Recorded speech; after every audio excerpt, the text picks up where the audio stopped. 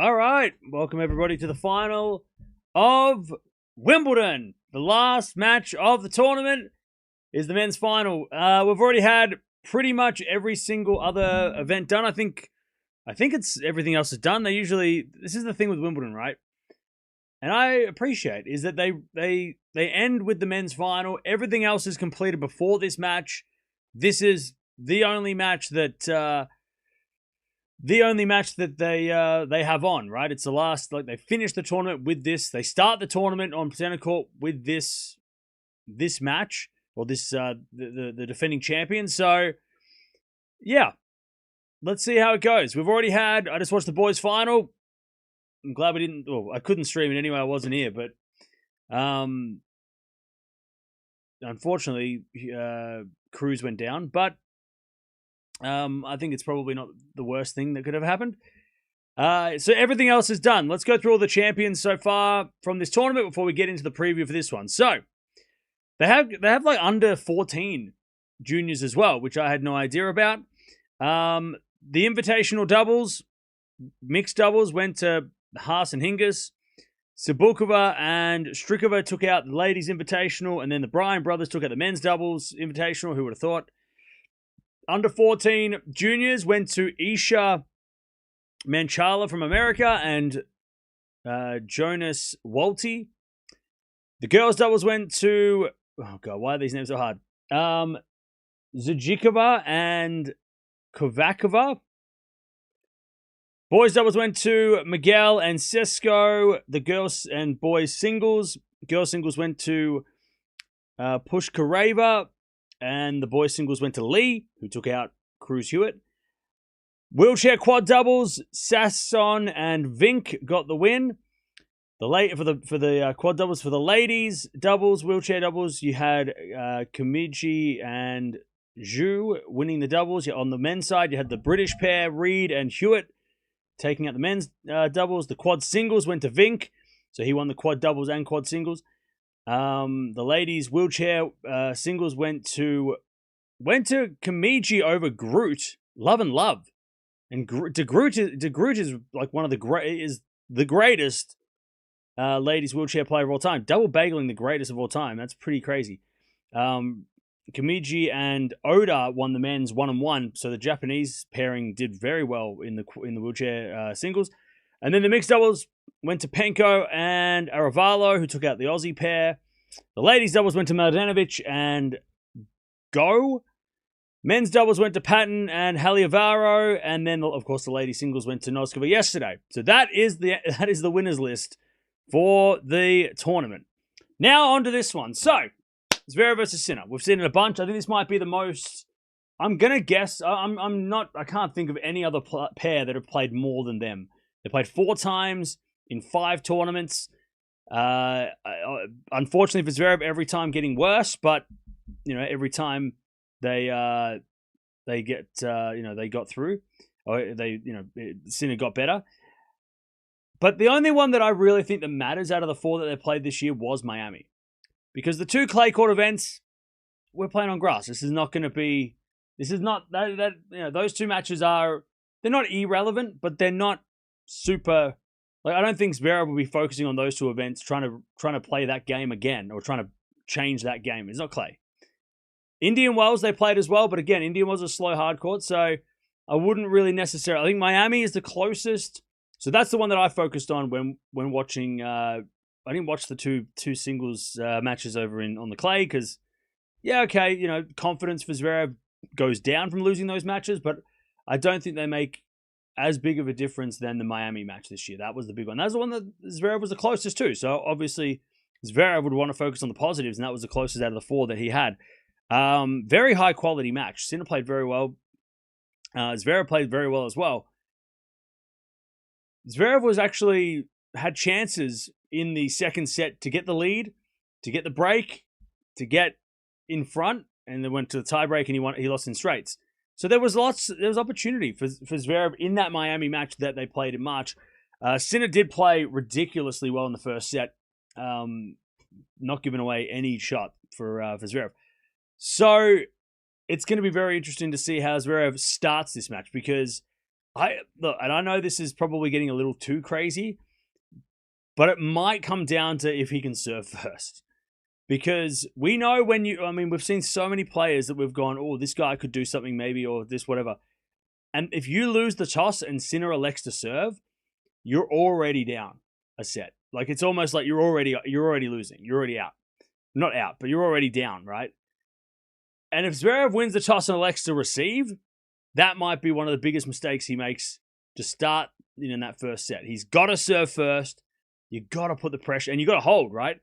You got to put the pressure on Sinner from the start. You can't warm up into this match. If you're Zverev, you can't think, oh, well, I'll just, we'll play the first 6 games and then we'll figure it out. No. He's got to serve first, and he's got to win first. Like, right at the start. He's got to be 1-love up, 2-1 up, 3-2 up. He's got to be up on the scoreboard at the very start if he's got any shot at this. Now, the longer the match goes, you'd say the better for Zverev, because we've seen what happens to Sinner sometimes. Sometimes.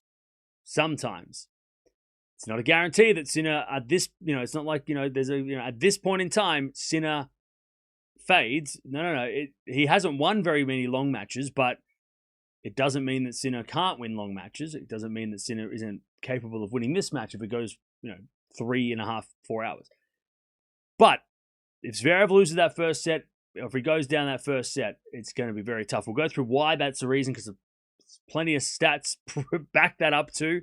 How important the first set is going to be, how important again, like I said, how important it's going to be to serve first, to stay in front in that first set for Zverev, to give himself the best chance of winning that first set and putting himself in a position to win Wimbledon. Now, let's go through some stats before we get to the chat. So, Sinner is trying to become the 8th player in the Open era to win Wimbledon without a warm-up.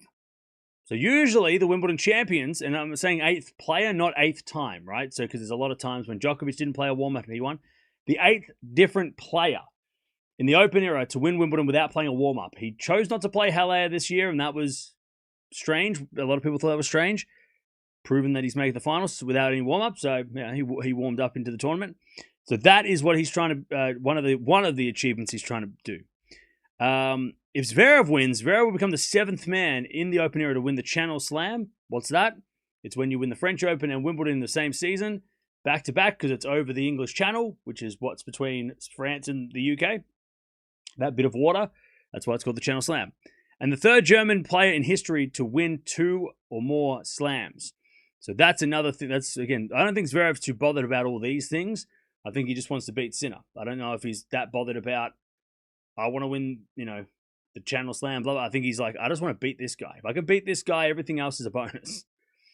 That's where I think he's at. Zverev is already going to be number 2. No matter what happens today, he'll be number 2 in the world. And Alcaraz will go down number 3. He closes the gap if he wins with Sinner, but Sinner's still pretty far ahead. But he overtakes Alcaraz, win or lose today. He'll be number 2. And we don't know when Alcaraz is coming back. So there's a possibility that Zverev will be number 2 for the rest of the year if Alcaraz doesn't come back for the US Open, for example. Medvedev split with his coach. I did hear that. He split with Thomas Johansson after less than a year, which is a little bit disappointing, but we'll see what happens. If Medi gets another coach or if he goes solo for a while, I don't know. I want a 5-hour epic, but I know it will not be. Okay. Don't ride Zverev off until he goes down a set and a break. Yeah. Again, I've been going through so many different scenarios for Zverev, right? Because we all look, and this preview is going to be mainly focusing on Zverev for the next little bit because, and I know Sinner fans are going to be like, why are you not focusing on Sinner? It's because we don't know, we don't need to, right? It's way harder to come up with how does Zverev win than how does Sinner lose, right? Because it's more likely that Sinner's going to win. Zverev's not going to be able to get the win, right? So that's, if you're a Sinner fan and you're like, Cam, you keep focusing on Zverev, why do you hate Sinner? That is not the case. That is not what I'm saying. We're trying to make an argument for how does Zverev win this? Because that's the harder thing to happen. Sinner just has to play like he's been playing, he'll win, right? He just has to get the first set and he'll win, right? And I'll tell you why that is in a second because, yeah. But we're focusing on Zverev because, obviously, we want a good match. If you're a neutral fan, you want a good match. So we want to see what we'll talk about what Zverev needs to do to make this a competitive, not even a win, just to make it competitive. Last thing I want as a neutral fan is a boring match. Just like we had kind of a little bit boring match with the Djokovic match, right? It was a pretty straightforward win for Sinner. There was a couple moments where Djokovic had a little chance, but overall it was a pretty basic semi-final. Don't have a horse in the race? I want a 4-setter, minimum. I want to get my money's worth, right, for this final. I don't want to sit here and go, he won 2-2 and 2. That would be boring for me. So that's why we'll be talking about Zverev a lot more to start. Now, speaking of Zverev, I told you he needs to win the first set. Very important that he wins the first set, Zverev, if he's going to make any sort. He might not even win if he wins the first set. But if he loses the first set, it's a very big chance that he doesn't win the match at all, because coming back against Sinner, unless some freak accident like the French Open happens, where, which again, you can't be making a strategy of, well, if Sinner falls into a hole, okay, you're not going to win that match then, because there's things that Zverev can do that can actually give him a better chance of winning. He doesn't have to rely on Sinner losing, his energy levels. First set, when these guys are played, when Sinner has won the first set against Zverev in their careers, now they've played 15 times, it's 10-5 in favor of Sinner, up until recently, because the last 7 matches have gone to Sinner, 4 of them this year, right? Hasn't lost a set for, I think, 5 matches against Zverev. When Sinner wins the first set against Zverev, he wins 9 out of 10. He's won 9 and he's lost 1. Last time he lost from a set up against Zverev was back in Monte Carlo 2022. That's a long time ago. 2022, Zverev was at the peak of his powers. If you remember, back in 2022, it was before Zverev got that injury against Nadal, and he was on fire on that clay court season. He was killing the clay back then. He was looking great until he got injured. But that was the last time. So Zverev was at the peak of his powers. One of the times, one of the best parts of his career, the best we've seen Zverev in his career at times. And of course, Sinner was not 2022. Sinner was not the same at all, right? Last 8 matches, Sinner's won the first set, won the match, right? So Zverev's only ever come back from a set down once, which again, why is it so important for Zverev to win the first set? He has to win the first set because, again, history says he doesn't come back. They've never played on grass. They played on hard courts, and it's been better for Zverev. But again, a lot of those wins were early on. A lot of those wins were at the start of their careers and start of their matchup when Zverev was at the peak of his powers and Sinner was learning. Now, when Sinner wins the first set at a Grand Slam, 81 wins, 11 losses. Now, the good thing for Zverev is that he has lost his last 2 Grand Slam. He lost at the last 2 Grand Slams. He's lost from a set up, right? Against Djokovic, he was up a set. In the first set, he won the first set, and same with Cerundolo, right? But the only other guys to beat Sinner from a set up, and I mean, look, Zverev can say, hey, look, if they can, I can.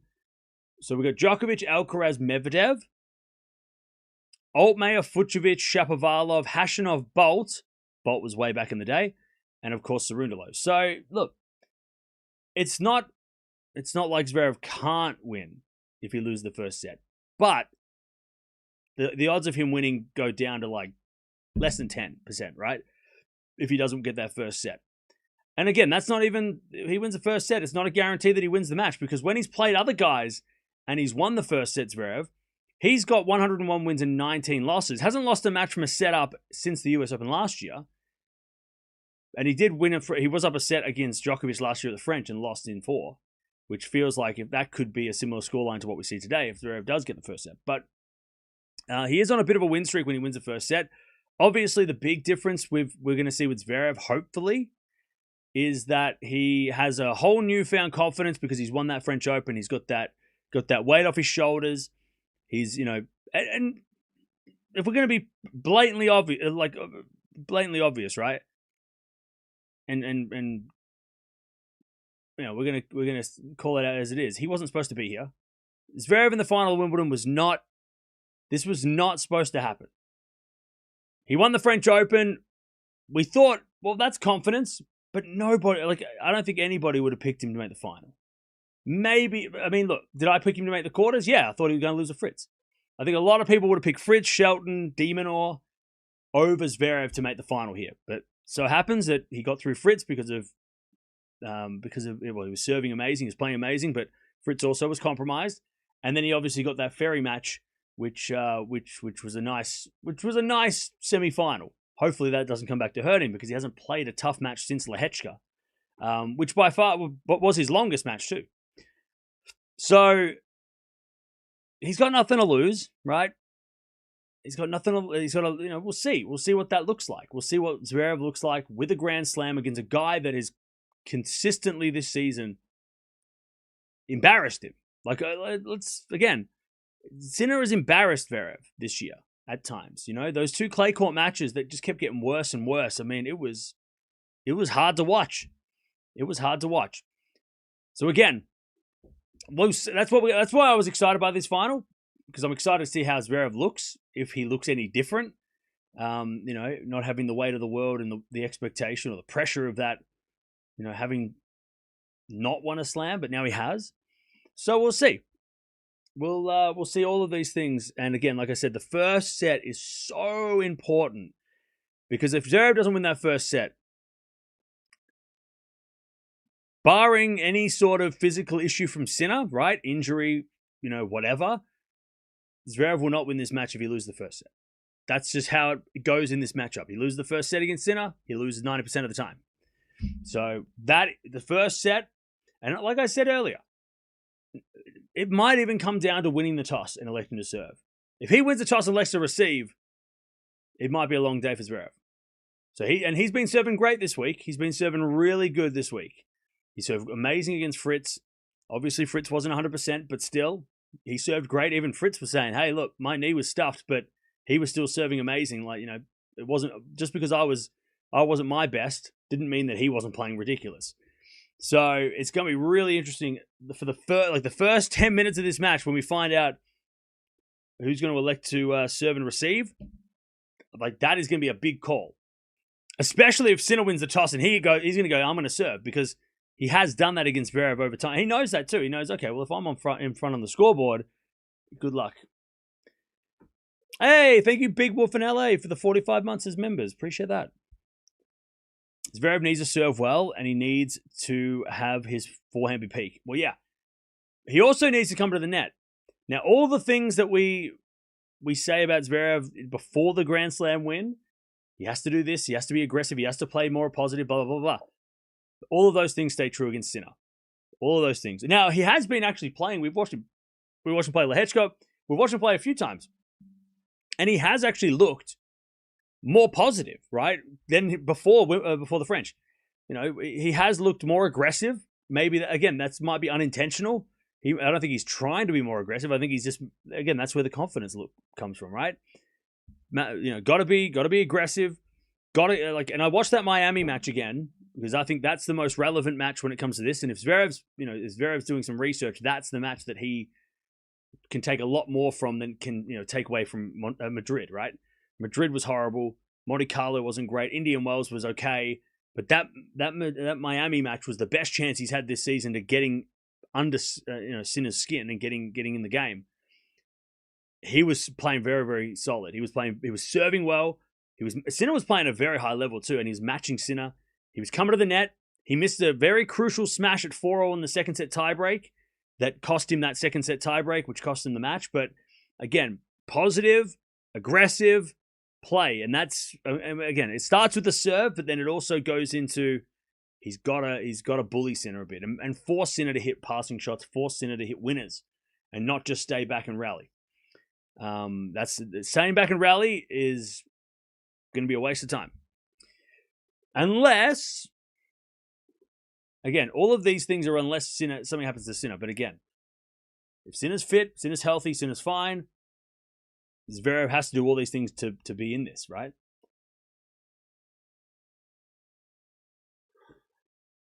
Match starts in about 20 minutes. I hope this goes the distance. That's all I care. Yeah, look, I hope Zverev can win a set. That's all I want. 4 sets. Now, the first set would make it way more interesting. hey, later yesterday, I think of the 46 months. First set would obviously make it more interesting, right? Because then Sinner's down a set. It probably evens up the score. It evens up the chances a little bit. Zverev could still win a third or second or third set. I don't know if winning the second set, depends how he wins the second set. But if he won the second set and it was one set all going to a third, okay. But it's kind of like, it's funny because we're watching Sinner, we're watching Alcaraz, right? It's very similar to Djokovic, Nadal, Federer. You have to win the first set and then you're even. In this match, I think it's the same thing. If Zverev wins the first set, then maybe it's a 50-50 after that. Maybe. But he has to win the first set to get to that point.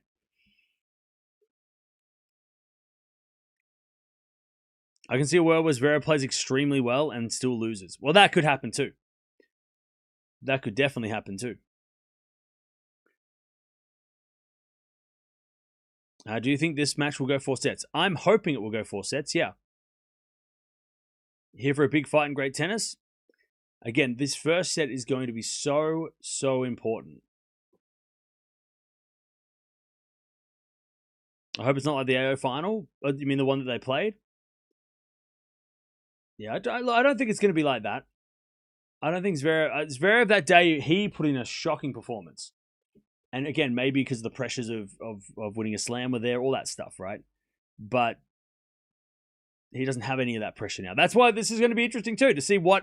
Look, there could be two things happen, right? Zverev could come out here and play as free as a bird with no expectation, pressure, or anything because he's won a slam, right?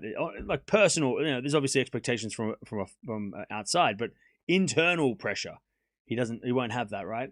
Or he could come into this match and be like, well, I already won a slam, so who gives a shit? And then if he starts to lose, I'm not saying he's going to give up, but if he starts to lose, not be as bothered by losing, right?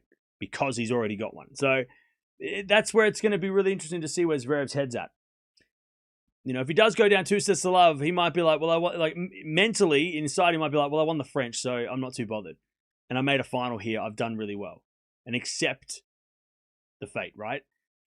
Because the urgency of winning this for Zverev is not as big as it was at the French. It's not as important. This is not as important to Zverev. And yeah, Wimbledon's important to everyone, but I'm saying like from a personal career point of view, if he loses the Wimbledon final to Jannik Sinner, it's not going to define his career like if he lost to Caboli at the French, right? Or if he was coming into this Wimbledon final having 0 slams, right? All those things have gone away now because he has won a slam. He is a champion, and this is a nice cherry on top. If he wins this, holy moly, right? But if he loses, we're not going to be like, oh, God, Zverev, he screwed up again. No, we're going to be like, he made the final. That's pretty crazy. Good for him, right? All the pressure's on Sinner here because Sinner hasn't won a slam in 12 months. And he has had a great season without winning a slam. So he's got more pressure on him. All right.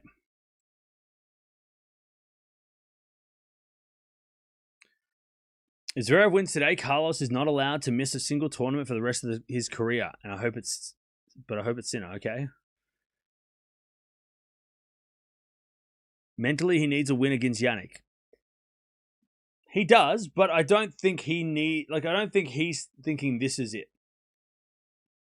Also, I think if he doesn't get the win today, I don't think Zverev's going to be like, man, I can't beat this guy. I think he's going to go, all right, as long as it's not like a blowout, otherwise then that'd be pretty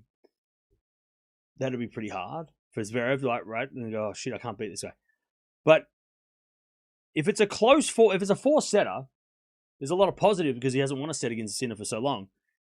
There's a lot of positives from that. But I don't think Zverev is probably not thinking he can beat Sinner on grass. He's probably thinking if I'm going to get my first win against this guy in a while, it's probably going to be on a hard court, right? Or on a clay court, but that's obviously not happening for the rest of the season. But Zverev's more likely to get a win over Sinner on hard courts, obviously, right? This is Sinner's surface, right? Or at least over Zverev, it's Sinner's surface. Zverev's on grass is not. This is not his preferred place to play.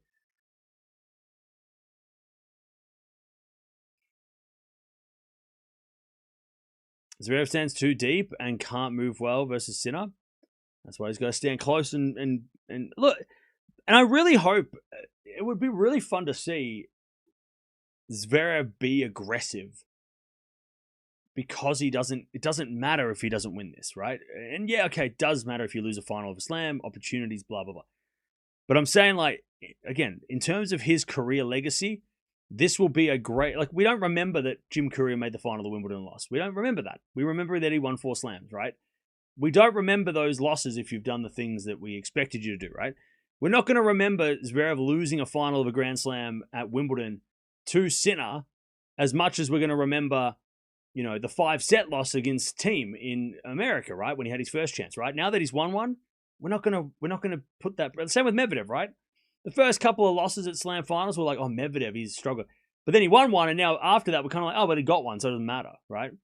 Long term, we're gonna forget if he doesn't win this finals, Zverev, unless it's some like ridiculous score like 1-1-1, and we're like, whoa, that was a big loss, right?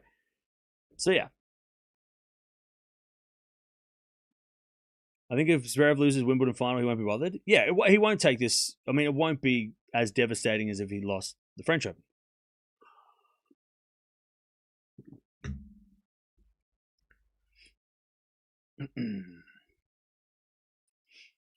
Can you say that this is Zverev's best year, reaching 2 major finals, despite the Masters and World Tour finals he has won in the past? Yeah, this is Zverev's best year, for sure.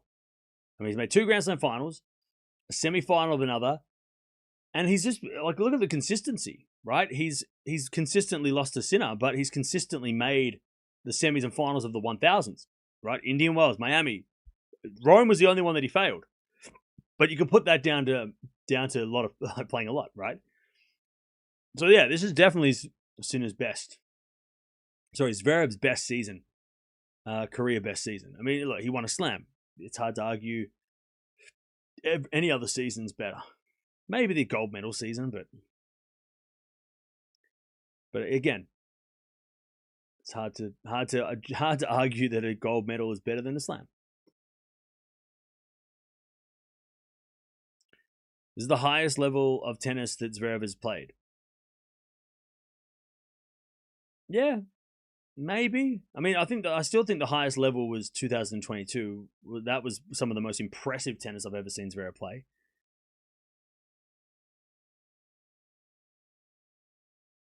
But his consistency right now is ridiculous.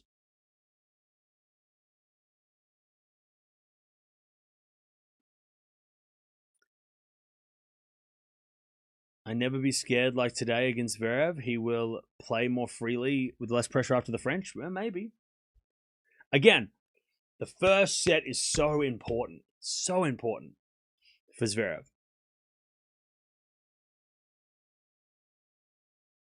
Trying to change from football mode to tennis mode now. Okay.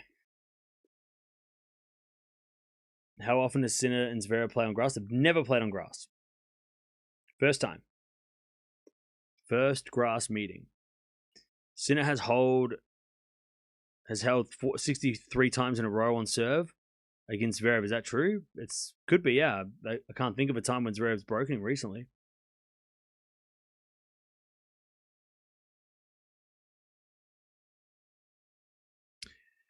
By the way, chat, we're almost at 300 likes already. Don't forget to sub if you haven't already. It's been a crazy tournament the last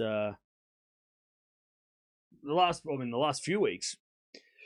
And this will be our final match until, yeah, I mean, I don't know. I don't have any plans to be live for a couple of weeks. So this will be the final stream for a couple of weeks. So that's why I wanted to be a good one too. Good match too, so that we can get it done. Johnny Mack and Pat Cash predicting 4 sets. Thoughts? Yeah, I mean, I have too. But I don't really like going through like, oh, Johnny Mack predicted in 4. Okay, I don't have any thoughts on their predictions. Like, okay, cool. I did too, though. I've got Sinner in 4 as well. So, I mean, but like, if they had like Zverev in 5, I'd be like, okay. But I don't really care about other people's predictions. So, if any of them had gone any other prediction, I'd be like, cool, good for them. I don't know. I'd have to hear their reasoning, but I've gone Sinner in 4 as well. So, it's probably the general It's probably the most, the most obvious prediction, right? Because I think a lot of, I speak for myself, respects Zverev enough that he should get a set. If he's playing the way that he's playing, he should get a set. But Sinner should win this in 4. Or straights. Might be a tiebreak first set, and then Sinner runs away with the next 2. Like, that could happen too. Were you able to watch Cruz Hewitt final? Yeah, I watched the final set of that. Watching that final set, I'm like, oh man, it would have been so great if he won. But I also think for him, like, it might actually not be the worst thing to lose. Because he was thinking, sorry, I meant to ask, my prediction is the exact same. I made a preview video.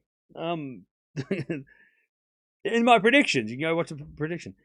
I don't think that's actually the worst thing for Cruz to lose that final. Because he was talking about how he's never played junior. Like, juniors is not his thing. This is the first Grand Slam junior, Wimbledon. And he's not really been focusing on juniors. He's been playing a lot more challenger events and ITF or whatever it's called now, World Tour events, World Tennis. What is it called? Whatever. He's been playing other events. So, not that I don't think Cruz needed to be humbled, because I don't think he doesn't have an ego, right? He's pretty chill. And Cruz seems pretty level-headed. Very well spoken for a teenager who has the pressure of playing as Leighton Hewitt's the expectation that he's going to have because he's Leighton Hewitt's son, right? I don't think that's a bad loss for Cruz. I think it sucks because it would have been great to see him win. It would have been great to celebrate that, but I think in the long term, it'll be a nice. He'll be able to go, okay, I've still got a long way to go, because he's been playing against the men. Now, then he played against the boys this week and he beat some of them, but then he lost in the final. So I don't think it's going to be the worst thing for him going forward. It might be the thing that takes him to the next level by losing this final and going, oh, okay, I've got to do more work and I've got to. But making the final was awesome. And he dealt with the pressure of, again, he's Leighton Hewitt's son. I mean, that comes with so much pressure. Any tennis players, kids who decide to play tennis are going to have, especially when they're former world number ones. So I'm excited to see what Cruz does next. Because he'll probably go back to the World Tour events. He'll probably go back to challenges and grind it out again, which is what he's been doing. All right, here we go. We are about to have the players arrive. This is a packed stadium already. No one is missing the first ball. No one will miss the first shot. Hey, Sebi, thank you for the 36 months. And thank you for the 19 months. I hope we get 4 sets. Not sure myself. Zverev not quite Sinner level. Well, look. It all comes down. And chat, I know this might sound like a bit of an exaggeration, a little bit dramatic. But I have a feeling it might come down to who wins the toss. Which is so crazy to think because, what do you mean? If Zverev wins a toss and elects to serve, that's already a massive win for him. He's got to serve first. He's got to put the pressure on early. He has to win the first set. If Sinner wins a toss and elects to serve, he could hold serve, break Zverev, B3 love up in 10 minutes. And that's a horrible position for Zverev. So, before the points are even played, it's very important that Zverev has that little win. And I would be very surprised if Sinner won the toss and elected to receive. Be very surprised. I don't think he wants to give Zverev that opportunity to lead. He wants to put the pressure on Zverev from the start. And how many times have we seen Sinner play guys like Rublev or other guys that we think, oh, maybe they could do something dangerous. And he's gone, no, I'm serving. And then he goes to one love. And then the next game, it's like the worst game or the hardest game of their lives. Sinner makes it so hard by putting so much pressure on. And then he either gets the break, Sinner, he goes up 2 love. And then it's like, well, now you're in big trouble. And then Sinner just starts to, run. So, it's going to be so important for Zverev to serve first. If he's going to... And look, he might serve first and get broken. That could also happen. Because he's going to have some nerves early. But you can't play yourself into this match if you're Zverev. You have to play You have to play like this is the first game of the second set. Like this has to. Jesus, everyone's going yelling, screaming. Stop yelling. This is the All England Club. Stop screaming. This is not a concert. Relax. Players about to walk out on court. Zverev needs a high percentage of first serve points won, but a high percent of he needs like 90% first serve points won, but he needs like an 80%, 75, 80% first serves in.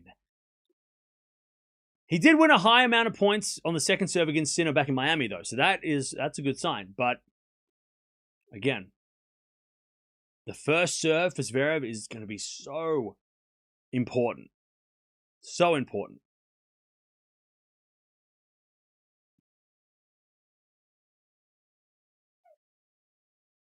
You're putting too much on Sasha now. He's not listening to me, so I'm not doing anything.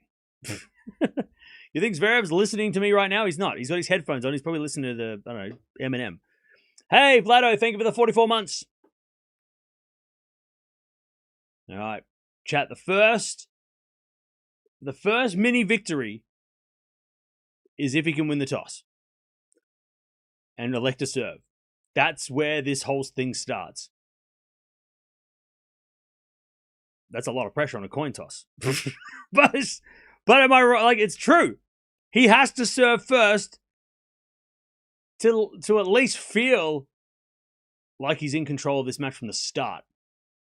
Don't give Sinner that you can't be giving Sinner that lead. Hey, baby steps, thank you for the 12 months, a year. Thank you. Did you watch the World Cup? I did. I watched the England match.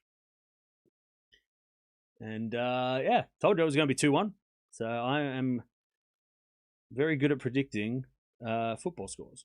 They're actually really easy to predict because it's unlikely going to be 5-0.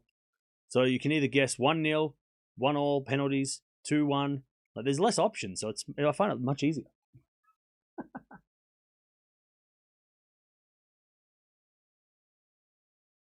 Now, here we go. Who is going to win the toss? We're waiting for a guest. We're waiting for a guest to come out with the coin. Okay. Here we go. Got the Wimbledon Junior Tennis Initiative. I think they must be doing this all week where young kids have been able to give the opportunity to be a part of it. Which is great. I love it when they do that. Love it when the slams do that. Here we go. This is the most important moment right now. If Zverev wins the toss and elects to receive, he might as well just have given the trophy over to Sinner. That is such a giveaway. Because you really think Sinner's going to be nervous in the first game of the final? Come on. You have to put him under pressure. You have to serve. You have to serve. You can't give Sinner the lead. Here we go. Sasha's he called it. Oh, he's receiving! Oh, no! Why did he do that? Why did he do that? He won the toss, and he elected to receive. Well, anyways, that was a great final. What a great day. GG's. Good final. All right. Well, next time, we're going to be streaming at Washington in 2 weeks' time. Oh, my God. Why did he do that? Chad, if he goes down 3-love. Holy. He won the toss, and he went, I'll receive. Huh? Why? Why? Why?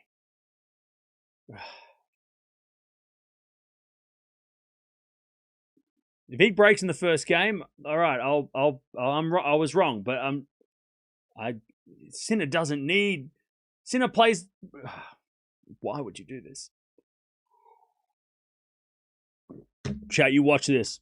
If Sinner holds the love and then breaks in the second game, goes up 2-love, why would you let him serve? Why would you he was going to pick that anyway. See, that's the problem too, though. That shows a little bit of, I'm scared, you serve first. Sinner's not scared, though. Sinner's not going to be, I don't think Sinner's going to be that nervous in the first game of the match. I don't think Sinner's going to be like, you've got to step up and serve first. You've got to serve first. You've got to be like, all right, I'm serving first. I'm going to take it on myself. Yeah, you might get broken. But going down 2-love and then serving again is way worse than going down 3-love, getting broken in the second game, right? That's not... It could be 3-love in 10 minutes now. That's what you've given Sinner the chance to do.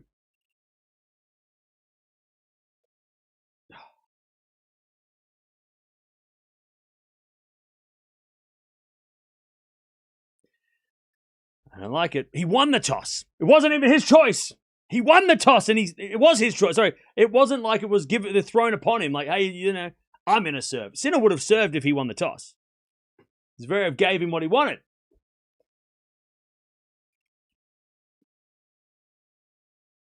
Strong argument that was a terrible decision. Look, only time will tell. But if you're playing Jannik Sinner, and plus Zverev serve, it's not like Zverev has a bad serve, right? If it was Demonor, if it was somebody who has a weaker serve, I could understand, okay, yeah, make him serve first, you can return, and then, okay. But with Zverev, who has a very, very good serve, who has a massive, massive, serve, you've got to step up to the line and serve first. Like, you have to do that. You can't throw the serve to him and then you hope to serve. Now you're behind from the start. You're going to be down from the start unless Sinner puts in a bad game. And look, there's definitely pressure on Sinner, right? He hasn't won a slam in a year. Yeah, he's had a great season, but where's the Grand Slam, right? That's what we've been saying, this entire, for the last couple of weeks, right? Great year, no slams. He's got to win. So there's pressure on Sinner. But you've got to you've got to serve first. You have to serve first. If Fritz is in this position, Fritz serves first. And we know that because we've seen that happen. When Fritz plays these guys, he wins the toss, he goes, I'll serve. Sometimes he gets broken first game, but Fritz puts his hand up and says, I'll serve. He'd rather put it on himself to start,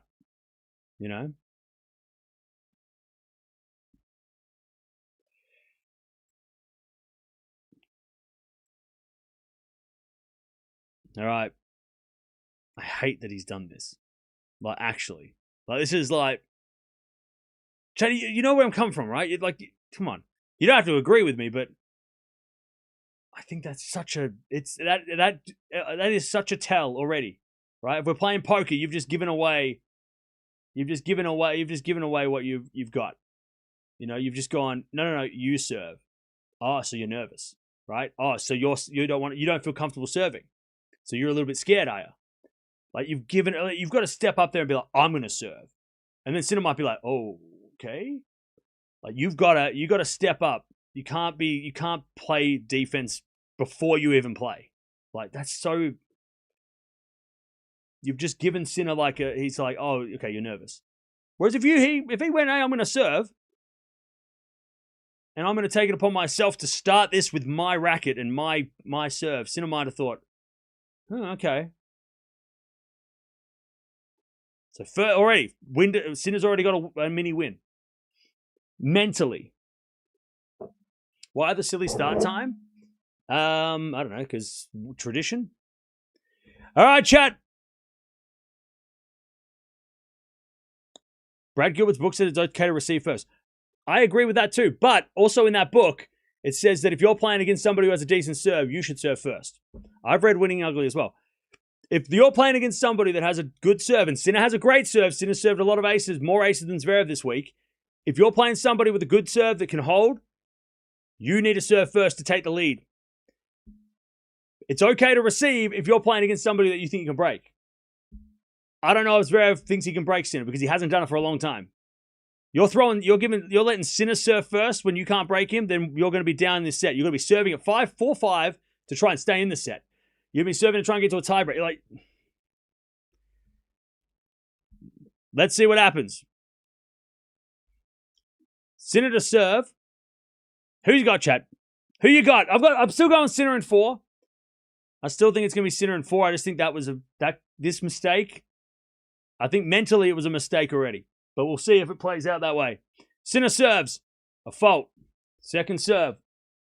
Sinner in 3. Sinner, of course. Sinner in 5. Roger there. Don't know. Sinner in... Was Zverev in 4. Okay. All right, serving the corner, Zverev. Return goes in the net. 15 love.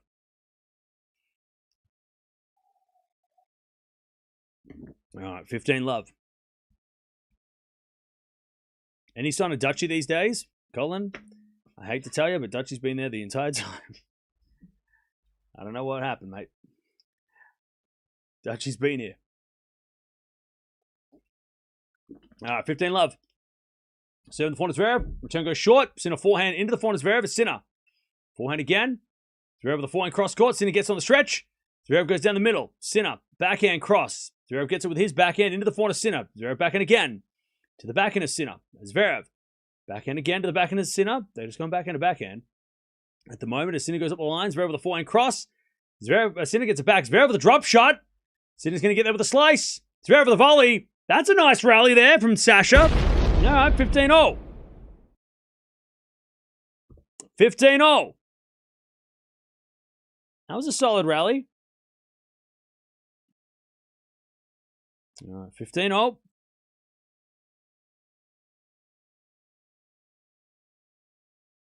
22-shot rally. That's the kind of stuff that Zverev needs.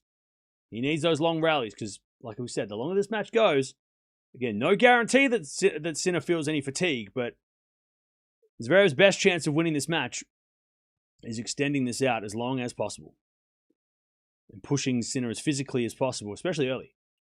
As a return, goes short into the back of Sinner. Sinner ends up wide. Okay. Error from Sinner, 15-30. He's already breathing a little bit, like after that last rally, he's breathing a little heavy, Sinner.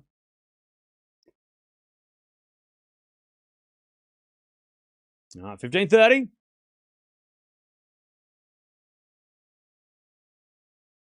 Serve again.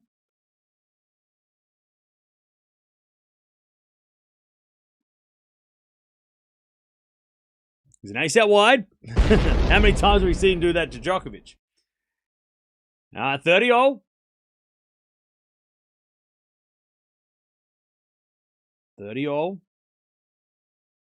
Huge serve out wide.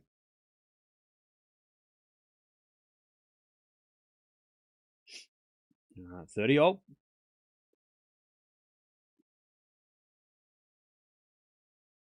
Serve again. He's a let.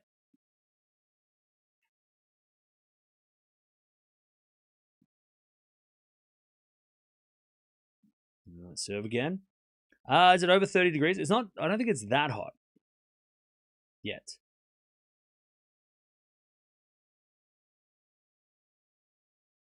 Uh, 30-0. Serve to the forehand is another let.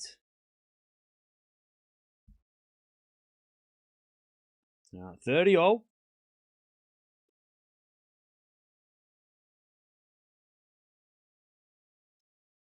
Sinner serves again. Another let. That's 3 in a row. Sinner with a smile. He's just like, let.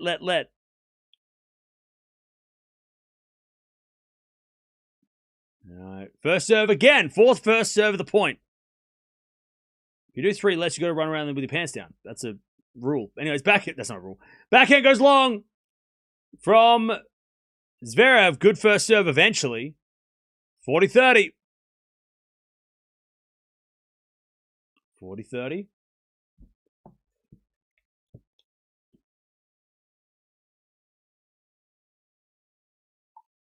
What happens if he continues to let? He continues to try and serve. There's no rules. You can hit as many lets as you want. All right, first serve's a fault this time. Second serve.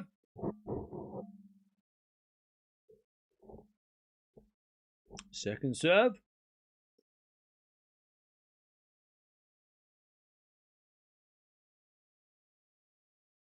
There's a let.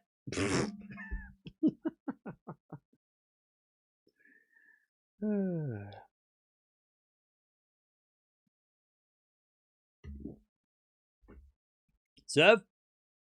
Into the forehand Zverev. Return goes out. 1 love Sinner. All right. Not a bad game from Sasha in that first one, but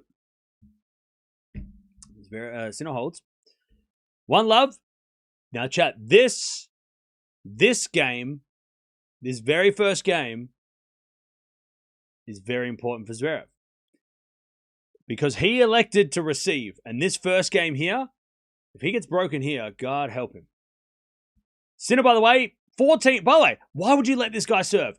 114 aces, 16 double faults. He's not going to get broken. He's only been broken like 3 times this week, I think, or 4 times this week. He's like barely been broken this week. Why would you let that guy serve and think you can break him? Zverev with the 87 aces, and he's hit more first serves in percentage wise than Sinner this week. Why would he serve first? All right, let's see how he serves though. Zverev serves. Massive serve down the tee. 15 love.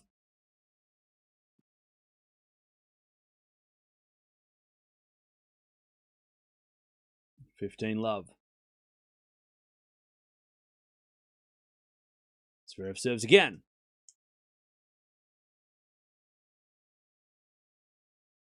He serves a fault second serve. Brad Gilbert always says return first. Cool. So you think Zverev did the right thing? Okay. So Zverev is great strategy, right? We already talked about the Brad Gilbert stuff like 5 minutes ago. 15 love. Because you got to read the whole book. Because he says, unless you're playing someone who can serve. That goes out 30 love. 30 love.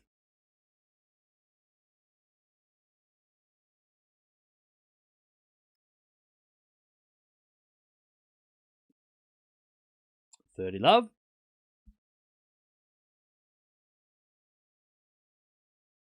Zverev serves again.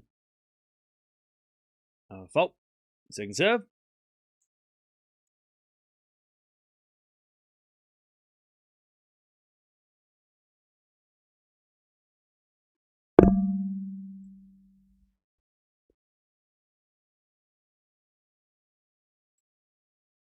As that goes out by Sinner, it's 40 love. Hey, Linda, thank you for the 51 months. 40 love.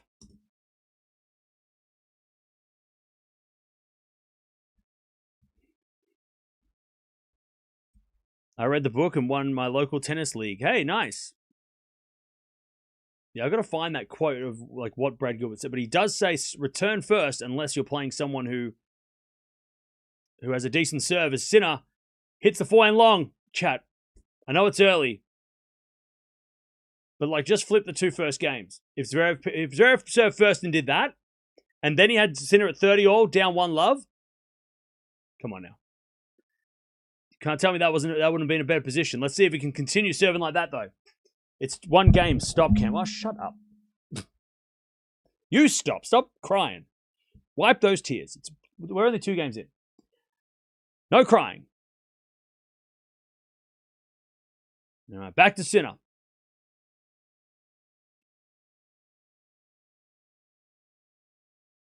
Serves an ace.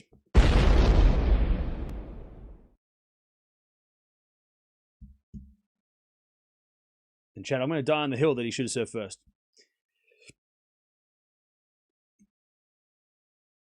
15 love.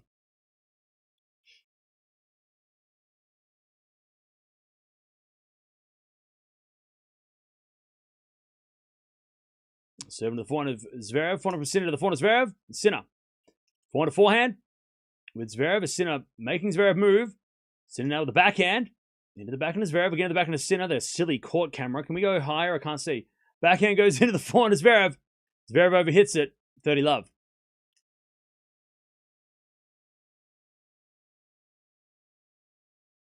$30.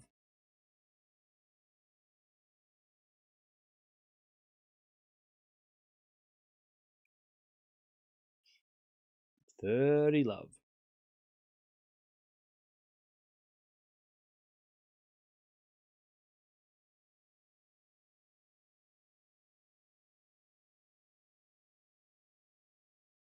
As with a fault.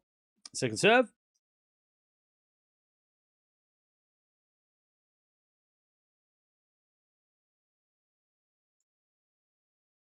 Second serve. Into the backhand of Zverev. Return goes forehand to Sinner. Zverev with the backhand up the line to the forehand to Sinner. And Zverev goes up the line to the slice of Sinner. Again to the forehand to Zverev. And Zverev just misses it wide. 40 love.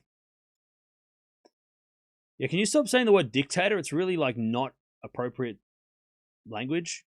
Like, why are you saying dictator?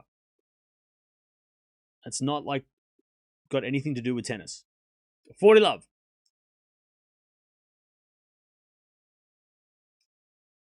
Also, we're not watching the World Cup right now, so as with a serve, there's a fault. Second serve. It's the final of Wimbledon, chat. Lock in. Lock in. World Cup is not today. Backhand slice. Into the slice is Zverev. Passing shot from Sinner is a lob. Lands in. 2-1. When the match is over, we can talk about whoever the superior vocalist is. We can talk about whoever's going to win the World Cup. We can talk about memes about Haaland. We can talk about other things. I'm not going to be talking about anything else but this match, right? Let's just focus on that for today. After the match, we can talk about whatever the hell we want. We can talk about England. We can talk about Bellingham. We can talk about musicians. But for the next 3 hours, this is the only thing that matters, right? This is it.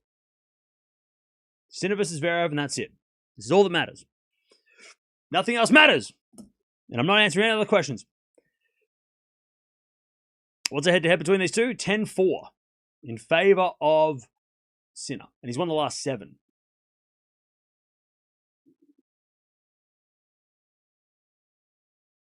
You in a bad mood tonight? I'm actually in a great mood.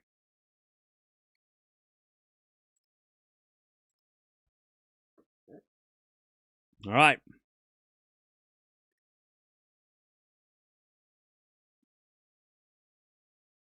Here we go. Back to Zverev. Yeah, Tony, mate, you keep asking about music, and we're not talking about music right now. We'll get to that later, when there's time to get to that. Ask me that at the end of the match. All right. Stefan Edberg's in the house. And we are ready to go for this 4th game. Zverev is down 2-1.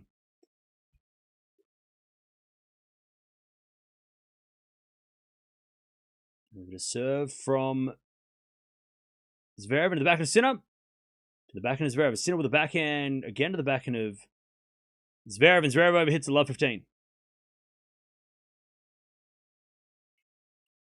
Love 15.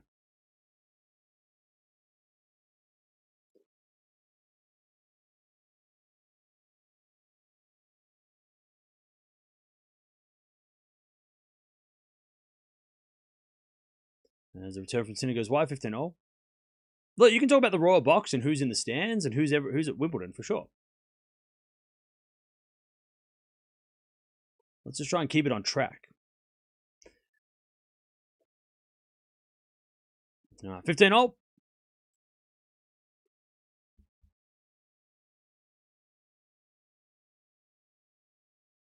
As Zverev serves again. And the return goes in the net by Sinner. 30-15. Solid serve. Like Andrew Garfield is sitting right there. I think that might be Jennifer Lopez. Or somebody who I could only see her eyes and her hat. But Andrew Garfield's there, Spider-Man. Kind of. Well, he was. 30-15. As the return goes forward to Zverev. Sinner with a pass. Zverev with a volley. Sinner with a lob. Goes long. 40-15. Good game again from Zverev. Great game. I love that he came to the net too. It is J-Lo? Okay. 40-15.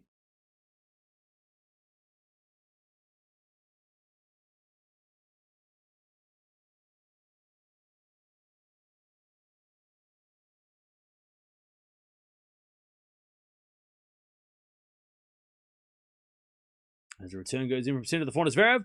Sinner with the backhand on the stretch. Zverev. Forehand again to the forehand of Sinner. Into the backhand of Zverev. Sinner. With another backhand into the forehand of Zverev. A Sinner backhand again. Zverev. Hits the backhand wide. 40-30.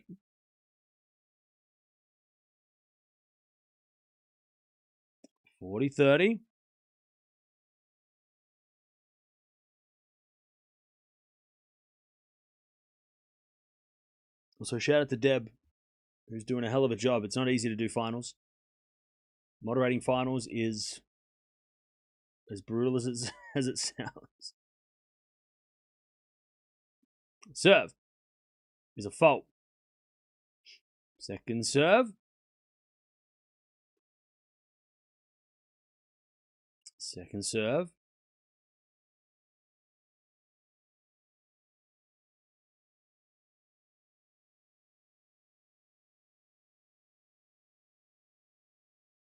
Seven to the back, and a Sinner return goes into the front of Zverev, and Zverev puts it away. Nice. All right. Zverev is starting off well. 2-2. 2-2.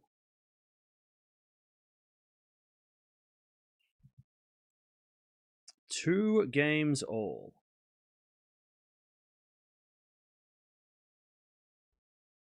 All right, back to Sinner.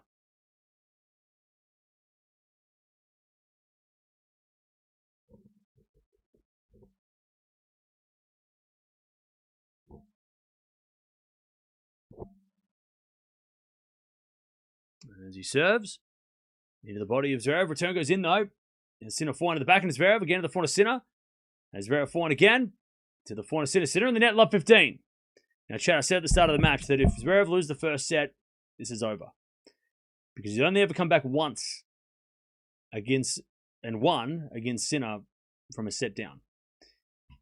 So, in order for him to win this match, the first set is so important. Got to win the first set.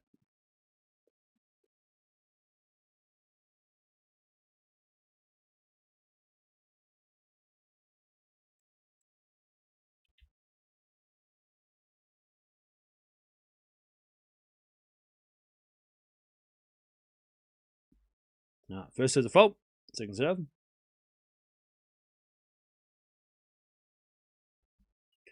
Serve to the backhand is Zverev. Backhand from Sinner. Great angle. Slice goes in from Zverev. And Sinner backhand again to the backhand of Zverev. Sinner with the back on the stretch. Zverev in control with a forehand winner. I tell you, Sasha is playing some points. All right. Love 30. Love 30. Great point. I tell you, Zverev is not missing. Like, he is...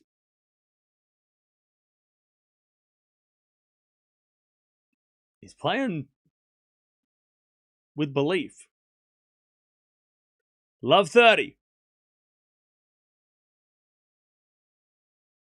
And Sinner serves.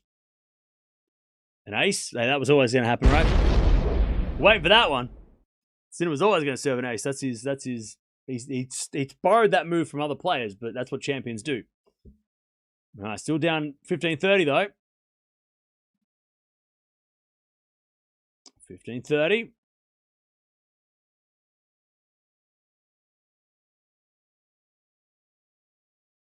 Serve again.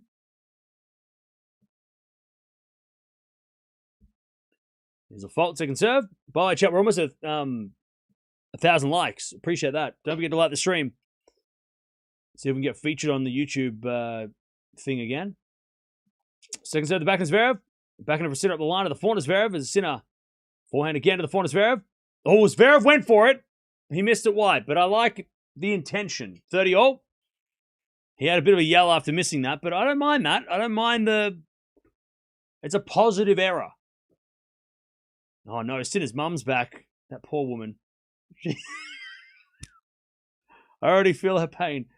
Remember last year? Oh, God. She was going through it. Hopefully it's okay. Return goes in the net from Zverev, and it's 40-30. 2 big serves from Sinner. And it's 40-30.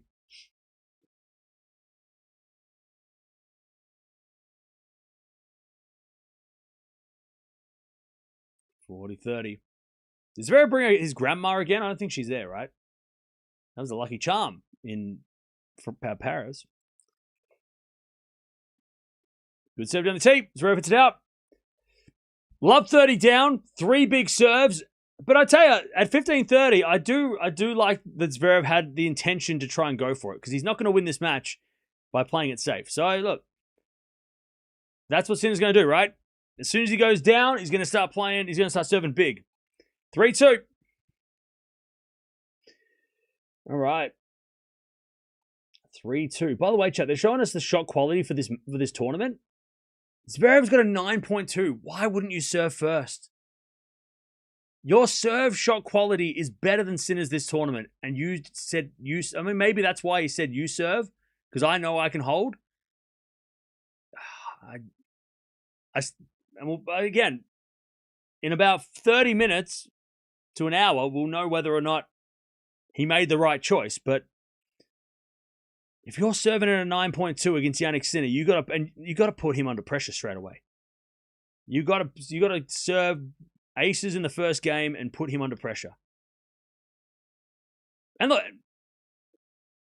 and he has been under pressure, Sinner, on serve. I mean, he's been 30-all twice in the 3 games. Zverev hasn't been under pressure at all. You know? But despite being the better server right now, he's down 3-2, right? I'll die on that hill. I'll die on that hill. All right, back to Zverev.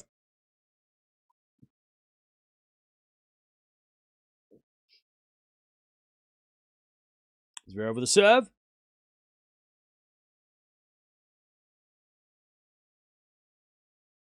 Into the 4 to Sinner. Sinner in the net. 15 love. Again, serving so well, Zverev. 15 love. I'm just worried that he's serving well, and then it's 5-4. And then he's not serving well. Like, that's what I'm interested to see how Zverev serves at 4-5 or at 5-6. Because he's serving great right now, 30 love. He's been serving great at the moment.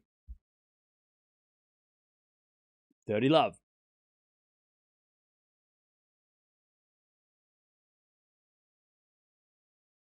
Serve.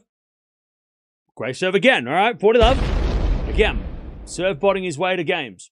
40 love. Think he must have lost like 1 point on serve. 40 love. But chat, like, I'm not going to go on about it, but you know where I'm coming from, right? Like, you understand where I'm coming from, right? 3-all. Like, you know, like the pressure on Sinner's more if Zverev's up on the scoreboard. So then the serving at 30-all is more pressure than if it's 3-all. If it's 4-3, right? You know where I'm coming from, right? Like, so if he was serving like this and he was serving first, he would have been up 2-1, 3-love, or 3-1, 3-2. And then he would have been putting Sinner under more pressure. But at 3, you know. No. Sinner serves again. 3-all.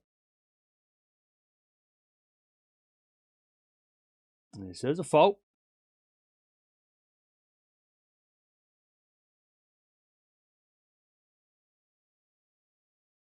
You're going on about it? Well, Kevin, take notes. It's going to be on the exam at the end of the year. It's important that you know this. As with a forehand passing shot, goes long by Sasha, just 15 love.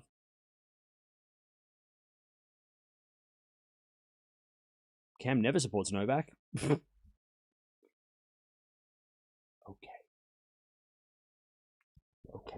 It's okay. It'll be okay. 15 love. Whatever you think. I don't know how Novak got into this. He's not even there. Sinner serves. A let. How many lets does he serve? Like 7 lets?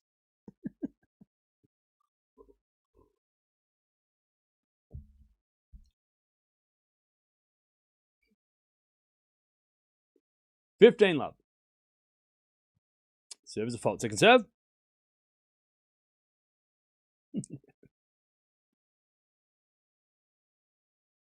All right, second serve. In the back of Zverev, bit of a shank. And then Sinner crushes the forehand. 30 love.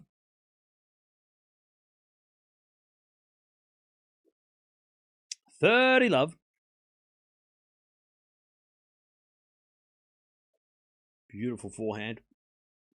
It's a bit of a mishit by Zverev. Sinner serves again.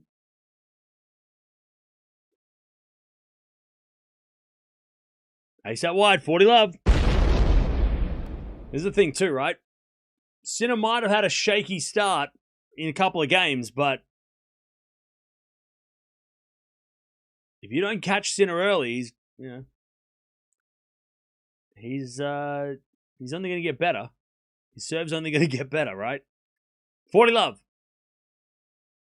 Serve down the tee, the return goes in to the forehand Sinner, who sprays it wide. A little bit of a random error.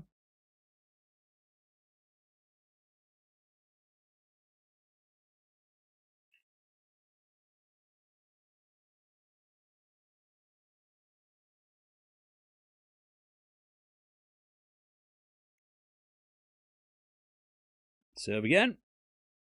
40-15. Return goes in the forehand Sinner.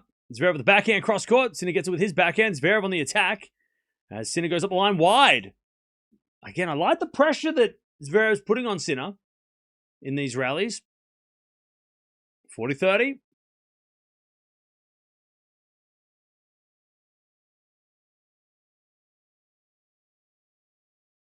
Zverev is doing almost everything right. And it's kind of working. You need to stop glazing Sasha. Well, look, I want a good match, and I know that if he loses the first set, Zverev, it's not going to be a good match. So, Zverev winning the first set doesn't mean I want Sinner to lose. Just relax. 40-30. Second serve. Go watch my previews, and you'll know who I picked. Backhand to backhand rally. Zverev with the backhand in the net, and it's 4-3 Sinner. 4-3. All right. That was a bad backhand by Zverev. 4-3. Now is the biggest game of this match. After the first first game, this is the biggest game now. Because if Sinner breaks, he's going to serve the set. And this set could be over in 10 minutes.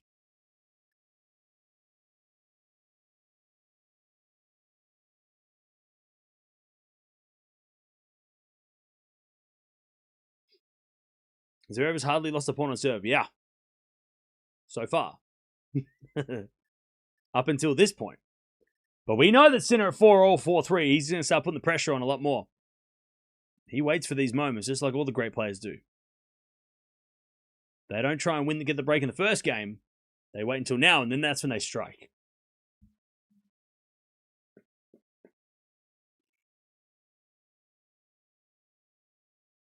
Now, here we go. That lady's got strawberries and cream on her hat. As a part of her hat. It's not like she threw it on there. I don't think they're real. They look real. That's a creative hat. Okay. Thanks, Deb. All right.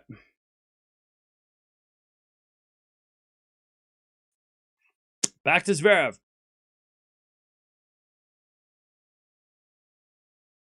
Trying to become the 7th man to win the Channel Slam.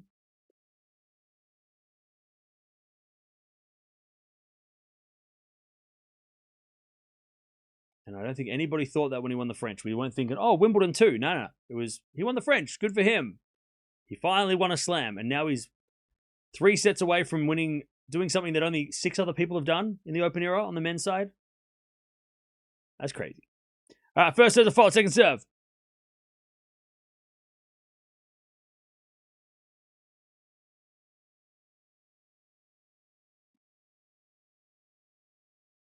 Second serve.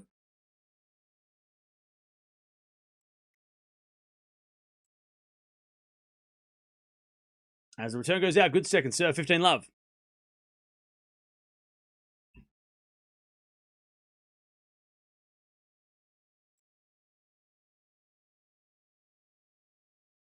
All right, 15-love. And Zverev serves again.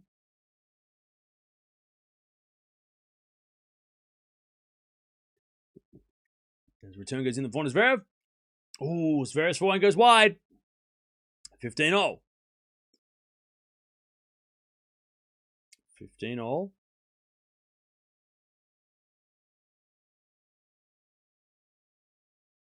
Why is it called the Channel Slam? Because France and England, between two countries, is called the English Channel. So it's going from one tournament, crossing the channel to the other. Remember when there wasn't planes, people used to have to take a boat. From the French Open, they take a boat through the English Channel to Wimbledon. So, Channel Slam. If you win both, you cross the channel to win the second one. That's why it's called the Channel Slam. 30-15. Because of the English Channel that is between Paris or between France and England. Great serves, Zverev. Okay. 40-15. Tell you, he is doing everything right. Almost everything right. He's winning 78% of first serve points as well, which is exactly what he needed to do. All right, serve again. Into the forehand of Sinner. Return goes in the forehand of Zverev. Sinner forehand up the line. Zverev's there with a backhand. Sinner. Drop shot. Zverev's going to get it. And hit a drop shot back. Sinner with a pass. Is just too good. Just too good. Nothing Zverev could have done there. He played a good point. But Sinner was better. 40-30. 40-30.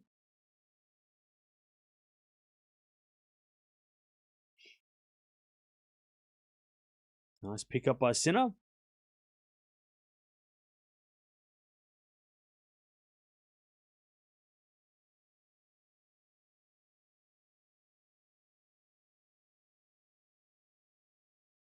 As he serves out wide the backhand Sinner, front of Zverev goes wide. Just went wide, and now we're at deuce. All right, we get the deuce. And now the pressure is on Zverev.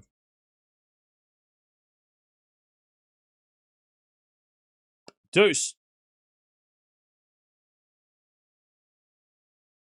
Zverev serves again. A let. Sinner got onto it though. So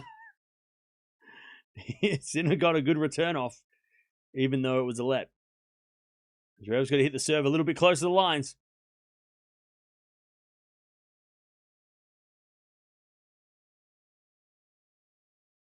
Zverev with the serve. Here's a fault. Second serve.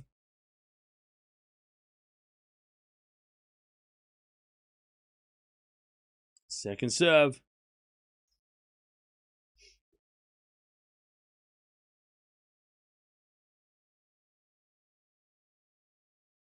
Here's a double fault.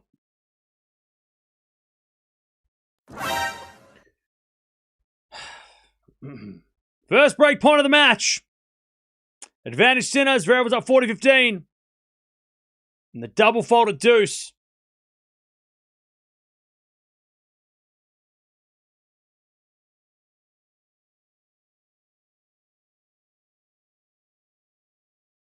All right, serve again.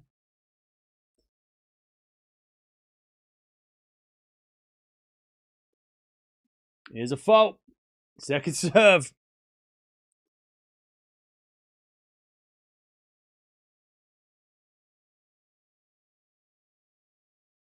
Second serve.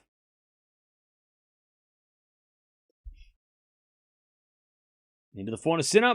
Return goes to forehand of Zverev. Sinner with a forehand cross court. Zverev's got it. His forehand as they go forehand to forehand. And shanked by Sinner. Zverev gets very lucky.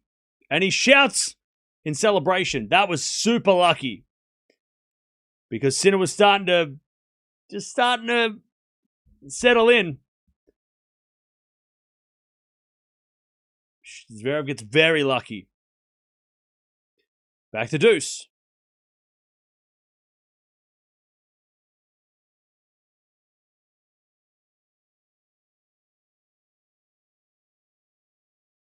And then he serves another fault. Second serve.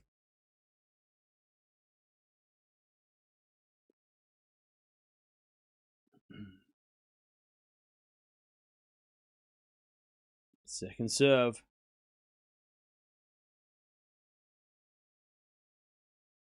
Into the corner center, another shank. Okay. Advantage Zverev. God, man, let off big time. 2 shanked forehands from Sinner. And Zverev gets to advantage.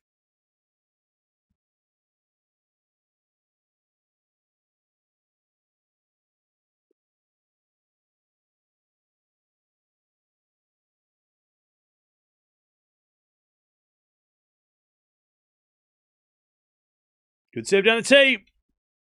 All right, Zverev holds. Tough game, but he gets out of it with a little bit of help from Sinner. 4 games all.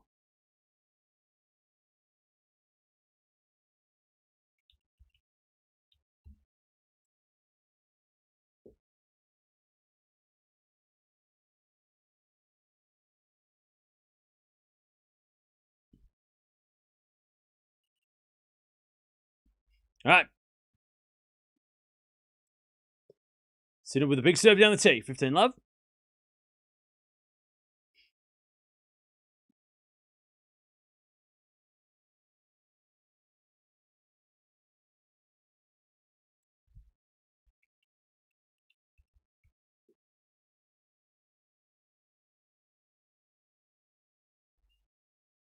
All right, serve again.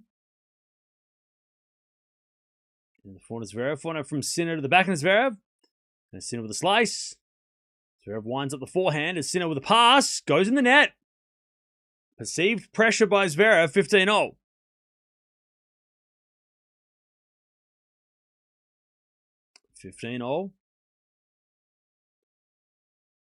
He was coming in, Zverev, but he didn't hit the volley. So that's the thing. Sometimes just being at the net is enough to win the point. You don't have to hit a volley. Making someone hit a pass, right? Make Sinner make a winner, right? Good serve again, but Zverev gets it back. Backhand up the line. Oh, it's inside out wide from Zverev. 30-15. 30-15.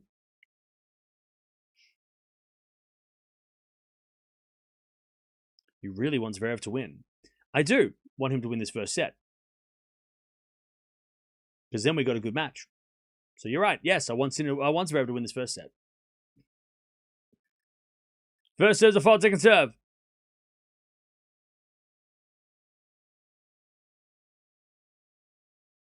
Second serve.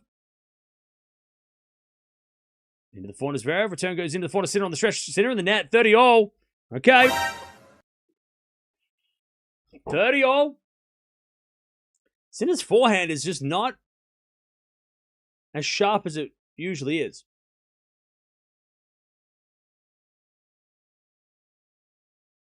You need to put respect on Zverev's name. Why don't you just stop telling me what to do? And I'll call 30-all. As Sinner serves.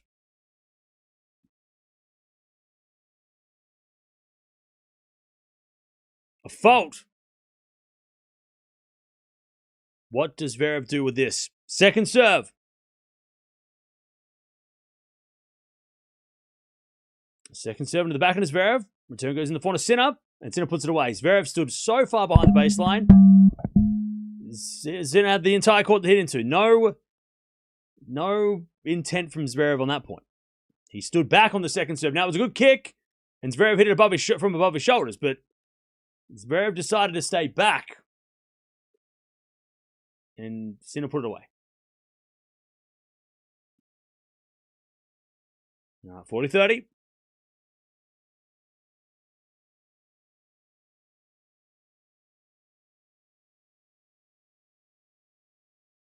First serve's a fault. Second serve.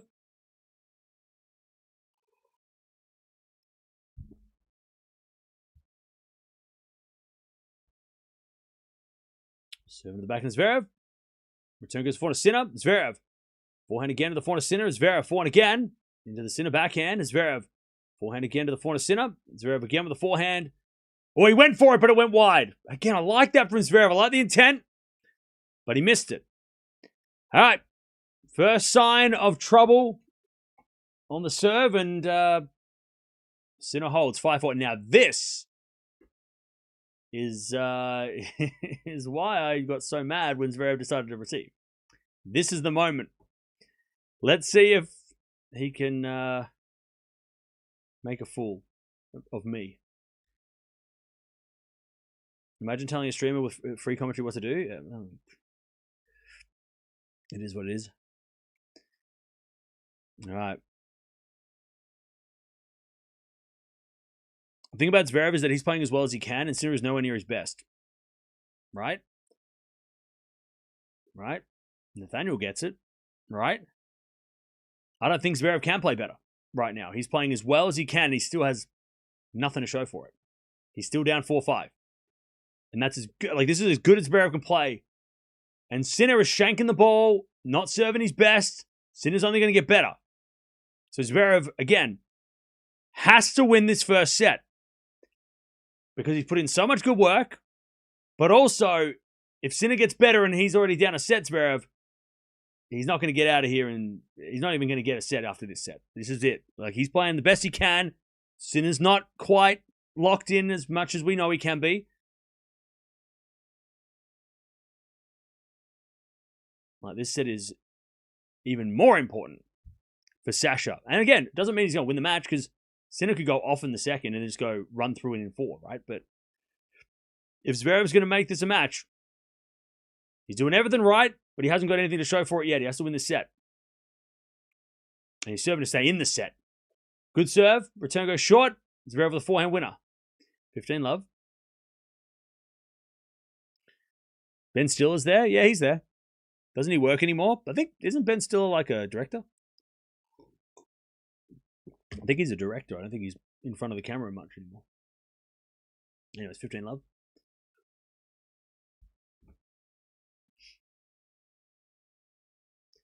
Zverev serves again. Fault. Second serve.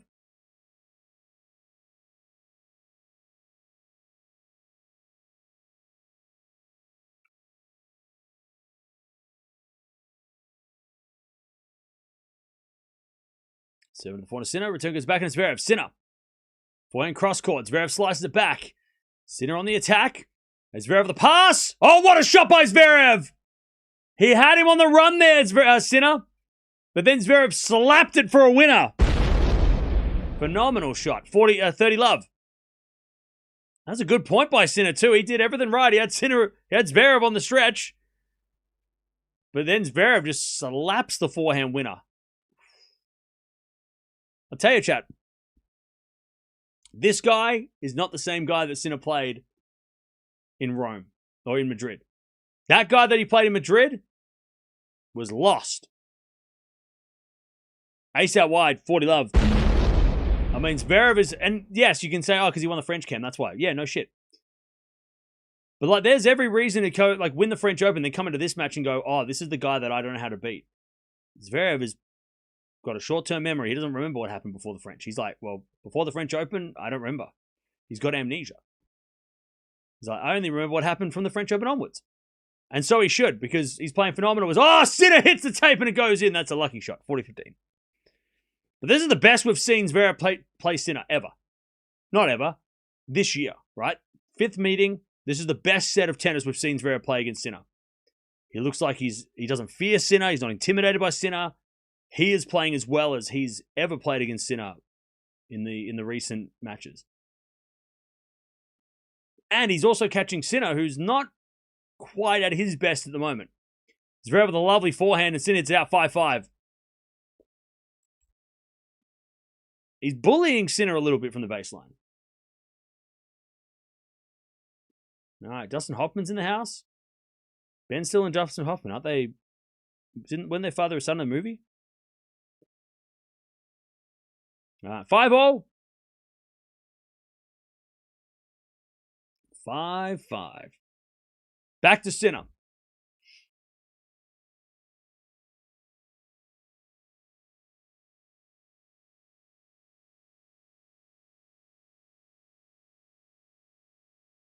Sinner serves. Fault.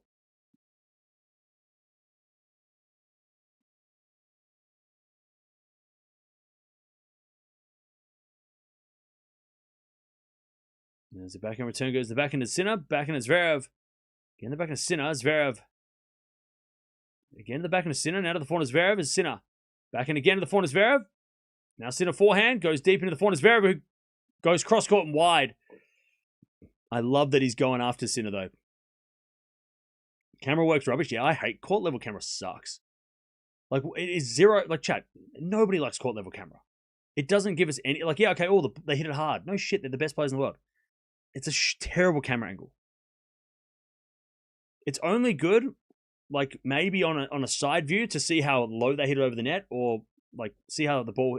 Like it's terrible during the rallies. You can't see where the ball's going from the far end. Sinner comes in with a volley. It's Zverev with a pass. But Sinner's there with the volley winner. 30 love. Hey, Walla, thank you for becoming a member. Welcome back. Welcome back. On replays, yeah, fine. But yeah, court level camera during the rallies.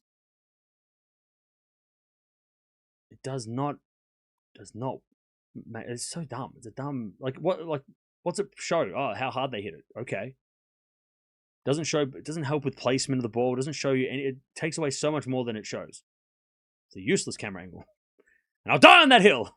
Backhand goes into the forehand of Sinner. Forehand from Zverev goes wide. I like that Zverev's making these positive not intentional, but he's hitting errors with intent. Right? Good errors.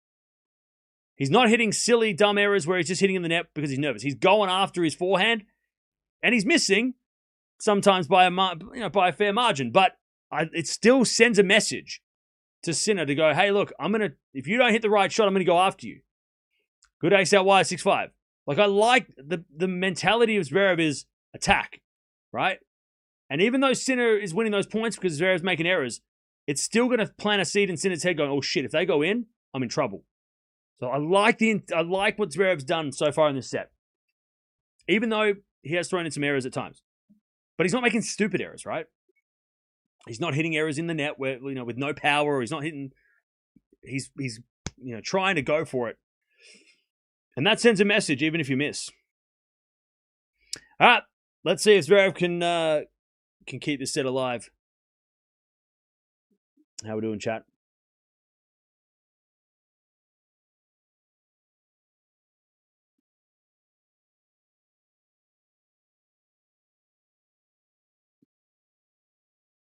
Sinner will only get better. Yep.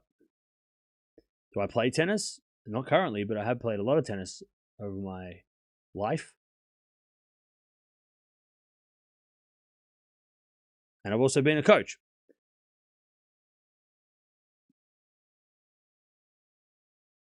Do you think Zverev can win a set today? I do think he can win a set, yeah. Cam's trying to talk Zverev into a win. Yeah, because he's listening to me, and I'm the reason why he's doing so well. I'll take the credit. All right, here we go. Nicole Kidman's in the house. Let's see if Zverev can keep this set alive.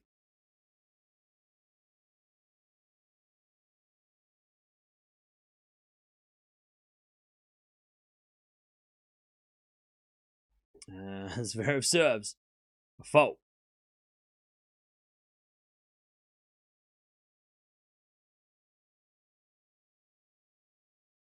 Second serve.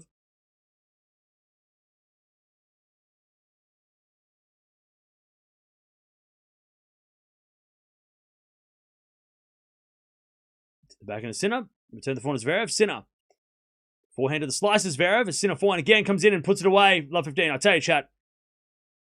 This game is as important of a game for Zverev, not just to keep this set alive and give him a chance to win the tiebreak, but serving first in the second. It is going to be so important that he holds here. He might lose the tiebreak. Sinner might take the tiebreak. Sinner in tiebreaks is a beast. But Zverev cannot lose this set and lose the chance to serve first in the second. That's a double blow. If he's going to lose this set, he got to play this tiebreak now. Lob goes up, Zverev comes in, puts away 15 all, sorry. Like, he has to hold Zverev. This is like the most important game. Because even if he does lose this set, Zverev, he has to be serving first.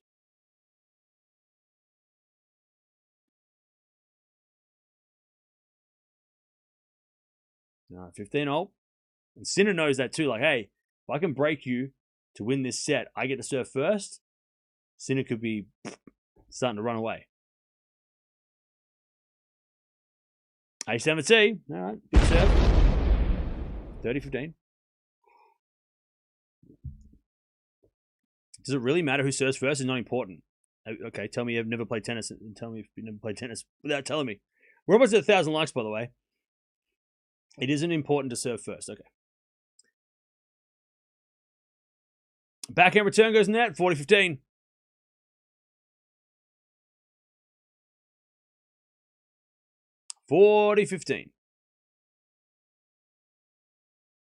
Zverev to go to the shootout. He's been...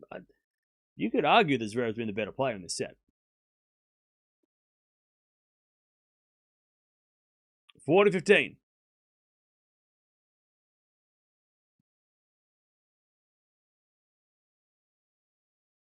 As a return from Sinner goes off the tape. Zverev with the backhand. Oh, it lands in. Okay. Zverev holds. We're going on a tiebreak. Who's winning the tiebreak, chat? Who is winning this tiebreak? Who is winning the tiebreak, chat? You tell me. Who you got winning this tiebreak? Like I said, Zverev has played very, very well to get to this point. This has been a very impressive set. Probably, again, I would argue the best set of tennis we've seen Zverev play against Sinner all year. But he has nothing to show for it. He's got to win the set. Otherwise, it doesn't matter if he had a good effort. First serve to fault, second serve, Sinner.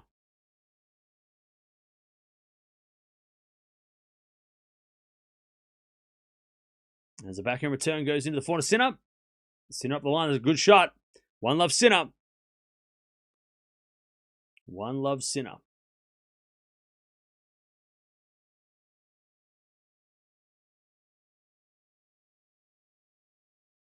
By the way, chat, this is the last match we're going to watch for a few weeks. After this final, there's no tennis until Washington. And then we'll slowly come back in Washington. So, yeah. It's going to be the longest time off we've had since December last year, when there was no tennis. So hopefully we can finish we can have a good finale to Wimbledon, so then we could ride off into the sunset and have good memories of Wimbledon. It's been good so far. Backhand goes into the forehand of Sinner. As Zverev with the backhand in the backhand of Sinner. Zverev. Forehand up the line. Sinner on the stretch gets it back, but it's in the net. I tell you, again, I love this intent by Zverev. 1-all. 1-1.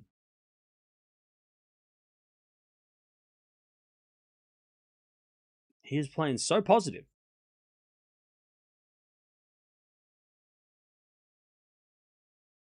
One.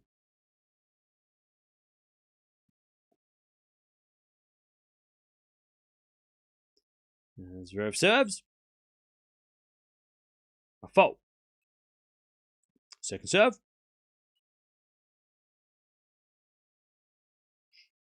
Second serve.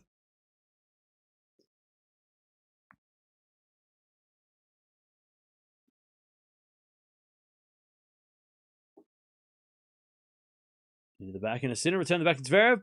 Sinner backhand. Again the backhand of Zverev. Sinner goes up the line. Zverev with a slice on the stretch. Sinner. Forehand up the line goes wide. And Zverev gets the 2-1. Another strange shot by Sinner. He has made some weird errors, Sinner, in this set. Unlike Sinner to make those errors. But that's the pressure of Zverev. Zverev putting pressure on him. And Sinner's, missing some shots that he wouldn't usually miss. Very impressive set from Zverev. 2-1.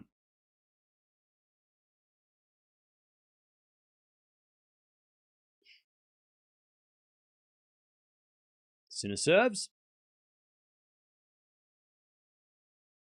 Ace down the tee. 2-2.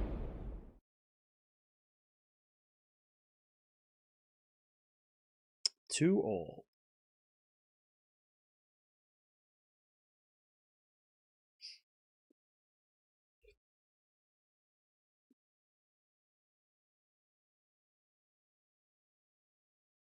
Sinner serves again.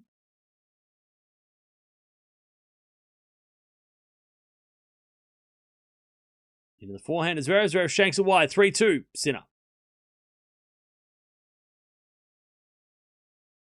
3-2 Sinner. Back to Zverev.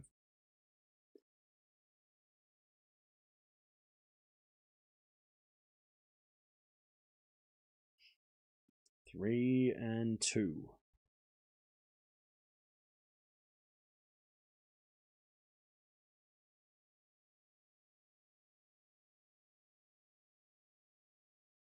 Zverev serves again. Into the back end of Sinner. Sinner hits a wide. Great serve, Zverev again. No, they change ends. 3-3. 3-all.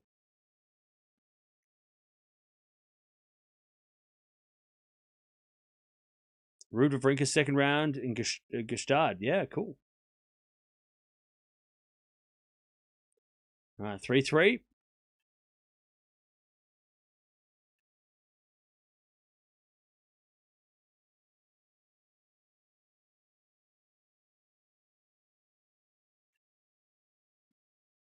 Back to Zverev. It's 3-all.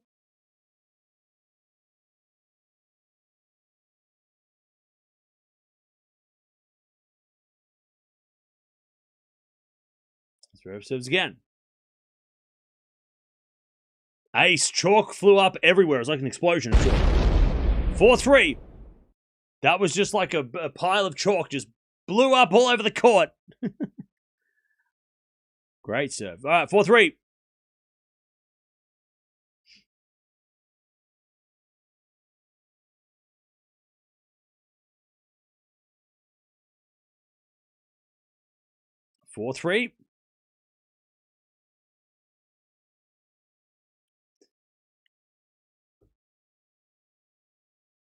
As the return goes in from Zverev to the backhand of Sinner. Zverev with the backhand.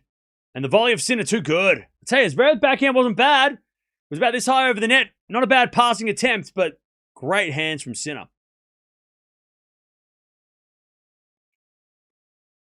All right, 4-all. Great volley. Great hand. I mean, just what a drop volley. Whew. Zverev had a decent pass too.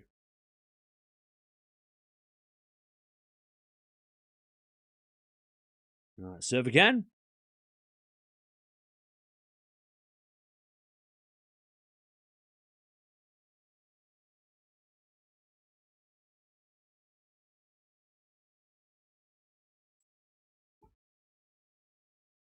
Four.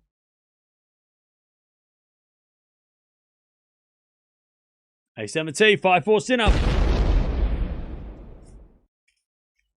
5-4 Sinner.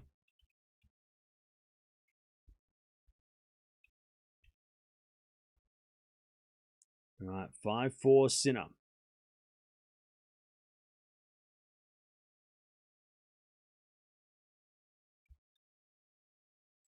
All right, back to Zverev. Hey, Anthony, thank you for the 20 gifted. Appreciate that. All right, Zverev serves. A massive serve down the tee. Again, chalk flying everywhere. 5-5. All right, someone's getting a set point. 1 hour on the clock. I'll tell you, Zverev winning the set now with the 1 hour played. This is so important now for Zverev because he's dragging Sinner into the deep water. 5-5. Zverev serves. Out wide. Sinner gets it back. Zverev with the forehand up the line. Sinner's going to get it with a slice. Lands into the forehand of Zverev. Sinner gets back in the rally. Zverev forehand again off the tape. But it goes into the forehand of Sinner. Forehand of Zverev again. Into the forehand of Sinner who misses up the line. Zverev shakes the racket. 6-5. Zverev takes the first set point. But it's on Sinner's serve. I tell you, he had Sinner scrambling. All right. 6-5 Sasha. Who is this guy? Who the hell is this guy? Who's this guy? We haven't seen this guy. The hell's this guy? All right, Sinner serves.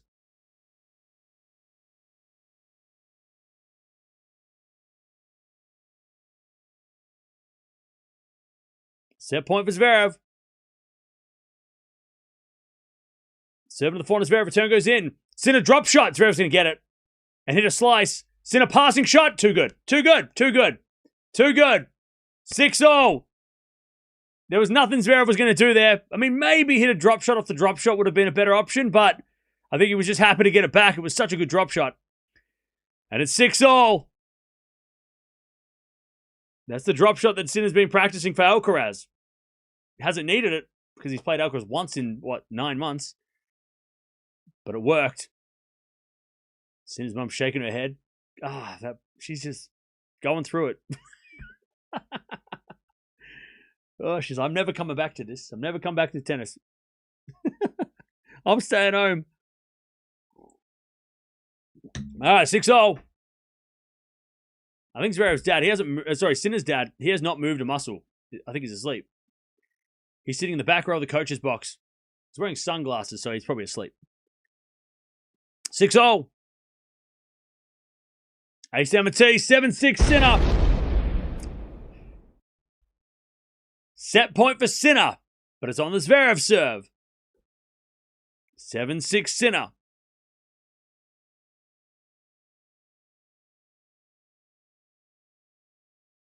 Sinner just kind of looking chill right now. He's just like a little bit of a smirk.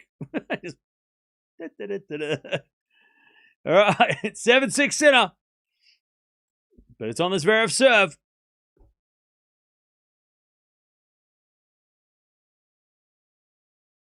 And Zverev serves. Out wide and ace. There you go. I tell you, Grand Slam Sasha is different. 7-0. I mean, he is looking different. This is the Zverev that we were promised in 2018. It took nearly 10 years to get here, but we're here. All right, 7-0. Zverev serves again. Into the back of Sinner. Good return, but it's short. And then Zverev puts away the forehand. No, lob goes up from Sinner. Uh-oh. Bounce smash from the baseline, Zverev. Sinner gets it back again. And then Zverev backhand cross-court winner. That is a great point by Zverev. 8-7 Zverev. That smash on the baseline, it looked easy. That was not an easy shot. And he's got another set point, but it's on Sinner's serve. 8-7. Sinner to serve again.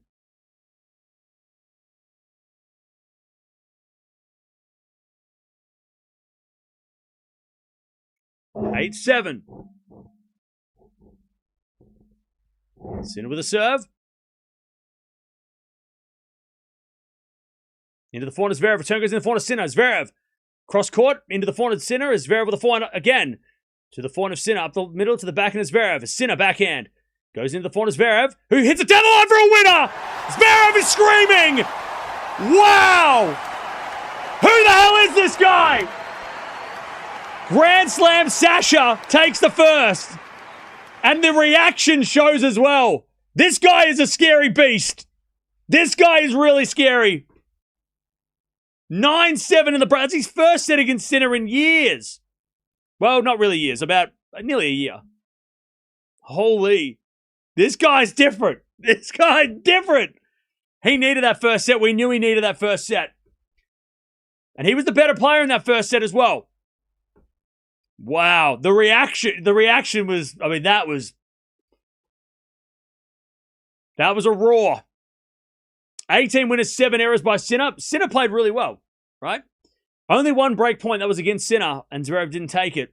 So that was 4 against Zverev, and Sinner didn't take it. 16 winners, 15 errors, but the serving of Zverev, 74% of first serves in, 81% of points won, 82% of points of second serve points on the Zverev serve.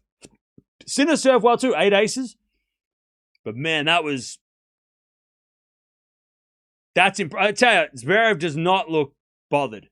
He does not look intimidated. We saw in Madrid. We saw at Monte Carlo. We saw last in Indian Wells, right? Much, much different looking Zverev today. And I'll tell you, he wouldn't have gone for that shot a month ago, 2 months ago. He wouldn't have gone for that shot in that situation. He would have gone cross-court. He would have played it safe, and Sinner would have, wiped the floor with him. But he went for it. Like that, like the intent that Zverev is showing in this match is so impressive. And he gets to serve first in the second. Chat, he was playing 4D chess. He fooled me. Zverev was playing 4D chess. He's like, I'm going to make Sinner serve first. I'm going to win the tiebreak, so I serve first in the second with a set to lead. That is 4D chess. He fooled me, chat. Hey, look, I've got 0 Grand Slams. He's got 1. He fooled me. He fooled me. That's 5-dimensional chess right there. He's like, I'm going to make you serve, then I'm going to hold because I'm so good at serving. Then I'm going to hold, I'm going to beat you in the tiebreak, and then I'm going to be up 1 set, and I'm going to serve first in the second. That's 4D chess. Right? Look, chat. He fooled me. First serve's a fault. Second serve. I tip my cap to Zverev. That he got me. He got me. He knows best. I'll tell you though, I love that how he's playing. He is playing the best tennis we've seen him play Sinner in a long time. As a backhand return goes in the net by Sinner. I'll tell you, Sinner's not playing terribly. The stats show that he's playing all right. But he is making some errors that he wouldn't. Like, Sinner's not playing as... The stats should say that he's playing great, Sinner. Like, not as great as he could. We know Sinner can play better than he has. But the pressure that Zverev's putting on Sinner is awesome. Like, it's just so fun to watch. Like, this is the matchup that we were hoping to get in Madrid and Monte Carlo. We didn't get that. As Sinner hits a lovely passing shot, 15-0. And now this match turns into a bit more of a 50-50. I still think Sinner's the favorite, but now we've got a match, right? If Sinner wins that first set, it was a nice try. But now it's, all right. Now it's game on. And bonus for Zverev as well, that first set went for an hour. So now Sinner's got to win 3 more sets, and he's already played an hour. And we know that the longer the match goes, you'd favor Zverev. Great serve out wide, Zverev again. Now, they played about the exact same time on court this week, about 15 hours. But we know that the longer the match goes, it's not like it doesn't mean Sinner loses when it's a long match. It just means there's a better chance of beating him because when the match goes long, we've seen that Sinner struggles. 30-15. So Zverev's done this perfect start for Zverev. And he's playing phenomenally.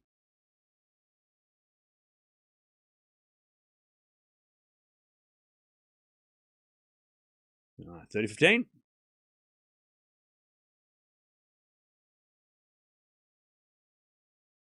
Serve again. Into the backhand is Sinner. Return goes back into Zverev. A Sinner backhand. Into the forehand is Zverev. A Sinner forehand again. Into the forehand is Zverev. To that Sinner backhand. Zverev forehand again. Into the forehand is Sinner. Now Zverev with the backhand again. Goes cross court the backhand of Sinner. Zverev backhand into the forehand of Sinner. Sinner with a drop shot. Too good. 30-0. Now, as much as Zverev has done everything right to this point, he can't let up if he's going to ultimately cause a massive upset. He has to keep the pressure on because we know Sinner's not going to roll over. This is where Sinner's going to start going, okay, I'll play tennis now. Now I'm going to start playing. Now, I'd be very surprised if Sinner didn't start to like really start to press Zverev. As he's a great serve, Zverev. He's going to have to keep doing that. Because the match starts now for Sinner. He's going to start playing now.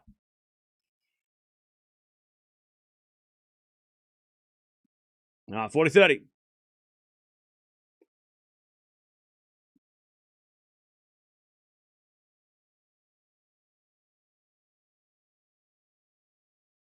As he serves the floor to Sinner. And then the slice in the net by Zverev. It's a good return. Caught Zverev a little bit by surprise. And we get the deuce. Hey, thank you, Phil, for the 5 gifted. And thanks for becoming a member. Also, thank you, Anthony, for the 20 gifted again. Thank you for the generosity, guys. Appreciate it. Deuce.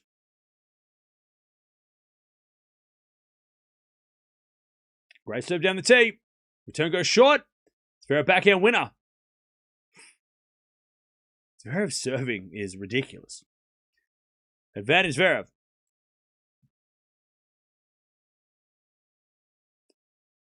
Advantage Zverev.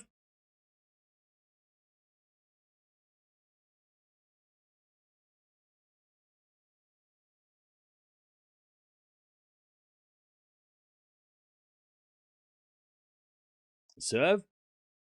And the return goes into the forehand. Zverev. Into the Sinner backhand, but Sinner hits it up the line for an easy winner. Zverev just didn't commit to the net then. He just kind of like stayed back, hit the forehand, and moved backwards, and that caused him all kinds of pain. All right, deuce.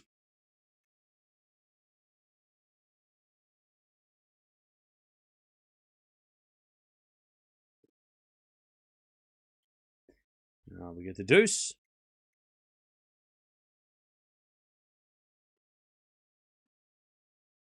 And he serves a fault, second serve.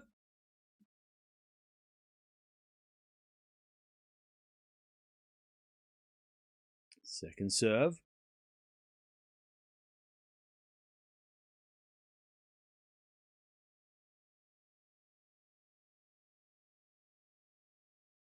Serve with the forehand Sinner. Return goes in the forehand Zverev. Sinner with the backhand. He's long. Advantage Zverev. Advantage Zverev.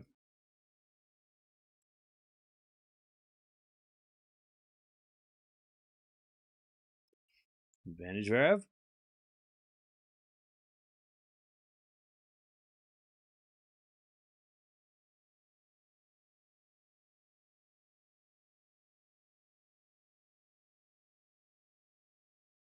A17. All right. It's 1-love Zverev in the second. Now, Chad, I did tell you the stats of the first set and how important it was for Zverev. So, when Sinner wins the first set against Zverev, it's 9 wins, 1 loss in favor of Sinner, right? But when Sinner loses the first set against Zverev, he's only ever come back once to win in 4 meetings. So when Zverev wins the first set, mind you, that meeting was in Vienna where Zverev won the first and Sinner came back to win in the final of Vienna last year. The other 3 times were earlier in their careers, right? 21, 23, 2020. But still, Sinner's only come back once against Zverev from a set down in 4 attempts. And 2 of those were at the Grand Slam at the US Open. In fact, the last time that Zverev beat Sinner was at that 23 US Open. He won the first set, lost the second, won the third, lost the fourth, won the fifth Zverev. And he won the first set 6-4. So, yeah, this is, again, not that Sinner can't come back. He has come back from a set down recently against Zverev, right, in the last 12 months. But it puts Zverev in such a good spot.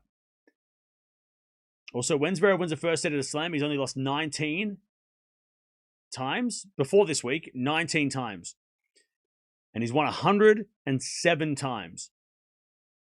Hasn't lost a match from a setup since last year's US Open where he lost from a setup against FAA. So it's been almost a year. Hasn't lost from a setup at a Grand Slam this year. Zverev. So again, puts himself in such a good position. As with a forehand from Sinner, that's a winner. 15-0. Now, when Sinner's lost at a Grand Slam, lost the first set, he's 13-11. So he has come back from a set down 13 times and lost 11. And he has come back from a set down and won In his last, what? How many is that? 7 of his last 8. The only guy to beat him in from a set down was Alcaraz. Oh, sorry, from a set up was Alcaraz. Yeah. In the last 12 months. So you take Alcaraz out of it. The last guy to beat Zverev. So the last guy to beat Sinner after winning the first set against Sinner at a Grand Slam was Zverev. And that was that 23 US Open that I keep referring to. That goes wide by Sinner 15-30. Remember last year's final of Wimbledon, Sinner lost the first set, came back to win in 4, right, against Alcaraz. So he has been in this position before, but right now he's kind of in big trouble. I mean, look, 15-30. 15-30. Man versus machine. All right, 15-30. We had a fault second serve.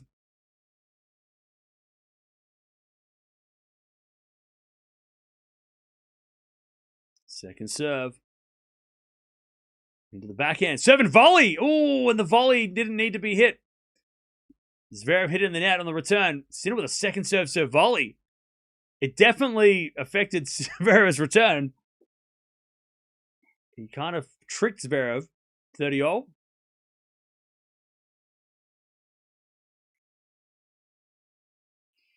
30-all.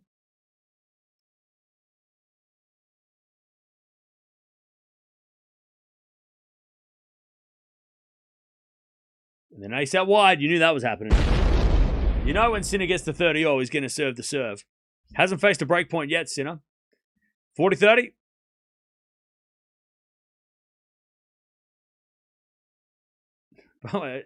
I don't understand. Obviously, somebody said in the chat something that triggered Djokovic fans, but again, nobody's disputing Djokovic's goatness. Nobody's challenging that. It's not a thing. So don't get easily rage baited by people in chat that are saying things that are not true. We know that Djokovic is the greatest. We know that it didn't change this week. It hasn't changed. So don't get rage baited by the people that are saying like, "Oh, Zverev's better." No, don't get tricked. They want you to get angry. All right, deuce.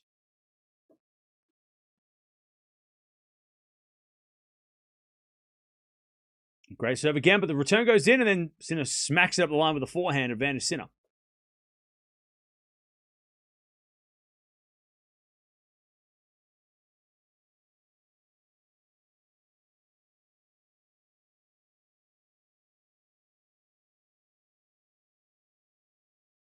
Advantage Sinner.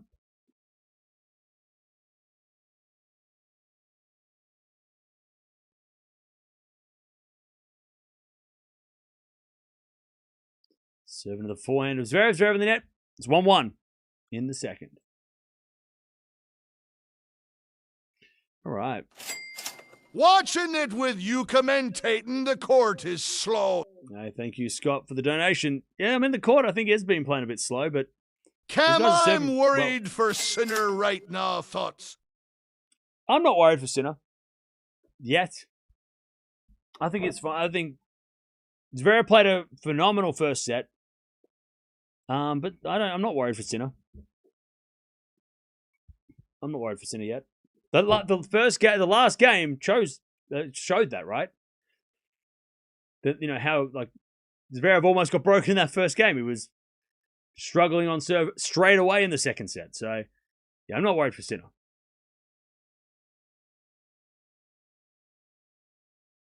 If he goes down a break in the second here, I'd be like, oh, okay, well, watch out. But at the moment, nah. That first set was so close. Zverev, went for it and he won it.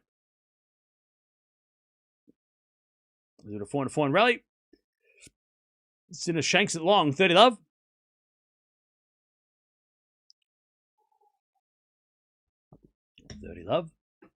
How old is Dustin Hoffman? Is he in his 80s? 30 love.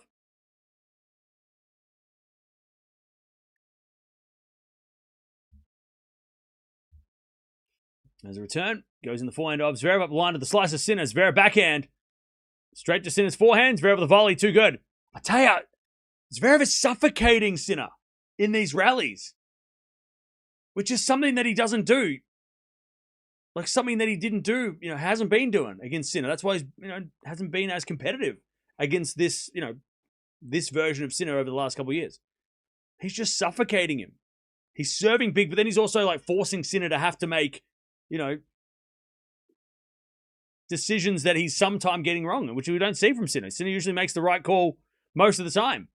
But the pressure that he's putting on Sinner is so interesting. And it's great to see because this is what we've been wanting from Zverev for so long. And we thought that this would be the reason, like he needed to play like this to win a slam, but obviously he didn't need to play like this to win the French because he didn't have to play Sinner. But now that he's got that French Open, he's playing the way that we thought that we always wanted him to play like. It's great. He's just pressuring Sinner on every point. He's just making Sinner, forcing Sinner to make errors, which, again, Menchik did in Doha. We saw Menchik do it at the start of the year. But yeah, it's awesome to see Zverev doing it. Now, this is the Zverev that we have been waiting for, have been asking for.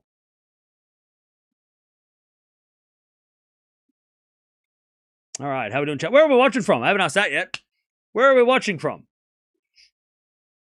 Where are we watching from? He's playing without fear. Exactly. Dustin Hoffman's 88. That's crazy. It doesn't look 88. We've got India, Poland, Chicago, San Francisco. We got Dallas, Malaysia, Manila, Cleveland, Nigeria, Thailand, Cincinnati, South Africa, Australia, Indiana, Tampa, Illinois. We've got Germany, London, Slovenia, Belgium, Atlanta, Morocco, Antigua, Netherlands, Barbados, Hong Kong, India, South Africa,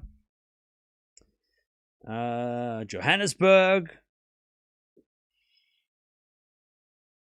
We've got Canada, Switzerland, Vegas,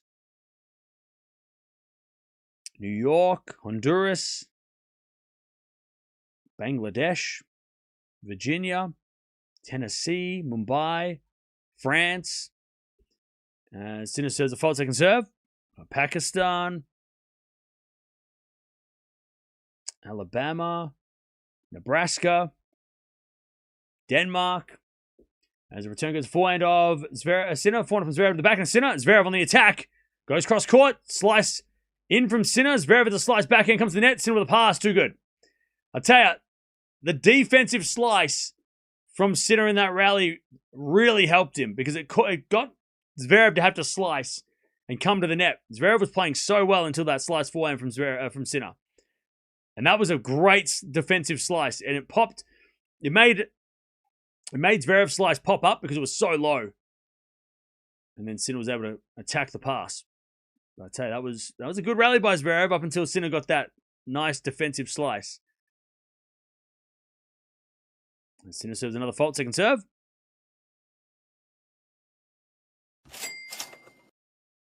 City. Normally, if Sinner drops a service game, he can easily win it back eventually in the set. But the way Zverev is serving, Sinner will be more cautious. Yeah. Thank you for the 5. Yeah, I mean, he can't afford to give Zverev a game because the way that Zverev's been serving, he is not letting up. 30 love, good shot from Sinner. Good second serve out wide too. Good kick out wide. Good serve down the tee too. 40 love, Sinner.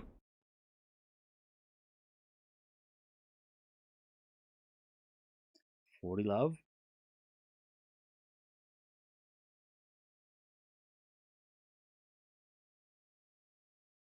I'll tell you though, again, as much like I don't know if you're feeling the same way, chat, but as impressive as Zverev has played, as great as he's playing right now and as important as it is for him to win that first set and how important it is now to keep it going in the second, I'm just waiting for Sinner. Or I'm waiting for Zverev to have one lapse in concentration, because that's all it takes. It takes one lapse in concentration. It takes one bad game, one double fault, right? One sloppy service game from Zverev and Sinner breaks, and we're back to Sinner, right? Like, as much as Zverev is playing, as well as been playing for the last hour and a half, we know that it can turn very quickly. One bad game, and Sinner takes this match back, right? 2-0. So Zverev has to keep this level, at least for this second set. He can take the third set off if he's up 2-1. But I'm just waiting. Because we know, we've seen this before. We've seen it before. It takes a couple of missed first serves, and Sinner just takes over. Great serve from Zverev. So Zverev has to keep playing like this, at least this level for the rest of this set. Which again, he's been doing it for the last hour and a half. He's been playing at this level. There will be a dip. Hopefully that dip doesn't happen when Sinner's also going to rise, right? All right, 15 love. As the return goes into the backhand of Zverev. Backhand from Sinner. Again to the backhand of Zverev. Sinner backhand again. Into the forehand of Zverev. Good depth from Zverev. Good attacking as well as he hits the forehand inside out winner. There you go. Keep that going. 30 love. Nice play. 30 love.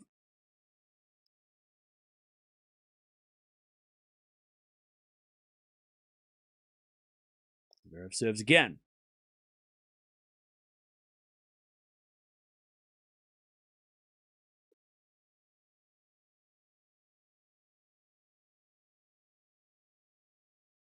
Zverev with a serve. Great serve down the tee. God, his first serve. His first serve is so good. 40 love. And we thought this would be boring. I mean, look, I was worried that it was going to be boring. We've had Grand Slam finals that had bigger names that were less exciting for sure. In recent times, we got a 4-4 rally. Slice goes into the forehand of Zverev, but Zverev pushes it wide, and it's 40-15. I mean, Wimbledon final 2 years ago when we were all getting excited for the rematch, and then Alcaraz kind of cruised past Djokovic. Well, that was not expected. I mean, when these two guys played in Australia last year, that was boring, right? That was hard to watch for Zverev. That was not the 1-2, the best two players in the world. It was the best player in the world and the best of the rest, which was not good enough. First serve's a fault, second serve. Cam, you were playing checkers while Zverev was playing chess. No, I was playing chess. Zverev was playing some 5D chess that fooled everybody. 40-15. And he serves a let down the tee.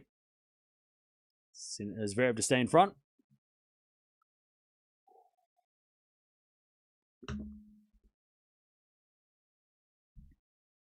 $40-15.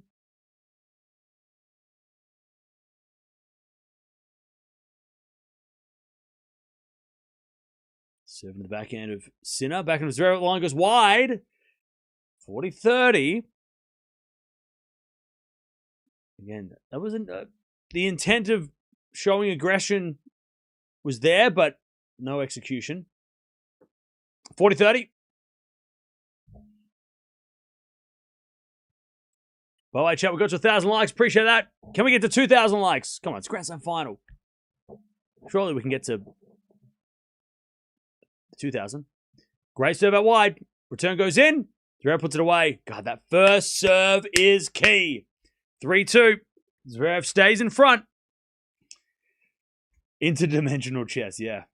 No, I put my hand up and I said, look, the second Zverev said you serve first, I was like, oh no, what have you done? But I put my hand up and say he got me. He fooled me. He knew what he was doing. I had no idea.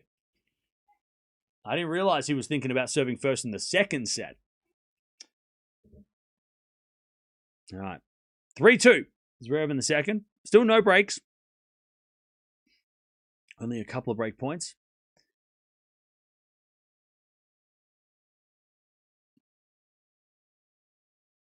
Maybe the first Grand Slam for Zverev made him a new man. Hey, look, if he wins this, even if he doesn't win this title, I think a lot of people are going to say that. And that's so... Look, look, it's obvious, right? I don't think it even needs... Even if he hadn't have won that first set, I think we all could have agreed, even if he had lost this match in 2-2-2, right? If he had lost this match, we all would have thought the same thing. Well, he lost the Wimbledon final to Sinner, right? But the slam has made a difference. Now that he's showing that he can play against Sinner again, that's also making a difference. So we're like, okay, well, obviously,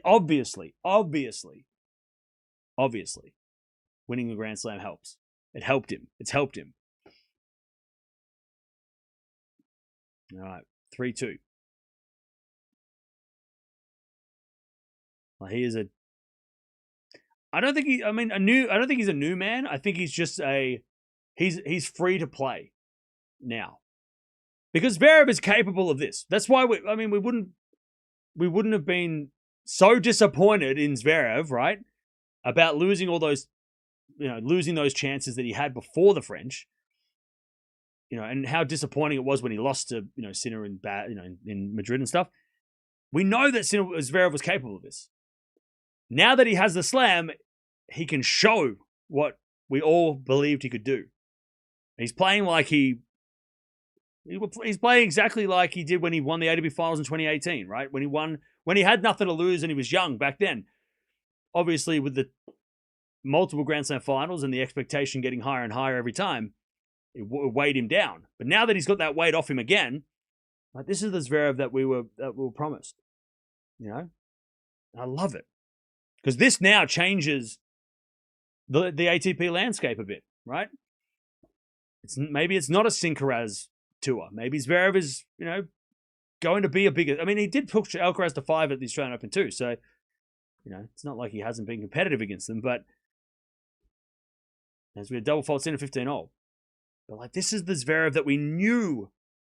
We knew that we knew who this guy was. We've seen this guy before. We just haven't seen him for 5 years. 15-0.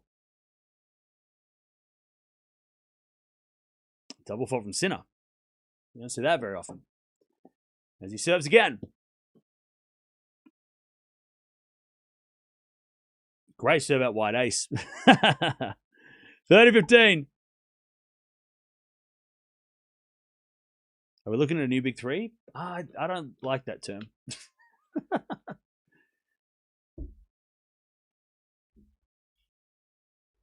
I just think we're looking, hopefully, at a tour that's a little less dominated by the top guys. Like the two guys, right? I think we got a little bit more... Because look, if Zverev can push those guys, I think other guys will believe that they could too. Like Zverev is showing, potentially showing the way that, hey, look, you can. Like, it is possible. And that's going to give belief to others. As Zverev hits the tape, goes in 30-0. It's not so much like, because there's guys that can beat Zverev. And they're probably thinking, well, if I can beat that guy who can beat that guy, why couldn't I beat that guy, right? I'm talking all the young guys, right? All the, All right, 30-0. A little bit of luck from Zverev, and he knows that Sinner's going to serve an ace now, so let's see if he can get the ball back. Or if Sinner's going to not do what he usually does. Serve. There's a fault. Ooh, okay. Second serve.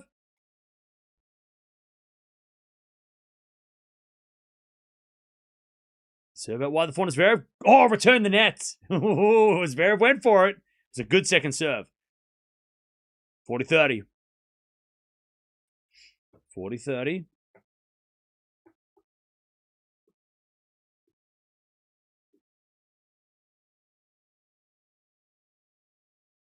Zverev knows. He's like, I had a second serve at 30-all. That was an opportunity. 40-30. Great serve out wide. Zverev slices it back. Sinner forehand. Zverev gets it right. Sinner with a volley. Gets away with it. All right, 3-0. That was a good passing shot from Zverev straight to the body. And luckily for Sinner, he got the racket in front of himself so he could reflex it back. That was a good shot from Zverev. Oh, it's a tough volley. Sinner just...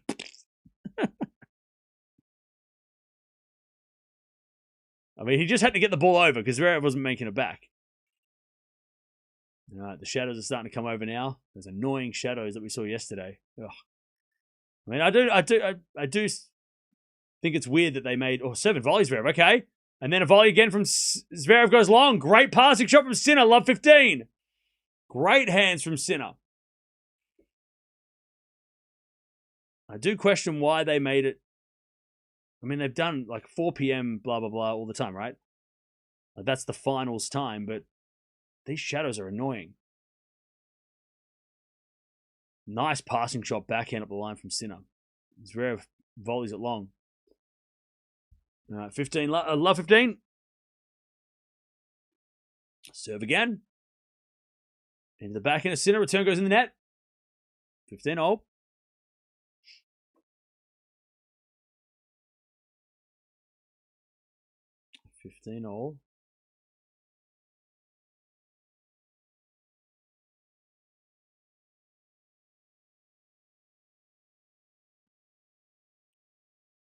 Zverev serves again.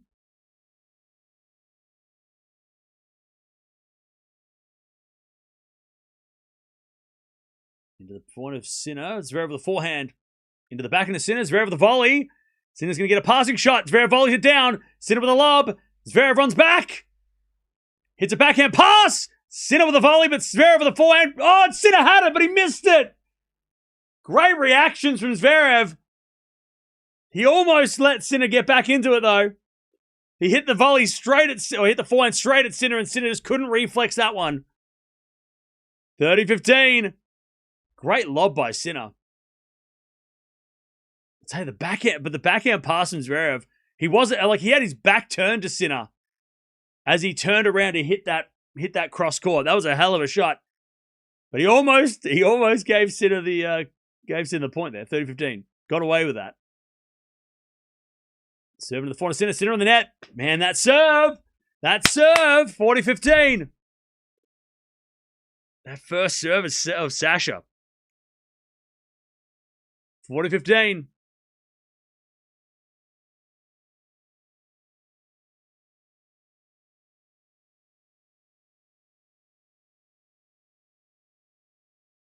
To stay in front. Serve is a fault. Second serve. Bro, what a bad level of tennis. Okay. All right, 40-15.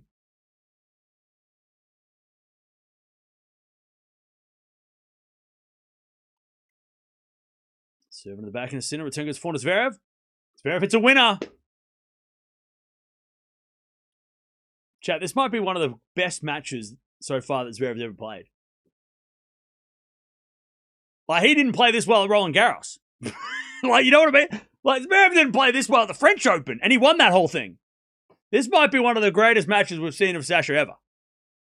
Like, he looks phenomenal. All right. 4-3. He stays in front.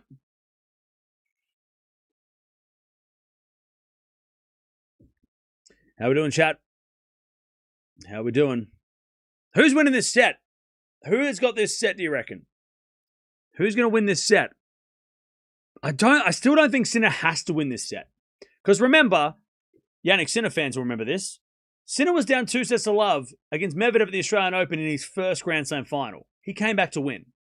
You think that Sinner, down 2 sets to love in Wimbledon against Zverev, who he has a good record against, he's not going to lose hope and give up. It's going to be on Zverev to win that match at that point.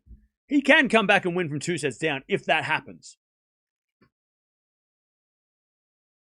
Because he did in his first final. And that was like super impressive. And now it's like, oh, well, if he can do it there, why couldn't he do it today? But I'll tell you, Zverev is very close to taking a commanding lead.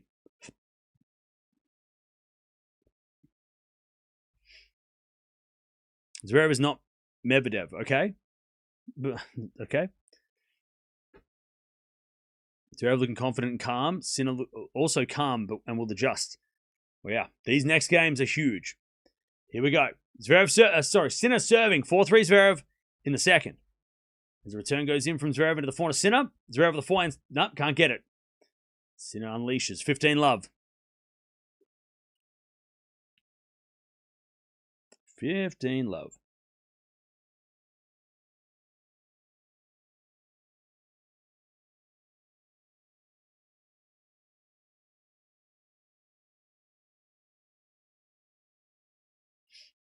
Serve again. The return goes short in the forehand of Sinner. Forehand of Zverev on the stretch. As Sinner goes up the line for a winner. 30 love.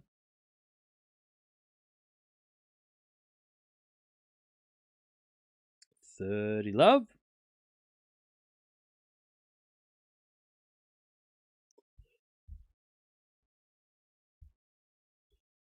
No, 30 love.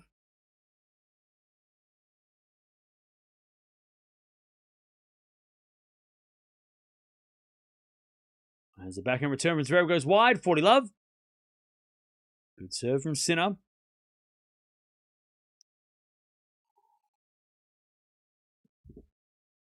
$40 love.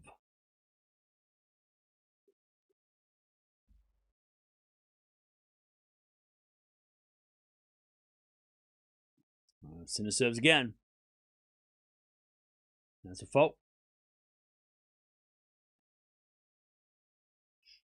Second serve.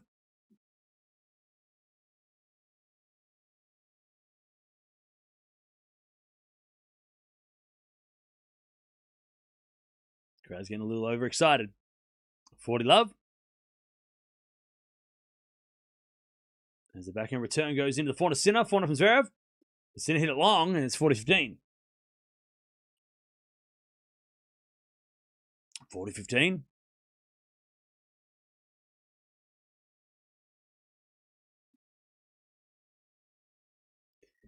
$40-15.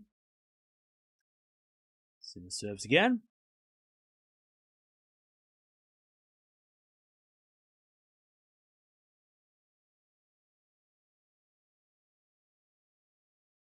Good serve out wide. Zverev return goes long. All right, 4-4. Okay. 4 games all in the second.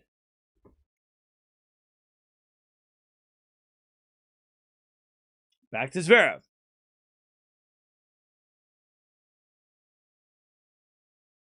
They're just focusing on Sinner here. I don't know. Something tells me Sinner's going to just hit some crazy shots here. I'm just waiting for it, chat. We're all waiting for it, aren't we? We're waiting for that crazy return game from Sinner to get the break. And he hasn't done it yet. 4-0 in the second. Serve. There's a fault from Zverev. Ooh, second serve. What are they putting on the roof? Yep, that's not what the conspiracy theories. It's a good one. All right, second serve. Into the backhand, Sinner shanks it wide. Good second serve at the body of Sinner. Great second serve, Zverev. 15 love.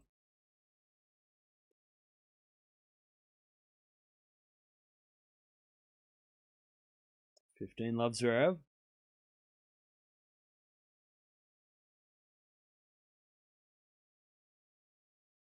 Serve again.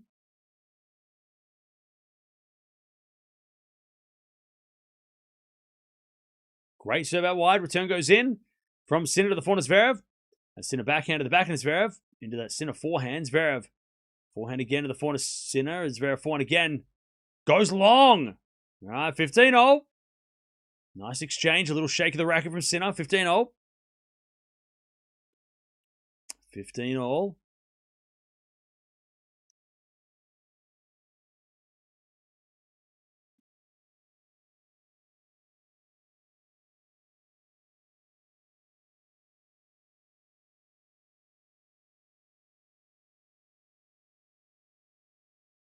And Zverev, great serve out wide. Wow. What an angle. 30-15. 30-15. Zverev serves again.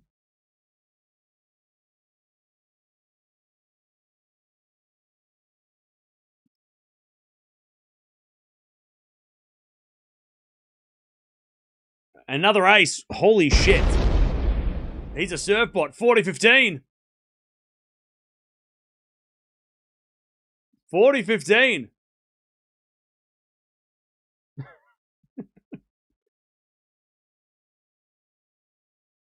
Zverev serves again.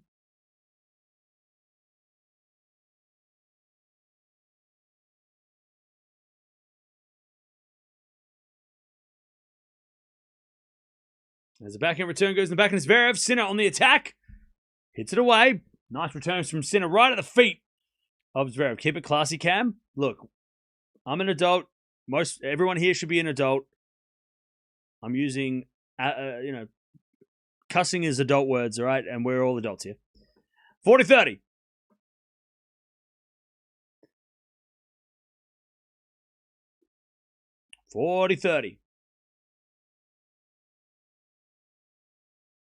Zverev serves. An ace out wide. This is incredible. This is incredible by Zverev.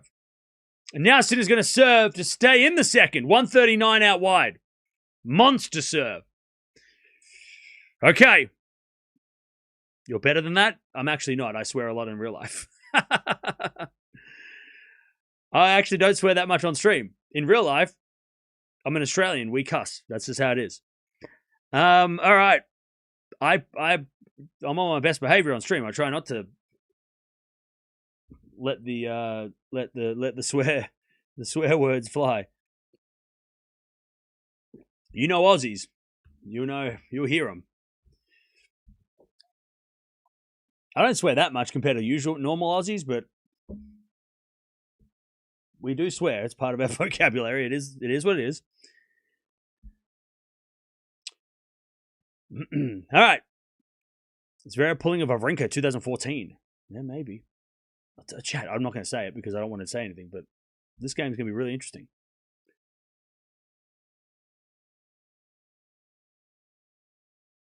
By the way, to the guy that called me classless, I'm sorry that I'm not as good as you. All right, here we go. Mount Everest is packed with people.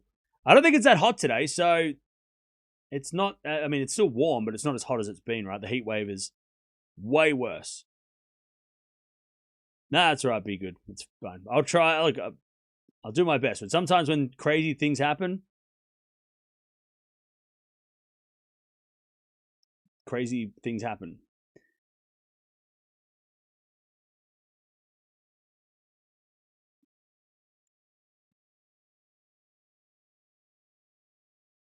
All right. Sinner is serving to stay in the second. Zverev is 4 points away from a 2 sets of love lead. Serve. Into the backhand of Zverev. Return goes out. 15 love.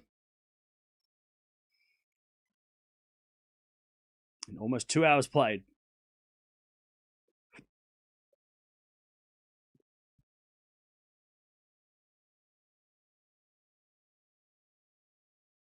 15 love.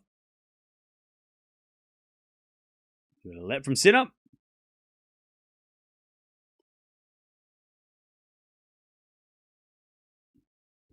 Now serve again. By the way, chat, we're almost at, we're not going to get to 313 tonight, but we did it 312k yesterday. So don't forget to subscribe if you haven't already. We still have plenty of tennis left this year. As the serve out wide, second serve the backhand is Zverev, backhand over Sinner. Oh, Zverev slipped and hit a slice. Oh, what a shot! Sinner gets it back. Oh, drop shot winner by Sinner. Zverev almost fell over and hit a ridiculous shot, but Sinner was awake. That would have been, if Zverev hits that winner after he almost falls over, you would think, just give him the trophy at that point. You're just like, okay, it's his day. That would have been just like, that's it. It's his day. He almost did smack that like slice shot winner. It was almost crazy. 30 love.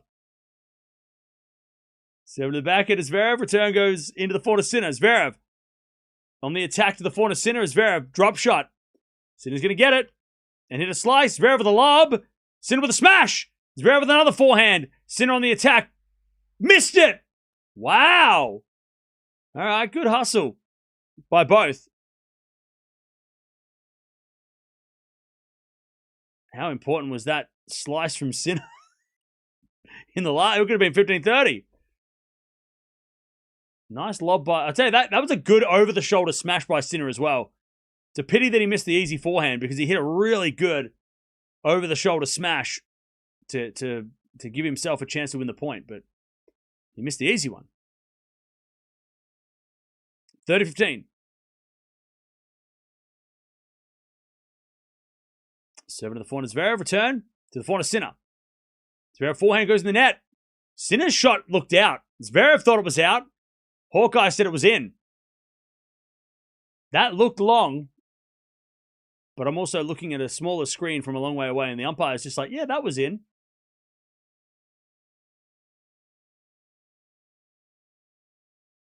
The umpire's like, it was in, I believe. They didn't show him a replay. Anyways, 40-15. Look, Hawkeye would have said it was in too, so can't argue with Hawkeye. 40-15.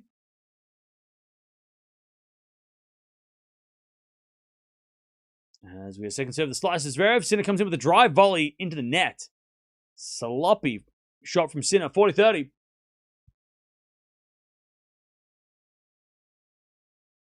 Love to hear you gushing over Zverev's newfound confidence. It's again, even if he loses this match, Zverev, it's the ATP Tour is so much more interesting with Zverev playing like this. With Zverev being a legitimate threat to Alcaraz and Sinner, it makes the men's game so much more interesting than a Sincaraz dominant tour. Sinner holds 5-5. Like this, I love this from Zverev. Even if he loses this match, it's like this is a better improvement than the last, 5 times he's played Sinner. And it just makes the US Open really interesting. And it just does, it closes the gap a little bit between Zverev and Sinner and Alcaraz, right? I mean, he's closing that gap, which is nice because unless you're an Alcaraz or a Sinner fan, if you're a neutral fan of tennis or you don't have, or one of your favorites is, outside of that top 2, it does get, it's great to watch Sinner create history, but it's also like great to see him have to work for it. That's why Medvedev pushing Sinner was so much fun too, right? 15-love. And this is what we were promised with Zverev. This is the Zverev that we were promised. Like this was his potential. And he just couldn't do it because, maybe that US Open final he lost in 2020 really affected him. And he couldn't, it was holding him back. And then now that he's freed from winning that slam, he's like, okay, that's done.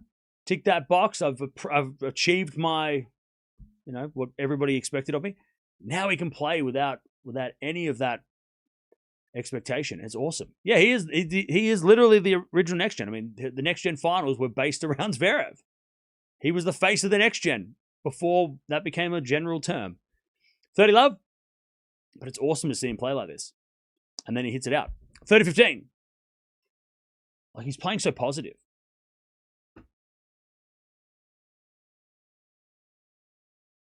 The prince we were promised. Exactly. 30-15.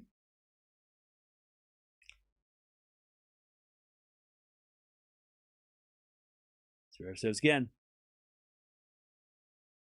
Ace out wide. I mean, how many times is he doing that? 40-15.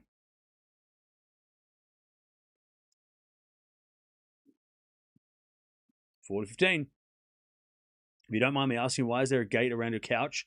Is it because of a pet? I've been curious for a while. Yeah, well, my dog's not here at the moment, but yeah, so my dog doesn't jump on the couch.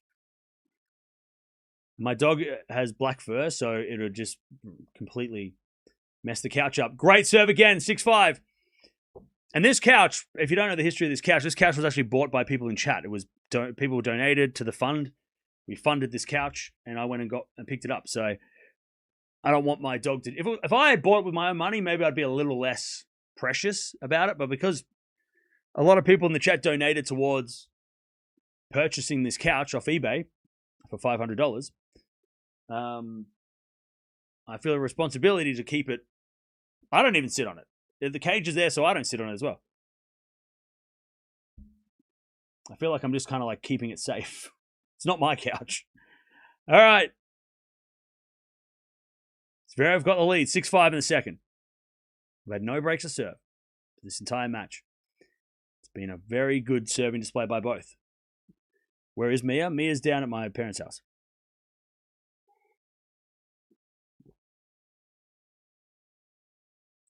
The Couch Fundathon stream was one of the best. Oh, yeah. All right, Ben Stiller is in the house.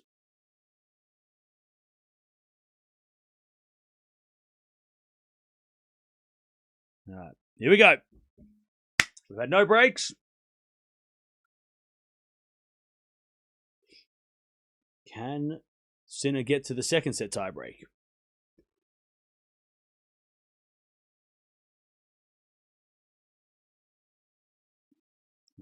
Sinner serves.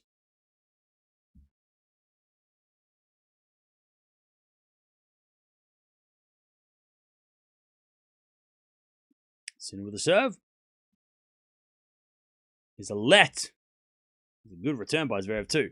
Can we get rid of this court level camera? It's so annoying. Chat, 1 in the chat if you hate the court level camera. 2 in the chat if you like the court level camera. 1 in the chat if you hate it. 2 in the chat if you like it. All right, Sinner serves. Massive serve down the tee. Zverev gets it back. Sinner with a drive. Volley, but Zverev hits a pass!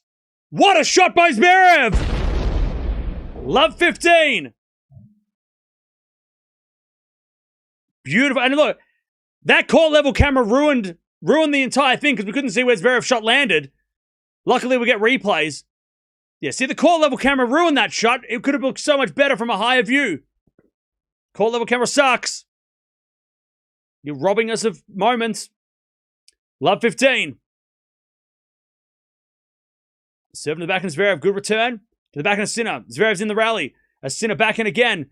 To the backhand of Zverev. Sinner. Backhand again. Into the backhand of Zverev. To the backhand of Sinner. But Zverev hit it wide. Just. Chalk flew up. But it went wide. It went wide. Just went wide. Oh, it just went wide. 15-0. I was waiting for him to go up the line, but he wasn't going to do it. No, 15-0.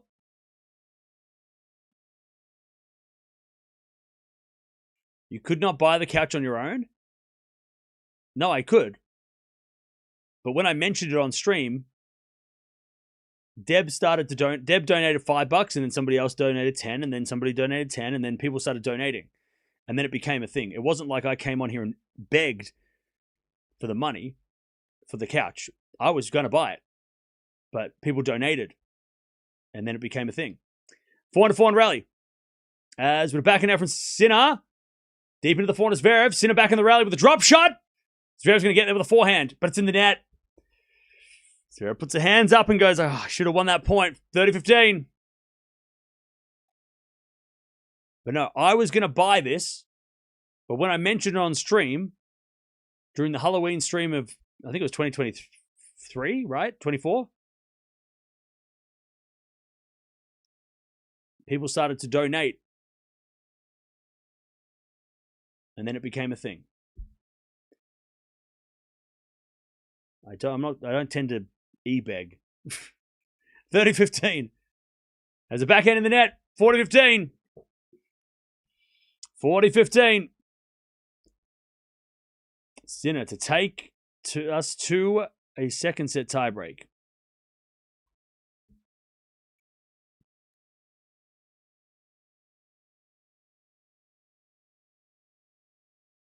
$40-15.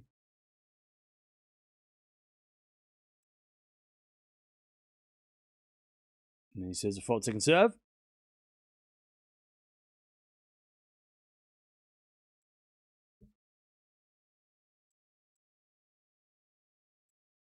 As the return goes in, the forehand of Sinner backing out from Zverev goes wide. Okay.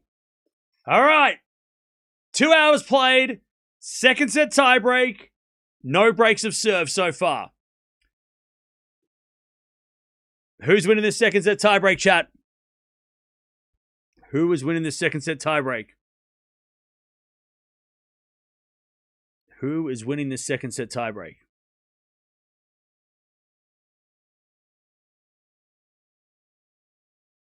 Sinner, Zverev. Sinner, please. Sinner 7-5. Sinner 7-5. Forza Zverev. Sasha 7-4.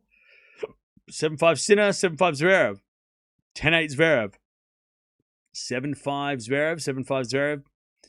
All right, here we go. Zverev serves. No, he doesn't. I'll tell you, the shadows are so bad right now. It's hard to watch, let alone play. A lot of people going Zverev. Okay.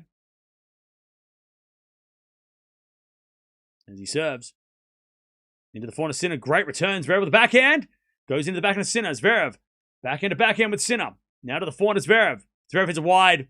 The shadows are playing apart. One love Sinner. Mini break. 1-0. 1-0 Sinner.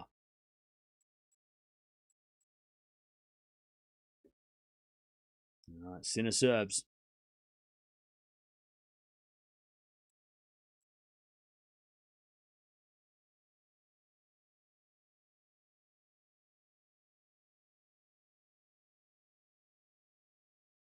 And Sinner serves a fault. Second serve.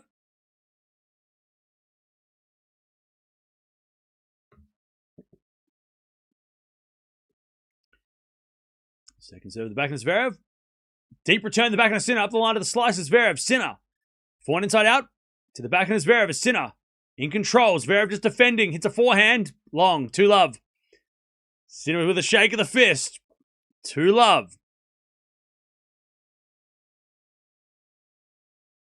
2-love Sinner.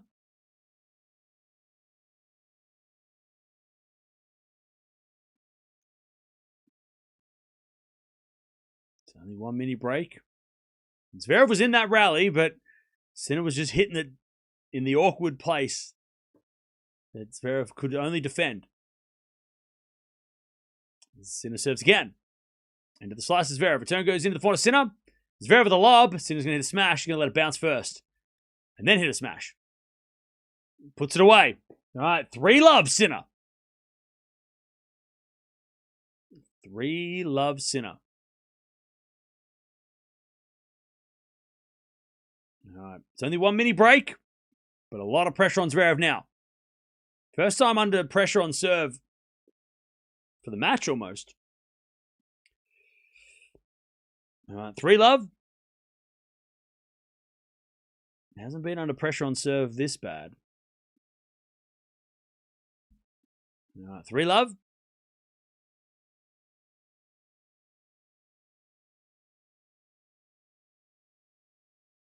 Serve to the forehand of Sinner. Return goes into the forehand of Zverev. Now Sinner with the forehand again. Zverev hits it in the net. Great return from Sinner. Hit the baseline. It's 4-love. And that set up the point. I tell you, Zverev is getting on the bad end of a lot of line calls. And when I say bad end, I mean they're going in. And he's losing the points. The ball's not drifting long like it was a little bit more in the first sets. Or first set and a half. Sinner's hitting the lines. 4-love. Zverev serves. Into the forehand of Sinner. Return goes short. Zverev up the line. Sinner with a pass. Zverev with a volley. Sinner with a forehand lob. Goes in again! No, it doesn't! Did it lose? Did it miss? Oh, the crowd thought it was in. Hawkeye said no. I can't tell you what. These shadows are so bad. It was out by this much. Oh, Hawkeye's like, I'll give Zverev one now. Jeez. Those have all been going in. Hawkeye this time was like, no, you've won enough points. Even Sinners is laughing. Jeez, that was close. Hawkeye's been calling those in this time. 4-1. It's double mini break for Sinner.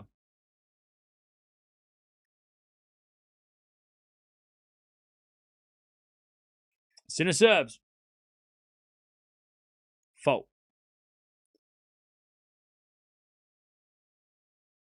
Second serve.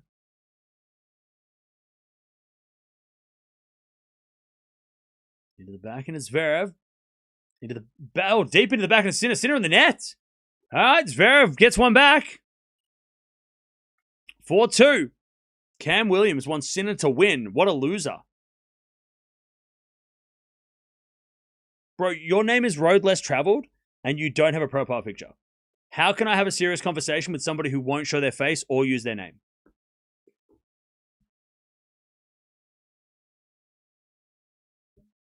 First, change your profile picture, then make your name, and then we can actually have a conversation.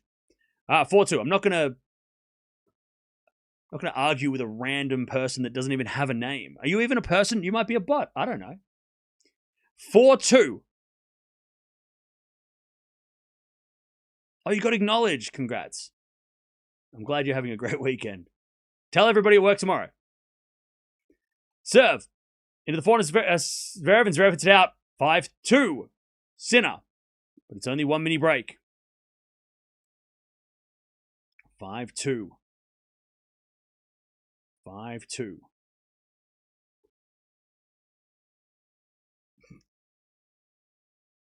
What'd you do on the weekend? Oh, I picked fights on the internet. Ah.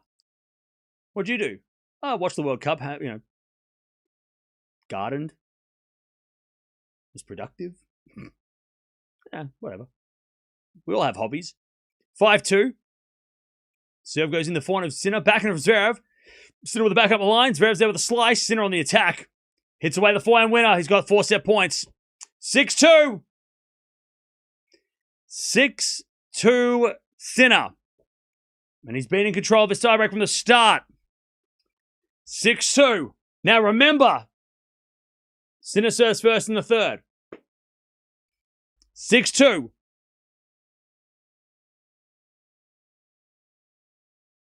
Zverev serves.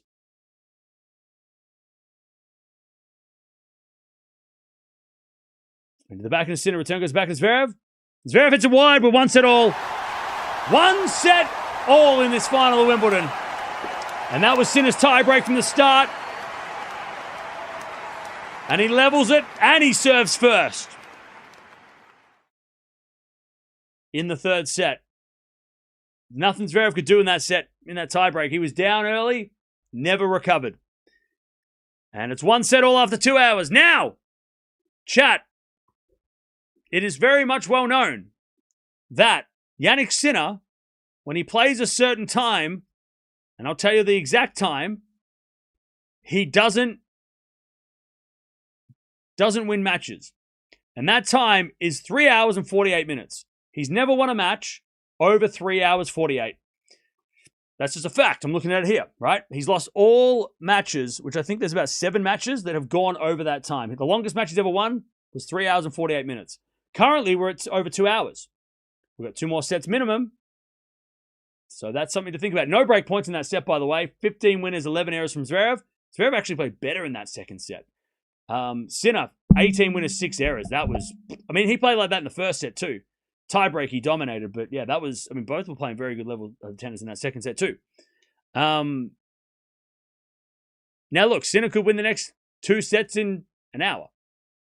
That'd be crazy if he did, but he could. But yeah, he hasn't won a match over 3 hours and 48 in his career. Shapovalov, Tsitsipas, Medvedev, Djokovic, Zverev, Alcaraz, Altmaier, and Alcaraz. 8 times, has he gone the distance and lost. Zverev's one of those guys. He beat Sinner in a 4 hour, 41 minute match in the US Open the last time he beat Sinner. So even though it's 1 set all and it feels like, all the hard work that Zverev did has kind of, it doesn't mean anything right now because we're back to level. The fact that we've gone for a long time is a plus for Zverev, big plus for Zverev. This set is obviously very important for Zverev, but more importantly, it needs to be a long set for Zverev. Even if he loses the set, 7-6 again, but it's another hour, the longer this goes, historically, the harder for Sinner to win, or the less likely Sinner wins, the longer this goes. Now, the heat isn't really being a factor. They don't even have towels around their necks, right? The ice isn't, so it's not really it's not a hot day. But again, historically, the longer this match goes, the harder it is for Sinner to win. Specifically, 3 hours and 48 minutes. That is the magic number. Oh, it is Ali G. Why is Ali G in the house? Is he filming a movie? Ali G is actually there. I was like, oh, this guy's wearing the same. Oh, that's him. Literally him. Ali G is at Wimbledon. What is it, 2001? What are we doing? Out here doing pranks? What a throwback. It took me back to early 2000s. All right. Still going tie breaks? Maybe. But Sinner serving first. It's kind of like the first set all over again. Like, oh, Zverev serving from behind. This is tough. Zverev has diabetes, Cam. Yes. Thank you for pointing that out. I knew that already, but thank you for telling everybody else. Yes, he does. Do you think Sinner's going to win it now? I do, yeah. I thought Sinner was going to win it 4 anyway, so. I think like most of us, right? We're just waiting for that moment that Sinner, Zverev has been playing phenomenally well on serve. The tiebreak was a little bit of a lapse, but Zverev has been playing so well for 2 hours. And he's still level. If he's playing like this against most other players, Zverev won this match already. But he was playing so well. He is playing so well. Such a high level. Serving at the best we've seen. This is one of the best matches I've ever seen Zverev play. Such a good level. Sinner's playing well too. I mean, Sinner's not playing bad. That's not why Zverev won the first set. It's not because Sinner's bad that Zverev is competitive. Zverev is playing very well. Sinner is playing very well too. No breaks to serve. We've had 1 break point for the entire match. But how long can he sustain this level? Because he's played at this level for 2 hours and it's 1 set all. I'm just waiting for that lapse. Because once there's that slight little lapse in concentration from Zverev, that bad game, the inevitable bad game, Sinner's going to strike. And the longer this match goes, the sooner that feels like it's going to happen. Now, here we go. Sinner serving first and the third.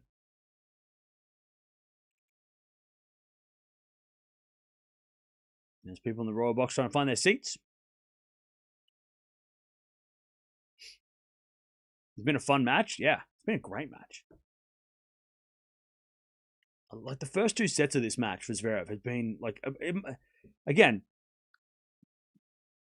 you could argue that it's the best he's ever played in a Grand Slam final. Like those first 2 sets were better than the French Open final. He was playing better in those first 2 sets in the French Open, even though he won the French Open. You know what I mean? Like that was it has been some of the best tennis Zverev has played in a Grand Slam final. All right, 15. Love Sinner.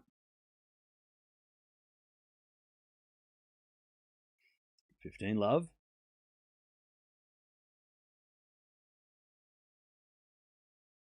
Serve again. Here's a fault from Sinner. Second serve.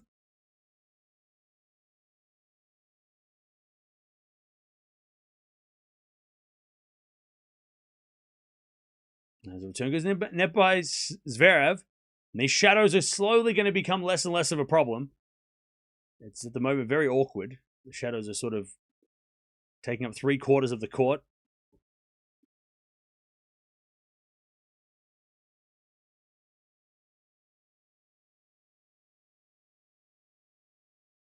Serve again. There's a fault from Sinner. Second serve, 30 love.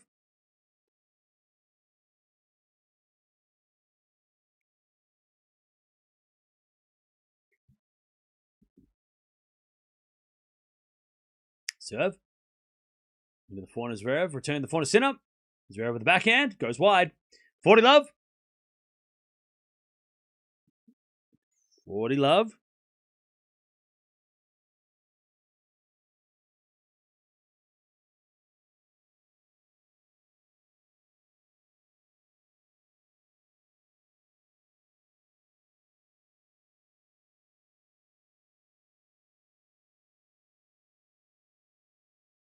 All right. That goes the net by Sinner. Poor shot. 40-15.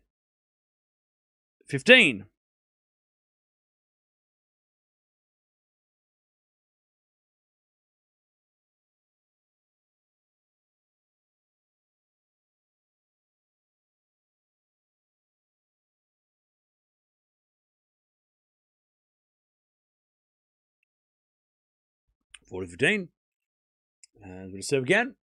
Into the forehand of Zverev. Back into from Sinner to the backhand of Zverev. Into the forehand of Sinner. Drop shot's too good by Sinner. 1 love. 1 love in the third.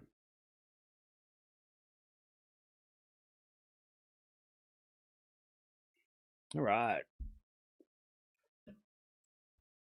1 love in the third.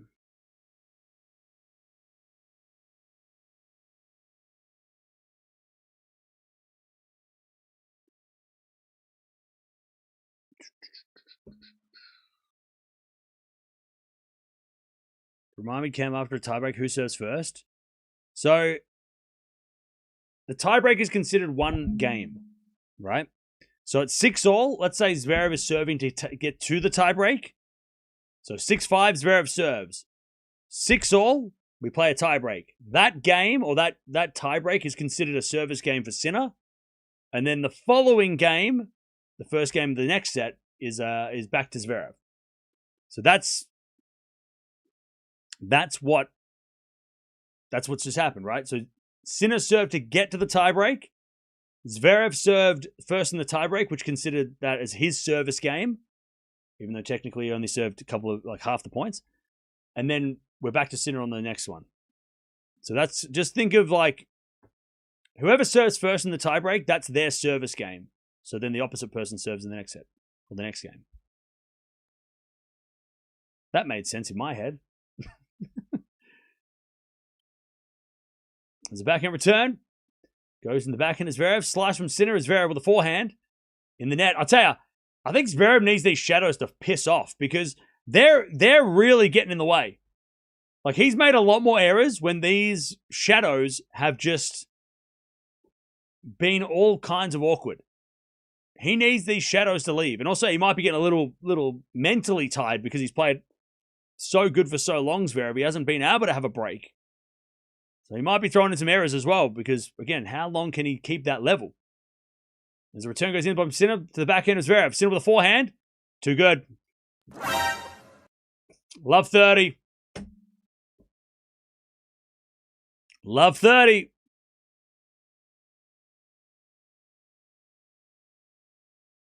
Remember, we've had no breaks to serve.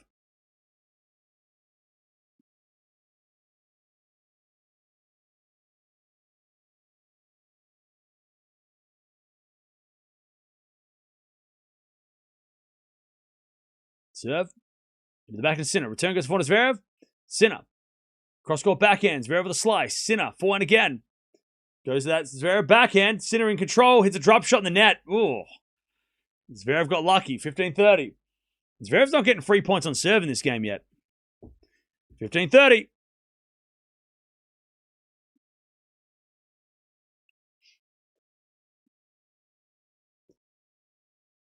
Serve again.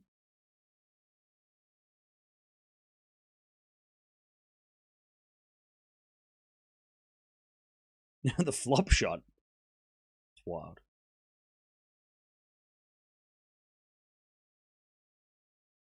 Serve.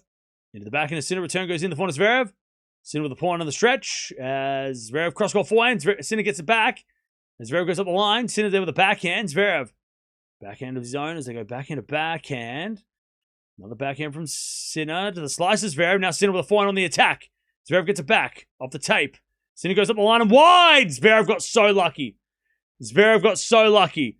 By the way, Zverev is starting to slow down big time in these rallies too. Because he wasn't going to run for that shot. He was not going to run. Ali G's on the phone. Chat, what are we doing? 30-all. Ali G is in the house, and I know that wasn't supposed to be, I wasn't supposed to quote the movie, like whatever, but he's obviously filming something, right? He lost the element of surprise. We know it's not a real person. It's an actor. 30-all.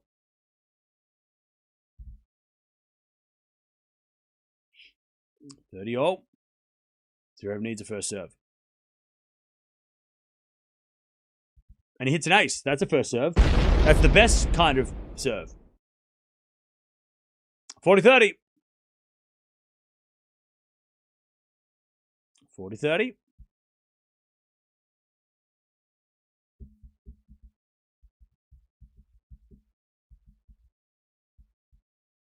And Zverev serves again.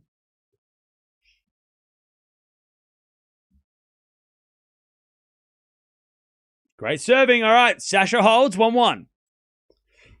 I think we can all concur that Zverev needs a set. I think we can all agree that Zverev needs a set. By the way, stop calling people names, all right? Don't be rude. Come on. All right. Now, Chad, I'm going to give you some stats because that's my job. When Zverev is up 2-1 in his Grand Slam career, he has won 46 matches and lost 8.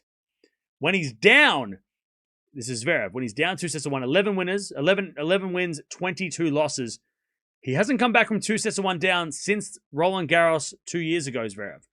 So that's very important. He needs this set. But on the other side, the flip side, Sinner, when he is up 2-1, 28 wins, 8 losses.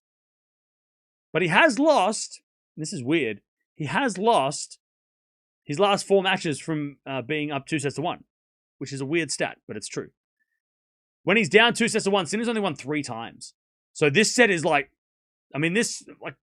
this set is massive for Sinner too, because Sinner's only come back from 2-1 down 3 times. And he hasn't done it since the Australian Open final in 24. He's lost his last 4 matches. Sorry, wait, hang on. What the hell? Why is that showing the wrong one? There, he's lost his last 2 matches from 2-1 down, Sinner. And he's only come back from 2-1 down 3 times. So this is a massive set for both guys. Obviously for Zverev, because, you know, you're playing Sinner and if you go down 2-1, that sucks. But Sinner kind of needs this set too. Because historically, he hasn't done well. Also, the last time Zverev lost from a 2-1 lead was back at Wimbledon 24 when he lost to Fritz in 5. So it's been 2 years and a lot of matches in between. 13 matches in a row before this week when he's up 2-1. And you can add 14 if you put in Lehechka this week. So when he's up 2-1, he is on a massive win streak, Zverev, at Grand Slams. And Sinner, as mentioned, only won 3 times in his career from 2-1 down. So this set, kind of massive for Sinner too. And plus the 3-hour 48-minute mark, we know what that's the number. 3:48 is the number for Sinner that he doesn't want to cross, or that he's never won past that time. Is that because the net by Zverev? It's 2-1 Sinner.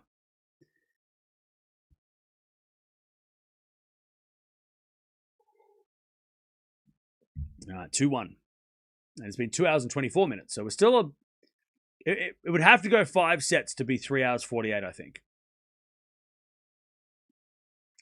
Is this Zverev performance a result of the Roland Garros title, do you think? 100%.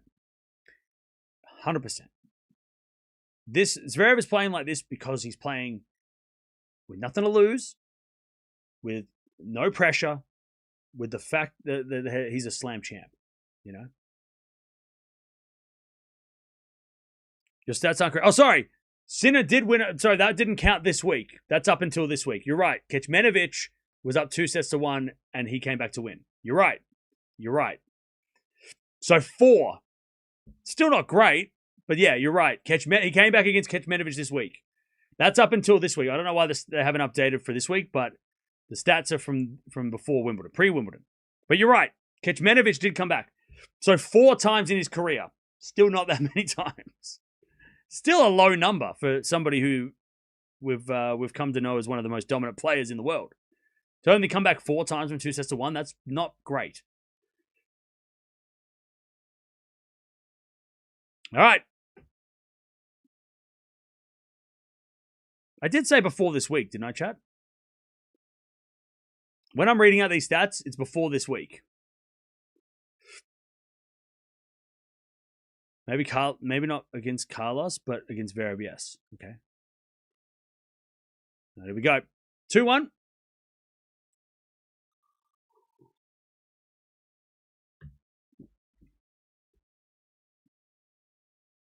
All right, 2-1.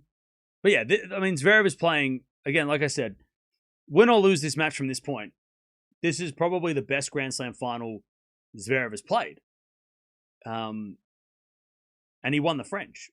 The final set of the French Open was super impressive for Zverev, but I got to be honest, the first 4 sets, he played well enough against Caboli, right? But against a top opposition, a real guy, a guy that he's had so much trouble with over the last couple of years. This might be Zverev's best performance in a Slam final, win or lose. Now Zverev serves into the back into Sinner, forehand from Zverev. Into that Sinner forehand is Zverev. Misses up the line. Oh, is Zverev getting tired? Love 15. Or is he losing concentration? Love 15. How many times has Zverev come back from 2 sets down? 2-1 down? So Zverev has come back 11 times from 2-1 down. Hasn't done it for 2 years. But he has done it more times than Sinner. And he hasn't done it in the last 5 times, but he has come back from 2-1 down more. But he also has 5 years on Sinner, so of course he's done it more because he's been around more. 15-0. But even that stat aside, I think we can all agree that Zverev needs this set. Zverev needs to win this set to put himself in the best position. If he loses this set, if Sinner loses this set, you still give Sinner a chance. This set is way more important for Zverev.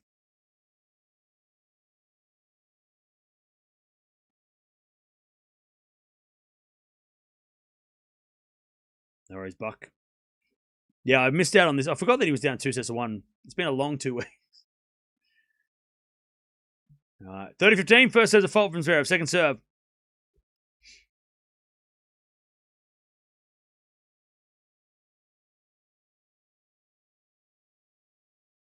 Second serve. Into the forehand of Sinner. Return goes back in Zverev. Sinner slice. Into the forehand of Zverev. Sinner back in on the stretch. So Zverev gets it back into the forehand of Sinner. Now Zverev in trouble. Can't get it. 30-all Sinner. 30-all. Now, Chad, do you want me to bring up what I said at the very start of this match? I'll tell you, it's coming. I was just 2 hours early. He thought, look, he was playing 4D chess. I was playing 7D chess, chat, because he's serving second in this set. And this is what I thought would happen in the first set. That he'd be under pressure like this. 30-all. It just took 2 hours for me to be for me to look smart. Anyways, good hitting from Zverev. 40-30. Happy today I found you. Hey, happy to have you. Welcome. Thanks everybody who subscribed.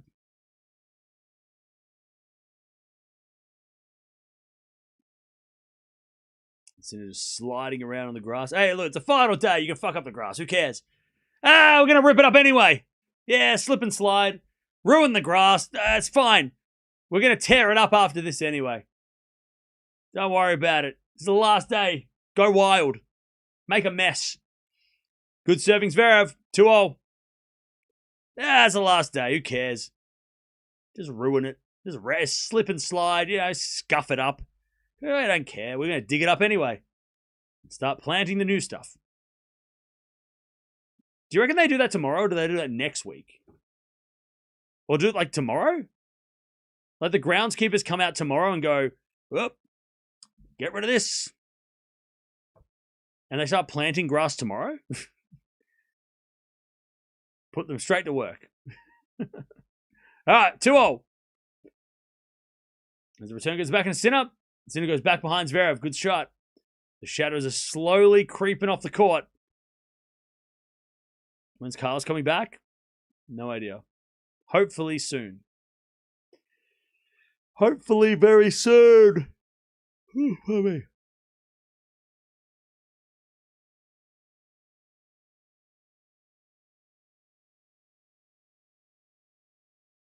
As the return goes to net. And it's 30 love.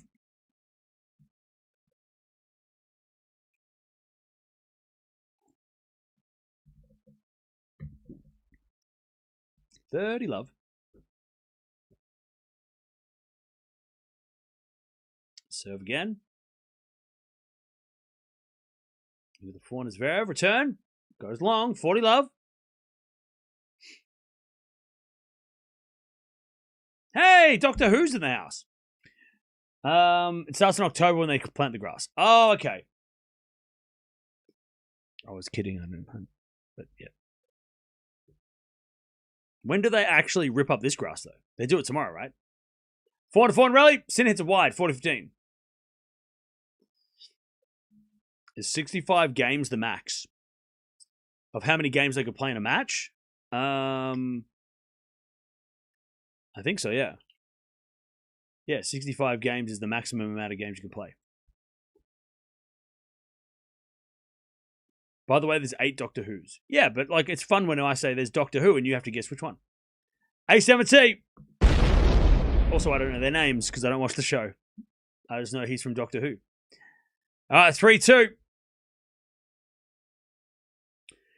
3-2.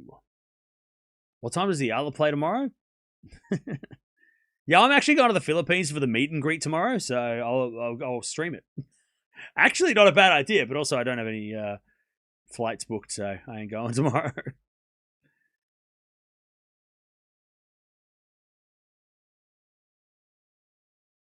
Yeah, no more 8-9 in the 5th.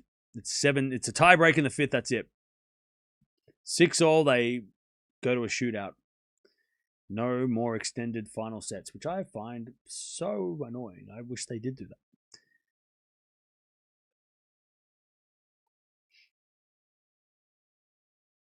Cam Williams will be losing money today on Sinner. Oh, I was reading that. Watch his face as Zverev starts to win. Good one. Got me.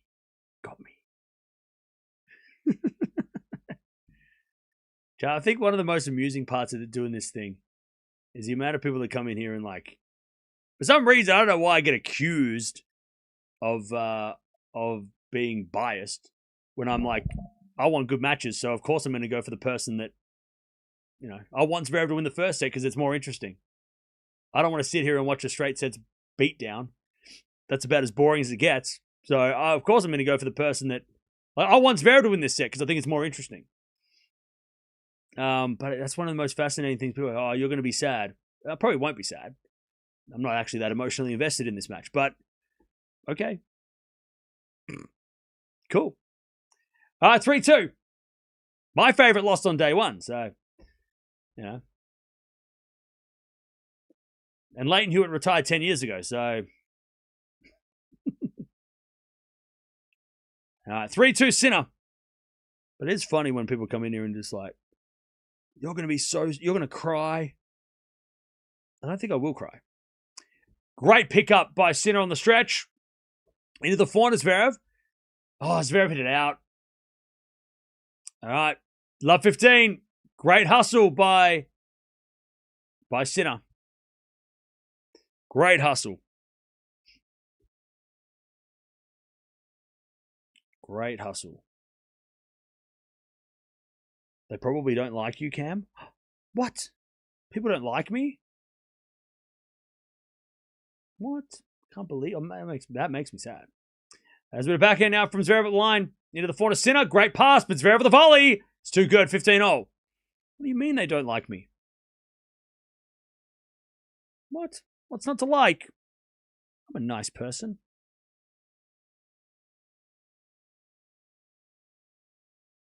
No, 15-0. That was a decent volley. It wasn't the best volley, but it was good enough. 15-0.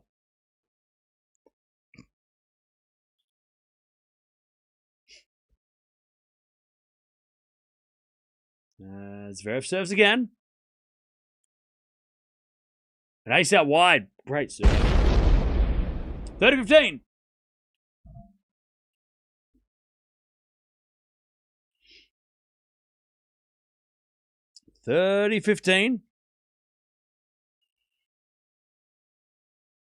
Just showing that LEG is still in the house. Bring back Borat. Is he still around? As a return goes to the net by Sinner, 40-15.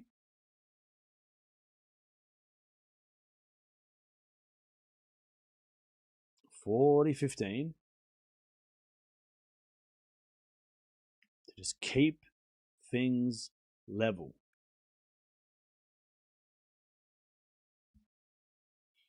Four to 15.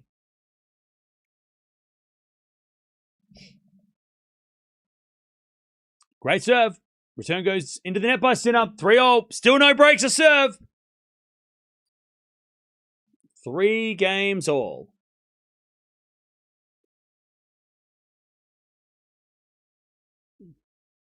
Back to Sinner. Cam's good at commentary, but likable air.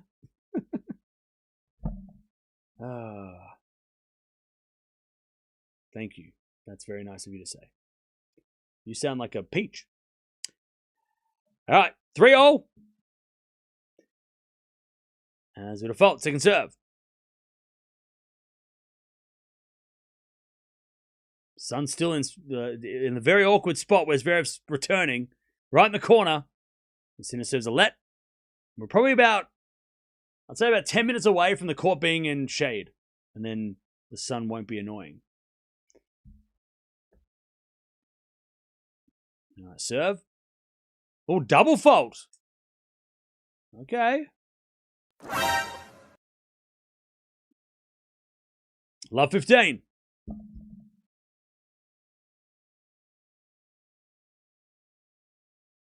Love 15. Is this the longest match without a break? Probably not. I think we've had 3 setters. Didn't we watch like a Kyrgios Pirikar match without a break? So I would not yet. If we go to the 4th and it's still no breaks to serve, then possibly. But there's been matches where there's been no breaks in 4 sets, I think, but probably not the longest match we've watched without a break yet. As Zverev makes Sinner pushed out wide. Sinner puts it out, and it's love 30. Here we go. Here we go.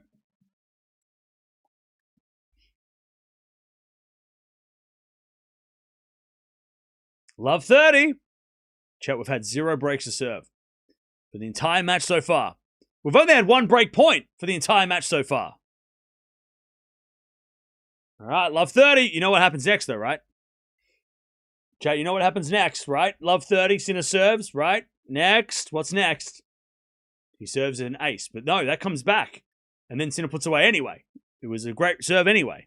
He just had to hit an extra shot. It was an ace, but that came back. That he hit a winner. 15-30. Yeah, see, chat, you know what's up. You've watched tennis before. Still 15-30 for Zverev, though.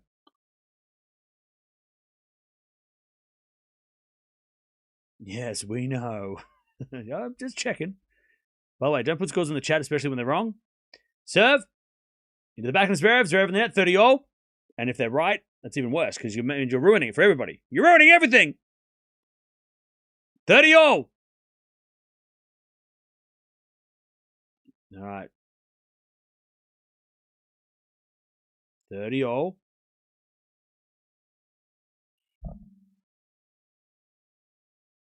Serve again.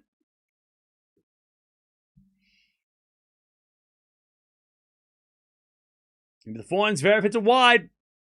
And the sun is just right in Zverev's face there. I don't think you realize how tough that is to see the ball going from the dark into the light when the sun's like right at an angle.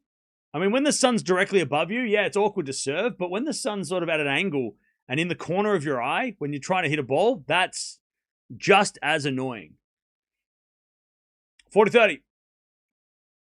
Especially when Sinner's serving well, too. I mean, you know, what a disadvantage to be staring into a ball of fire. All right, first there's a let. Still no breaks. Yeah, he's serving out wide by design.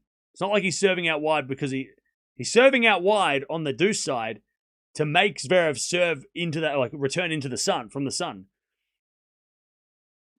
And he's using the court well, Sinner, with this shade as with a backhand to the forehand of Zverev. And Zverev puts that away. We get the deuce. All right. We get the deuce. Great shot, Zverev. What a forehand. All right, will Sinner go out wide again? I think he'll go down the tee, mix it up, because Zverev's going to be like probably leaning out wide. He might go down the tee, just change it up here. All right, Sinner serves again. I think he'll go down tee. No, he went out wide again. Zverev gets it back this time. Then Sinner goes straight to Zverev. Into the back, and now Sinner in the net. And Zverev gets his first break point of the afternoon, evening, day, match, final. Wimbledon. Advantage Zverev. Zverev stayed home. Sinner went out wide, and Zverev's like, I got ya. I got this one. Break point for Zverev.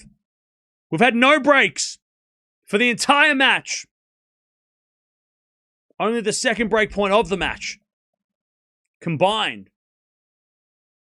You know what happens next, right? Sinner serves. A fault. Plot twist. Second serve. Plot twist. Oh, no. Second serve. Serve out wide the backhand of Zverev. Return goes in the backhand of Sinner. Zverev with a slice. Sinner gets the backhand up the line. Zverev with a forehand slice. Sinner's in control. He hits a drop shot. Zverev's down. But he's okay. Oh, he's not. He's not okay. He's grabbed his knee. Oh, no. This can't be real. Zverev's just testing out his knee. Sinner's going to check if he's okay. And he gets back. Sinner gets him back up. Zverev's all right. He's all right. He's just walking around a bit tender. Just checking the kneecap. He's all right, though. Just an awkward fall. I mean, whenever Zverev falls, we get scared because of what happened 4 years ago. God, just unlucky. He wouldn't have got that drop shot anyway. I think he just banged his knee on the ground. I don't think it was, he didn't twist his knee or anything like that. It wasn't Conor McGregor. I think he just landed on his, he just landed. Yeah, he just hit, I think he just landed on his knee. It wasn't any structural damage, you know. I think he just banged his knee. No, somebody said Conor McGregor. Hey, look, I watched it too. All right, serving to the backhand of Zverev. Return goes out. Advantage Sinner. Advantage Sinner. But McGregor was already injured beforehand, right? Because Mel Gibson told Vince Vaughn. Right?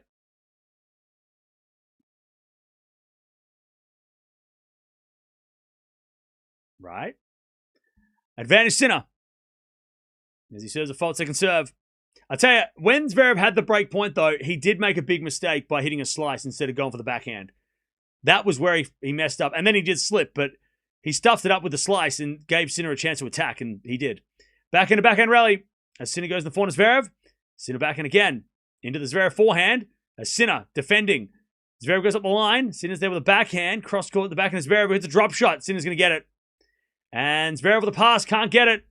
And Sinner with a smile and a shake of the fist. 4-3. The first moment that Sinner's been under pressure. And Zverev's just walking to the chair. All right, 4-3. See, I watch UFC sometimes. That was so frustrating, though. I was so bummed out. How good is Max Holloway, though? What a great guy. Anyways, we'll talk about it after the stream. How we doing, chat? I'm eating pizza. Nice.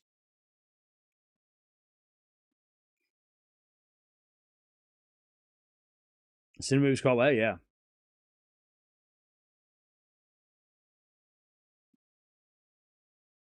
This match is surprisingly interesting. I mean, I'm very happy that it's like this. We have been I wouldn't say we've been spoiled with this match because, unless we get 5 sets. Do I like Robert Whittaker? Of course I do. Legend. Australian legend. All right. Now, chat. Zverev just had his first opportunity to break Sinner. Couldn't take it. The pressure on this service game just tripled. Because he had that little chance. And he's been serving great all day, Zverev, but we know, we've seen this so many times before, that when somebody gets a break chance and they don't take it, they get broken the next game. That has happened many, many, many times. This is a very important game for Zverev. He's got to pretend like that didn't happen. Pretend like he didn't even have a chance. Because otherwise, if he thinks, oh man, I should have won that game, he will get broken himself. And that is not. This is the worst time to get broken. Anyway, serve out wide as an ace. 15 love.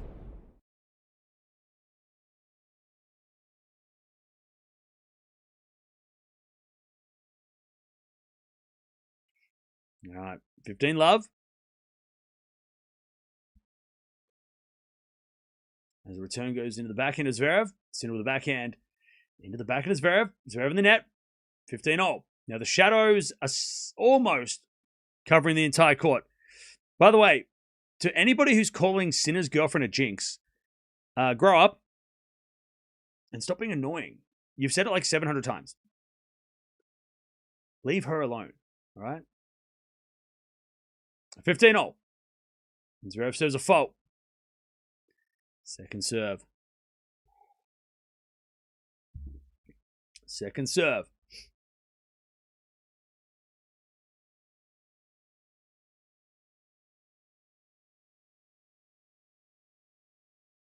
Second serve. Into the back of Sinner. Return goes wide. Now Sinner's dealing with the sun in his eyes on that deuce side. And that was a good second serve by Zverev. 30-15. Blinding Sinner. Who's staring straight into the sun's in the corner of his eye now.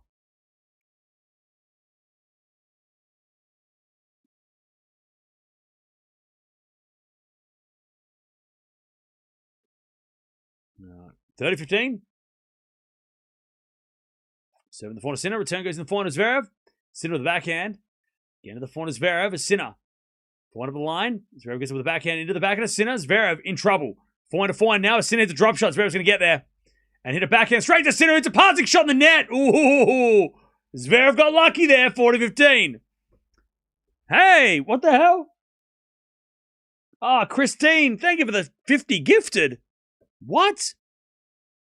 Appreciate that. Why is everyone getting a gift? Because people are being generous in the chat. No, that's very nice. Thank you for the 50 gifted. Can we get salutes in the chat for Christine? That's very, very generous. 40-15. Zverev to level.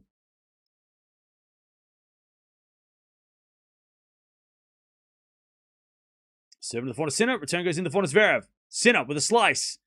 To the backhand of Zverev. Zverev hits it out. All right, 40-30.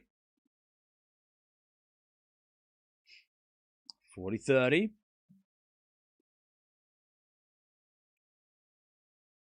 Zverev just needs one big serve and everything's level.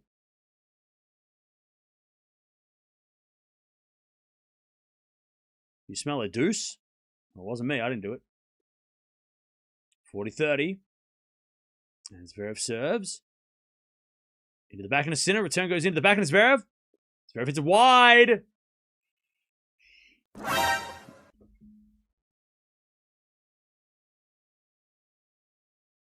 All right, deuce. How much is membership? Membership is $1 a month.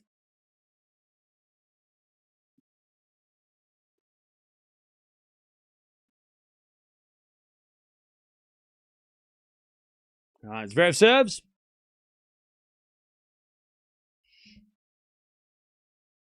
A fault.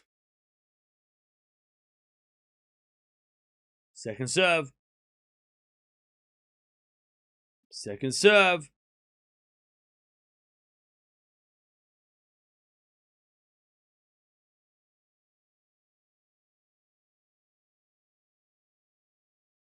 Into the corner. Sinner, return goes in the net. Great second serve. Advantage Zverev.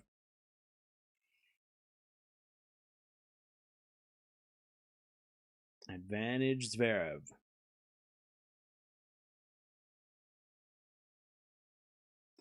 By the way, chat, we're almost at 2,000 likes. Don't forget to like the stream. If you're enjoying the coverage, if you're not enjoying the coverage, just keep it to yourself. I don't need the feedback. I'm well aware of my flaws. I don't need you to tell me. But if you like the stream, definitely like the stream. If you're enjoying the stream. If you're not enjoying the stream, keep it to yourself. Don't tell me. I don't want to hear it. Right? Advantage Zverev. To level this third set. Double faults. All right, well, back to deuce. It's obvious that you want Sinner to win this. Oh, can you tell? All right, Zverev serves. Why is your couch fenced off? We went through this already. We're looping, chat. We're back to the start. We've run out of questions. We're back to the start. All right, deuce.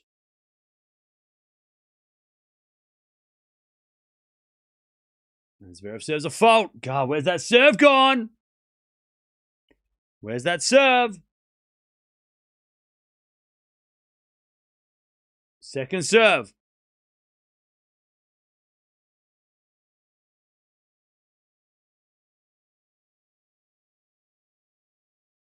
Serve out wide, the forehand of Sinner. Return goes in the back of Zverev. Sinner.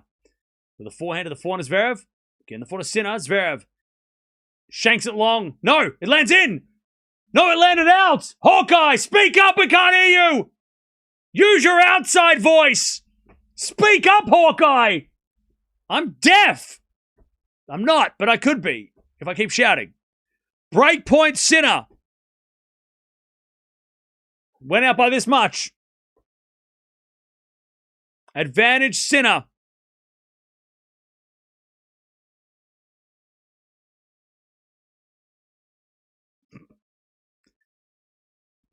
All right, Zverev serves.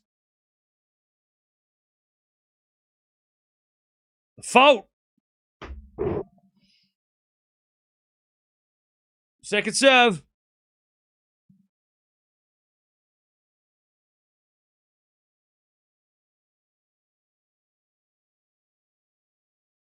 Second serve.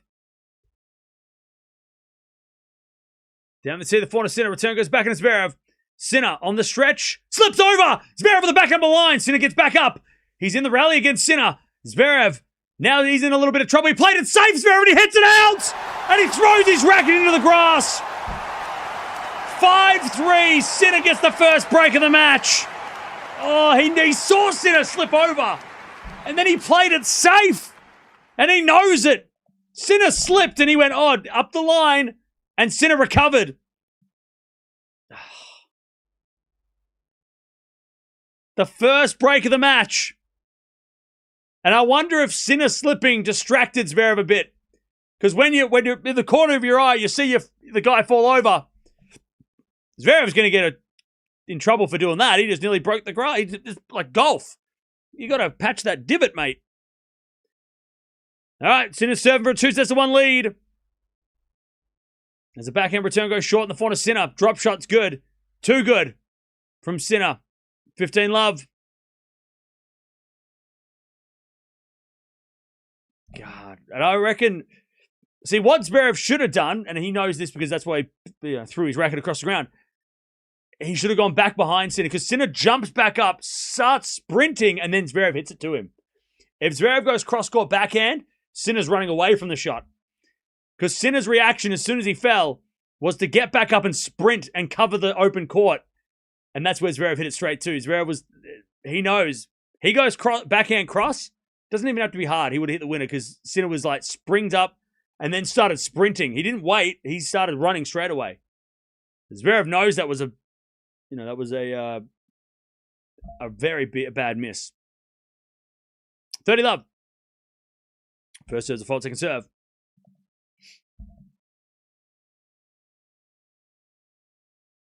And the drop shot. I mean, the drop shot would have been a good idea too. As the backhand return goes to the net by Zverev. 40 love. Sinner's got set points to take a 2-1 lead.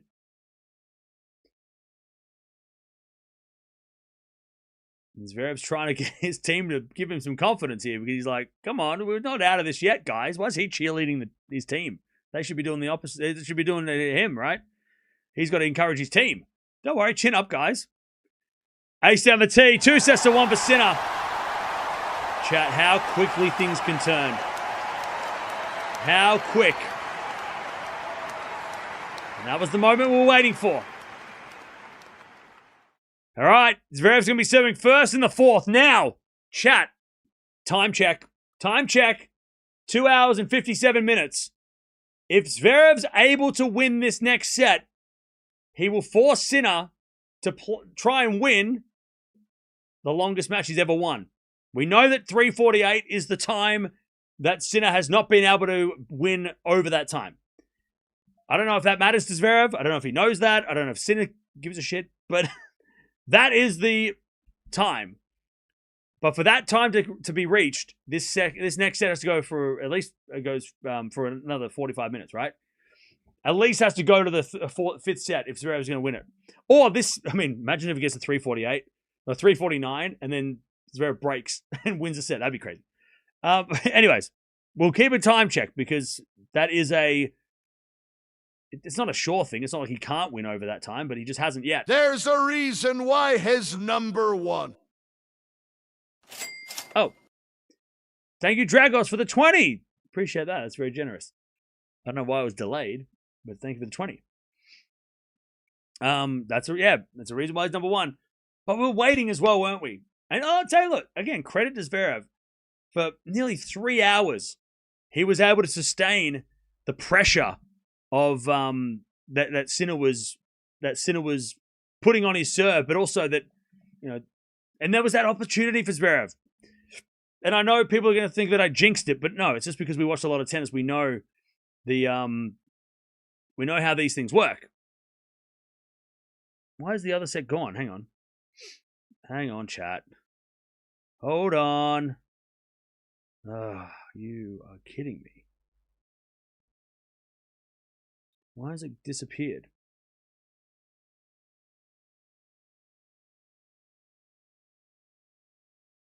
Hello? Why is it gone? Oh, wait, hang on. Oh, I see half a number. Hang on. Nope. 1. Whoop. Peekaboo. There it is. There you go, chat. All right.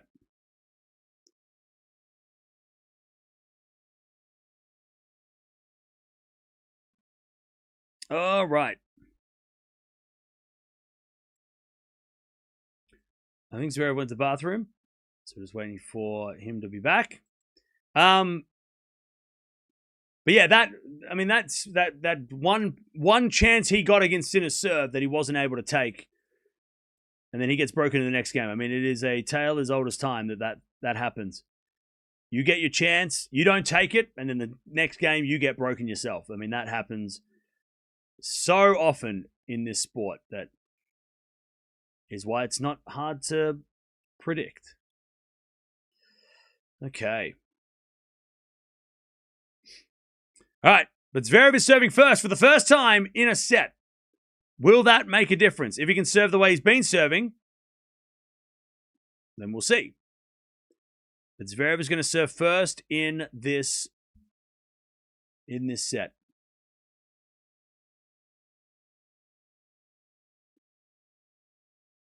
All right.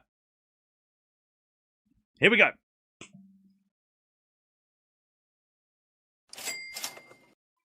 LA. It's going 5. Hey, I would love it to go 5. Thank you for the 20 as well. Appreciate that. 15 loves Zverev. First point goes to Sasha.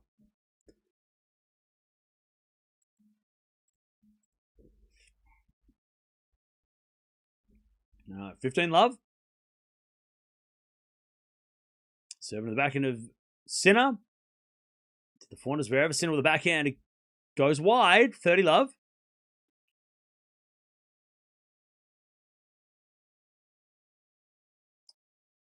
Thanks for letting me know that Zverev's not limping. Oh, no, Zverev's fine. When he banged his knee, he just kind of hit his knee on the ground. It's not, that wasn't any, like, he's not, he would have called a medical timeout if he was injured, right? Now we got a fault from Zverev. Second serve. Second serve.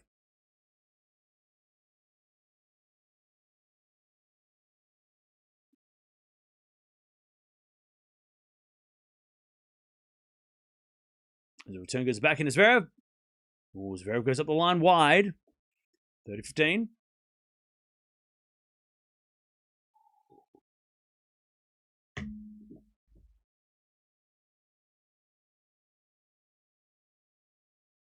No way Zverev wins another set. Zverev's fans are so delusional. You made an account 3 hours ago, buddy. We've been here for 4 hours. What was your other name called? Bro, you made an account just to say that? What was your other account? Come on, be honest.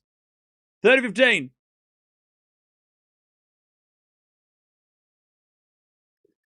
There's a return. Goes to the backhand of Zverev. Backhand again from Zverev to the backhand of Sinner. As Zverev with the forehand to the forehand of Sinner. Sinner in the net. 40-15. Very important that Zverev gets off to a good start on serve in this the start of this set. This is a very important start. What's the longest match you've ever streamed? Probably we've done 5 hours, 5.5 hours, 6 hours. I don't know. We've watched some long match. What's been the longest match of the last 5 years?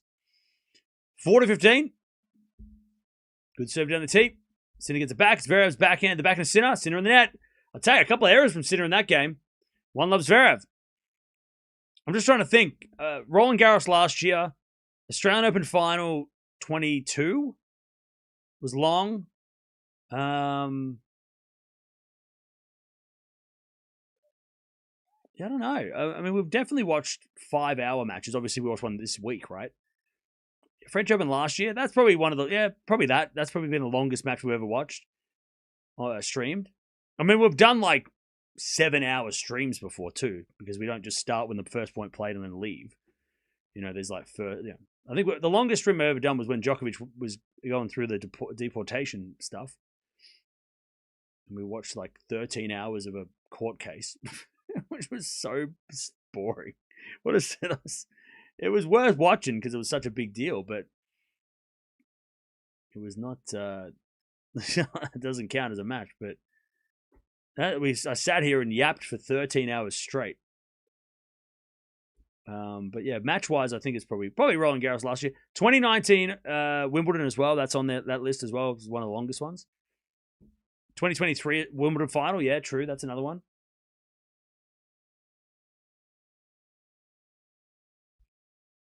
All right. One loves Zverev in the third. As the return goes in, the forehand of Sinner. Slice from Zverev to the forehand of Sinner. Zverev with a pass in the net, in the ground. Bounced before the net. 15 love.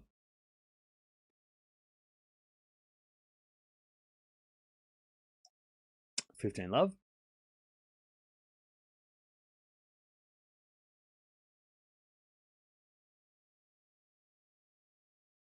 $15 love.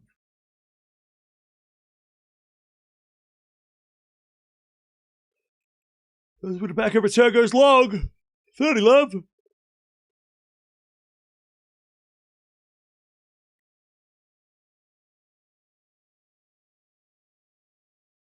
right, 30 love. Oh, watch out, we've got... hey, we got to 2,000 likes. Hey, appreciate that. 30 love. Return goes out by Zverev. 40 love.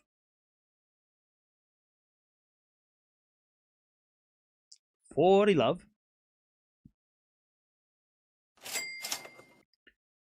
Federer. Cam, you're the greatest. Cheers, Cobourg, Ontario. Hey, shout out to Canada. Thank you for the 50 Canadian dollars. Appreciate that.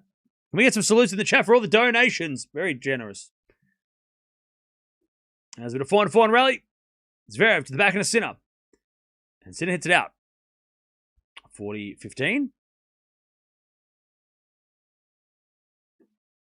Now, chat, I don't want to be an alarmist.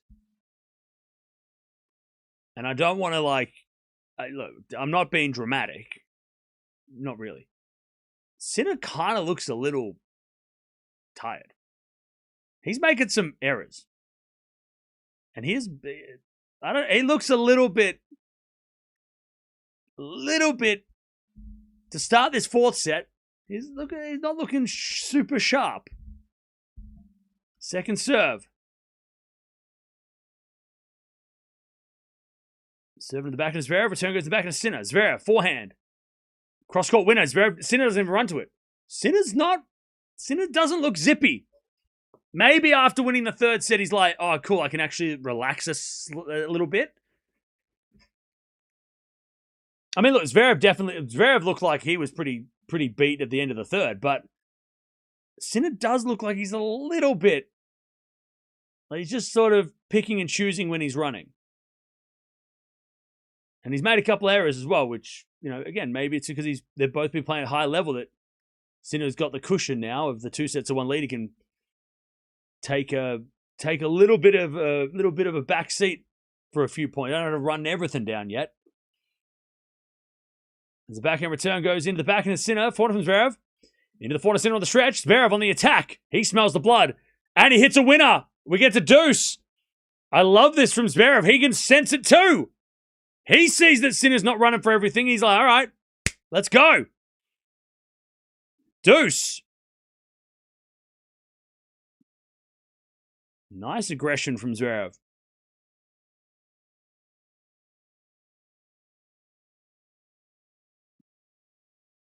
All right, Sinner to serve.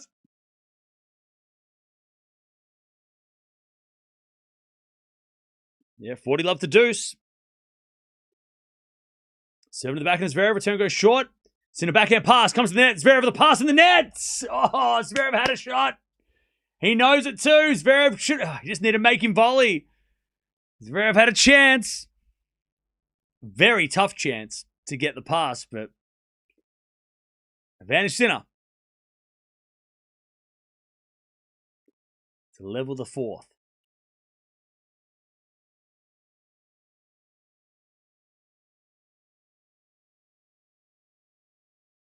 Seven to the backhand. Zverev in the net. All right, Sinner keeps the...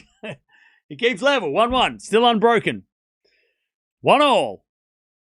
In the fourth. Groot. Do you have kangaroos in your backyard? No, I don't have a backyard. Min. Thanks for the fun. Hey, no worries, Min. Thank you for the 10.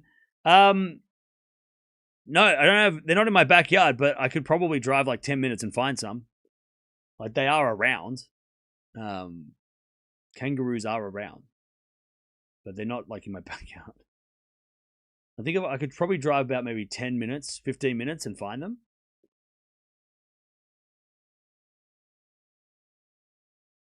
Uh, 1-1. But I'm not going to do that right now. We're not going on a field trip today. Where's my pet koala? I don't have a pet koala. All right, 15 love.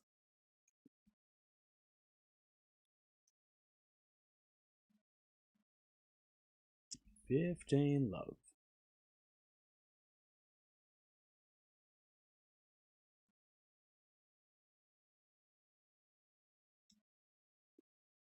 There's a serve. It's a fault. Second serve. Second serve.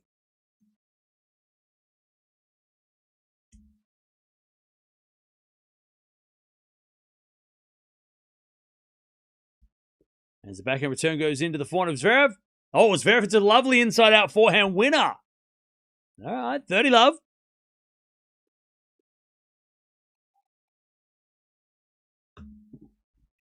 $30 love.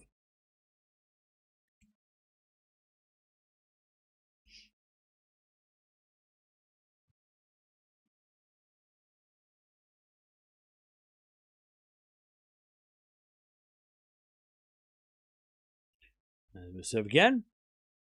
Into the forehand of Sinner, Sinner in the net. 40 love. All right, good serving from Sasha. 40 love. 3 hours, 11 minutes. What is it? 37 minutes. Sinner has to win this match in 37 minutes. 37 minutes. Good serve down the tee. Lovely hold by Sasha. 2-1. 2-1. Zverev leads in the fourth. No, we're not going on a field trip. It's 4 a.m. After this match is done, I'm going to sleep. You've got to have a platypus. I don't have any Australian wild animals as a pet. That's not... I don't think I've seen a platypus for a while, though. I haven't seen one for a while. They're harder to find in the wild, at least. Unless you go out, way out where. I feel like I have a kangaroo feet. Sometimes when I play tennis, okay? This is like the Escape from New York countdown clock. A little bit. 36 minutes. Dun dun. We should get a taipan. What, like a snake? I'm good. I have a dog. I have a wild animal. A pug. Have I ever witnessed a kangaroo knock someone out? No. That doesn't happen. As often as it looks like on the internet. Stop asking him about kangaroos. Yeah. All right, back to Sinner. 2-1 Zverev in the fourth. As a return, goes in the forehand to Sinner. Oh, Sinner missed it wide. Again, Sinner's just looking a little sloppy.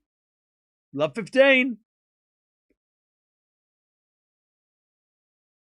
Again, I hesitate to use the word tired because it's so easy to just be like, well, Sinner's tired. Yeah, everyone's going to say that. But he doesn't look tired. He just looks a little bit... He doesn't look as sharp as he did at the end of the third. He looks a little bit... like he's making a few more errors and he's just looking a little bit more casual. Like he's dropped the intensity, right? Not tired, but he's definitely lacking intensity. A little bit. Enough that Zverev is, making some inroads. Backhand rally. As Zverev with a forehand cross court. Sinner gets there. Zverev comes to the net eventually. And then Sinner puts up a lob. Zverev with a smash. Puts it away. Love 30 Zverev. Love this from him. He smells it. Hey, it's Emily in Paris or whatever. What's that movie? Emily from Paris. Emily, I don't know. It's just, she's at every fucking tennis event. She lives at the tennis. She's living our best life, chat. Emily's living our best life. I want to be Emily when I grow up. Can I? Bloody hell. She goes to every event. I want to go to the tennis all the time. I love 30. Stop supporting Zverev. Stop telling me what to do. Serve. It was a fault. Second serve.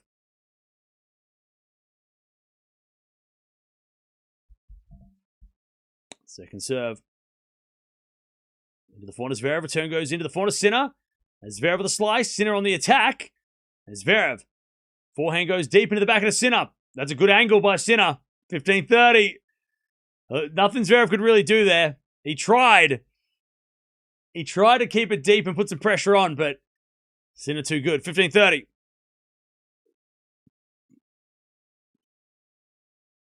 Great backhand angle. Even Zverev just like, stop it. Give me the break point. All right, 15:30. When's he going to serve that ace? He always serves an ace at this time. No, he's taking his time. It's enough. 15:30.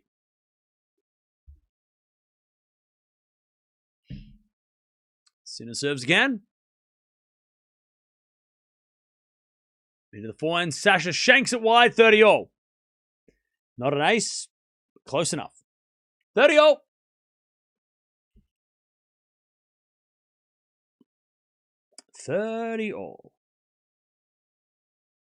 By the way, chat, we're almost at 312.5k subs. By the way, chat, I forgot what day it is. It's Monday. 30-all. Good serve again. And Zverev just shanks it. He thinks it's at fault, though, Zverev. He thinks Hawkeye robbed him. It must have just hit the line. Good serve. 40-30. Well, it's Monday in my world. You look so energetic. I am energetic. This is a great match. I love a good tennis match. That hit the back of the line, and Zverev's like, Hawkeye. No. I don't think so. 40-30. Zverev cries so hard now. Okay, Max. Relax, Max. Got him. All right, 2-0. Relax, Max. Get it? It's rhymes. It's funny. Max, who made an account 3 hours ago. All right, 2-0. Zverev, again, he's had little opportunities, but again, like the greatest players we've seen, at Love 30, Sinner decides to play the best tennis of his career. The best tennis of the day. The most intense points. That's like Rafa, right? Rafa was down Love 40. He'd play the craziest points at that stage. He'd play terrible points, at 15-all, but when he's down break point, that's when he'd play his best. Sinner does the same thing. Alcaraz, like all these great guys do the same thing. Like you've almost got to get to Love 30 and then expect them to be the best they've ever been. And good luck. Good luck. 30 minutes. Oh, no. Sinner's got to get this done in 30 minutes. Sinner's got 30 minutes to win this match. That's it. That's it. He's got time. 15 love. Sinner's got to win this match in 30 minutes. Do you reckon he knows? Like, psychologically, like, mentally, he must know, right? He must know the time. Your hard work makes every match better. Love being courtside with you. Hey, appreciate that. Thank you, Eva and Chris, for the 20. Groot. Kangaroos are deer that did 20 years in prison. Okay. Thank you for the 2. 30 love. 30 love.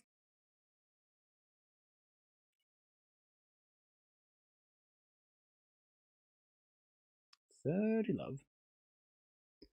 And Zverev serves again.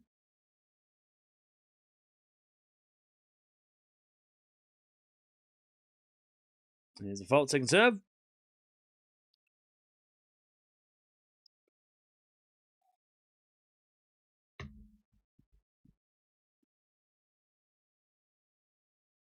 What's food for kangaroos? I think they eat plants. There's a backhand return. Goes in the backhand. There's Zverev in the net. Great deep return. 30-15. I'm pretty sure kangaroos are vegan. Don't they eat plants? I don't think they eat meat. That'd be terrifying. Maybe they eat meat. They're pretty beefy. Good question. I haven't studied kangaroos for a while. 30-15. They eat humans. Delicious. Great serve down the tee. They eat humans. Great. I'm never going outside again. One more thing to be scared of. Yeah, I'm pretty sure they're herbivores.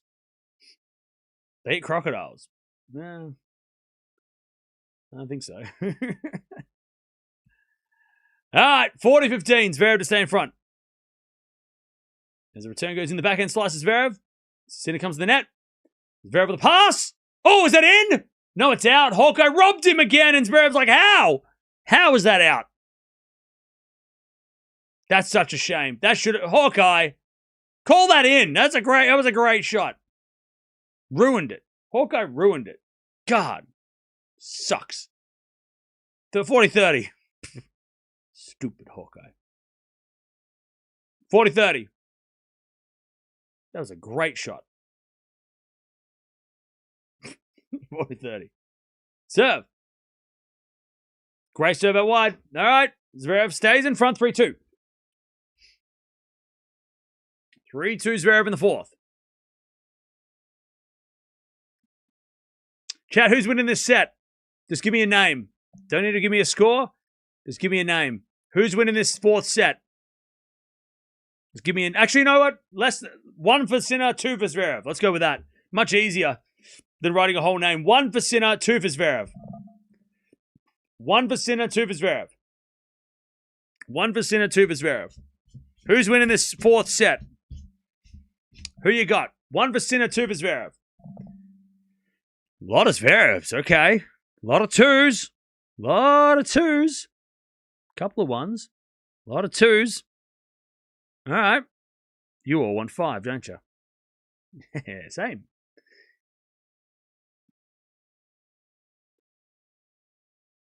Well, now all the Sinner fans are piping up. They're like, hey, no, we said Sinner. One.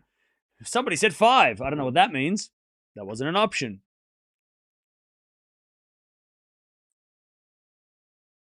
Now people are just writing random numbers. We're all comedians. Ha ha. 6, 7. Yeah. All right. 3-2. 3-2 Sinner. 3-2 Sinner.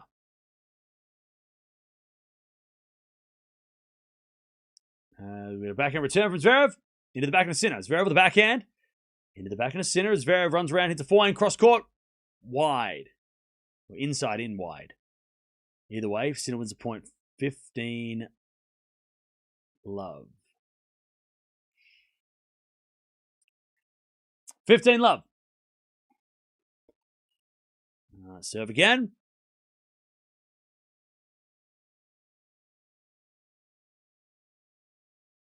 There's a fault from Zverev. Second serve.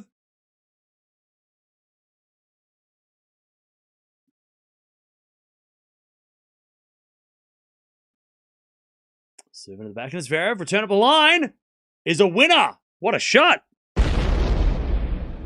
15 all. Beautiful backhand up the line. 15 all.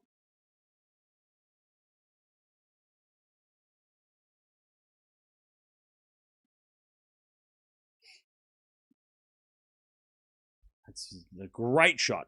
Great shot from Sasha. 15 all. Serve again. Down the tee. Zverev returns it into the forehand of Sinner. As Zverev with the forehand again. Deep into the forehand of Sinner. Zverev on the attack. Goes forehand to forehand with Sinner. As Zverev goes up the line. Sinner's there with the backhand. Into the forehand of Zverev. Sinner. Drop shot. Zverev can't get that one. Too good. 30-15. Beautiful drop shot from Sinner. 30-15. I tell you, he had Sinner pushed back Zverev, but then Sinner hits one deep backhand. Zverev takes one step back to hit the forehand, and that's the drop shot. That's how he gets the drop shot. He just took one step back to hit a forehand, Zverev, and then that's the key to go, oh, I'm going to drop shot you now because you're moving backwards. You're not going to get to this. Backhand goes wide by Zverev, 40-15. 40-15.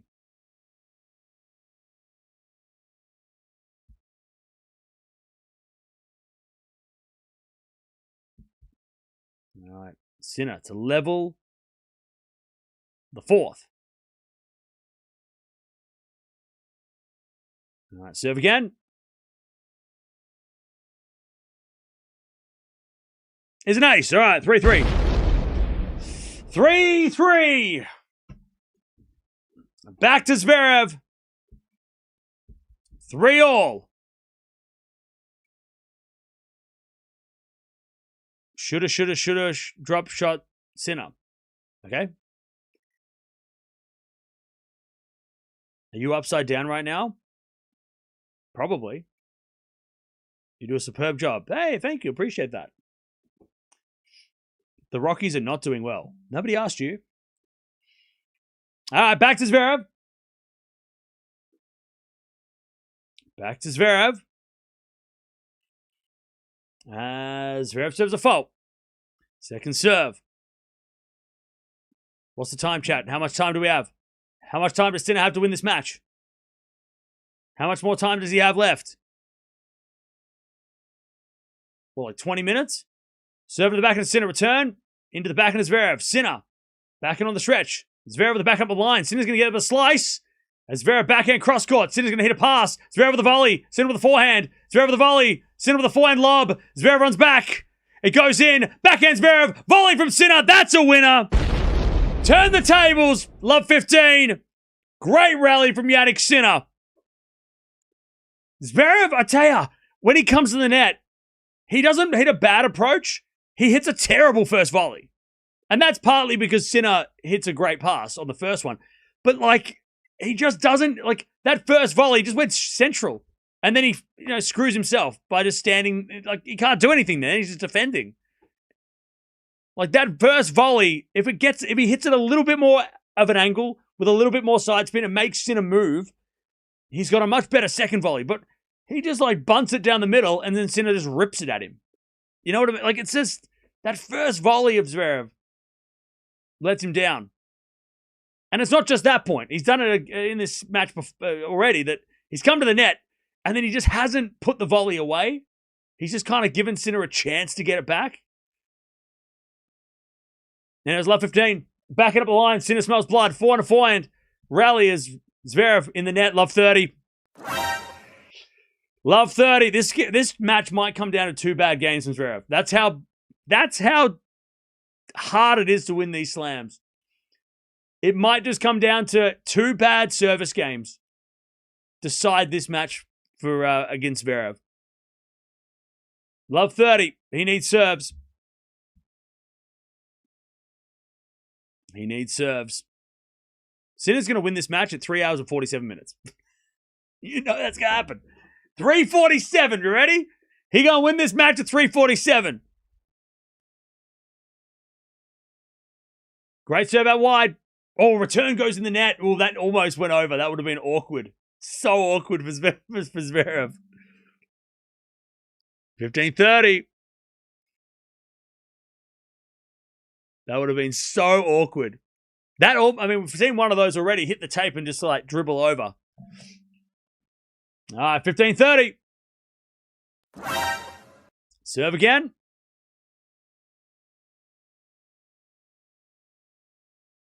Zverev serves. Into the back of the Sinner. Return goes deep into the back of Zverev. And Zverev hits it wide. It's 15:40. We've got break points.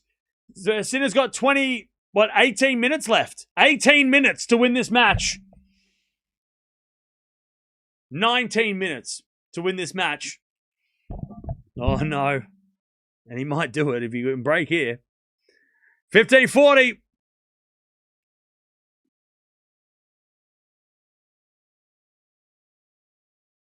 Ace down the T, Zverev, nice. One saved, 30-40.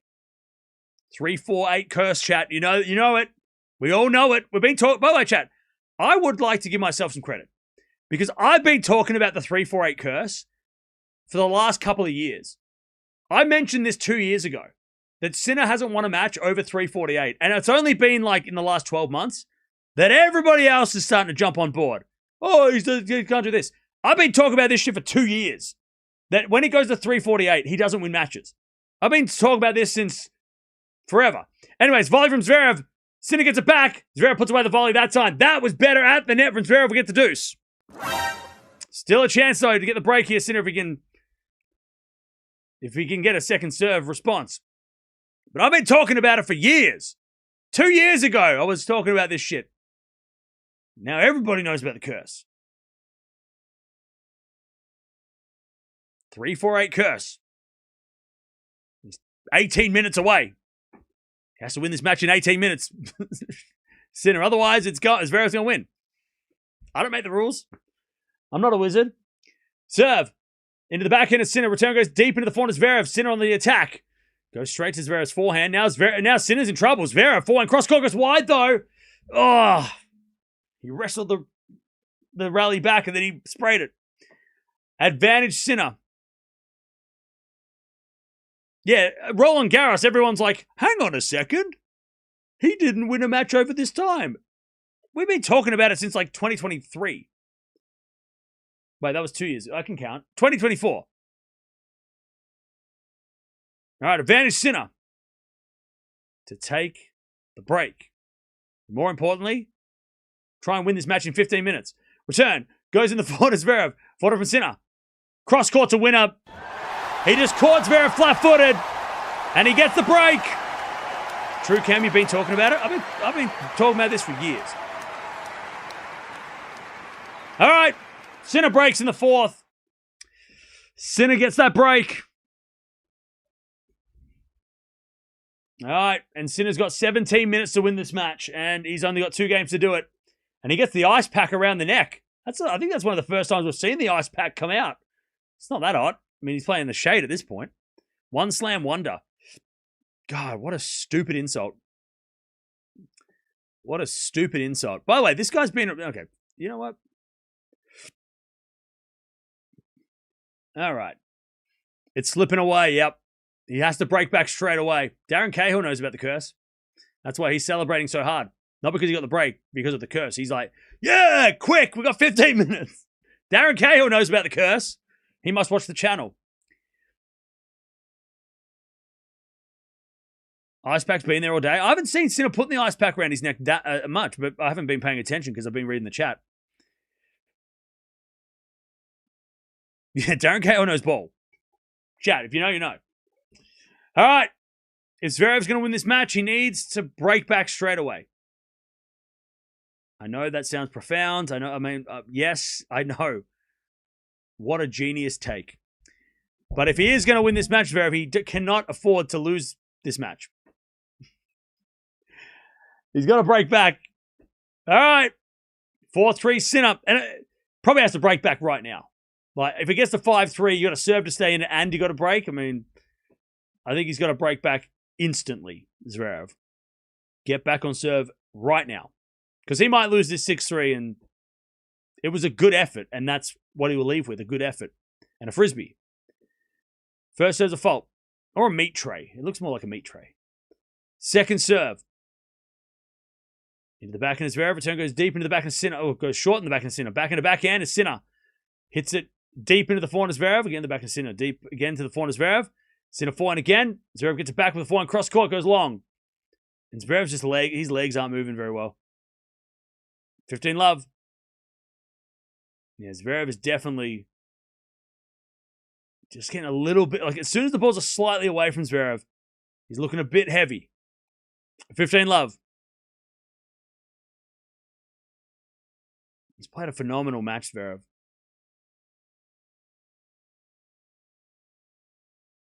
First serve's a fault, second serve. 14 minutes. Dun-dun. Sinner serves. Into the backhand of Zverev. Return goes forehand to Sinner. Zverev forehand on the stretch. Goes long. Yeah, Zverev is struggling when the ball is going wide of him. 30 love. 30 love.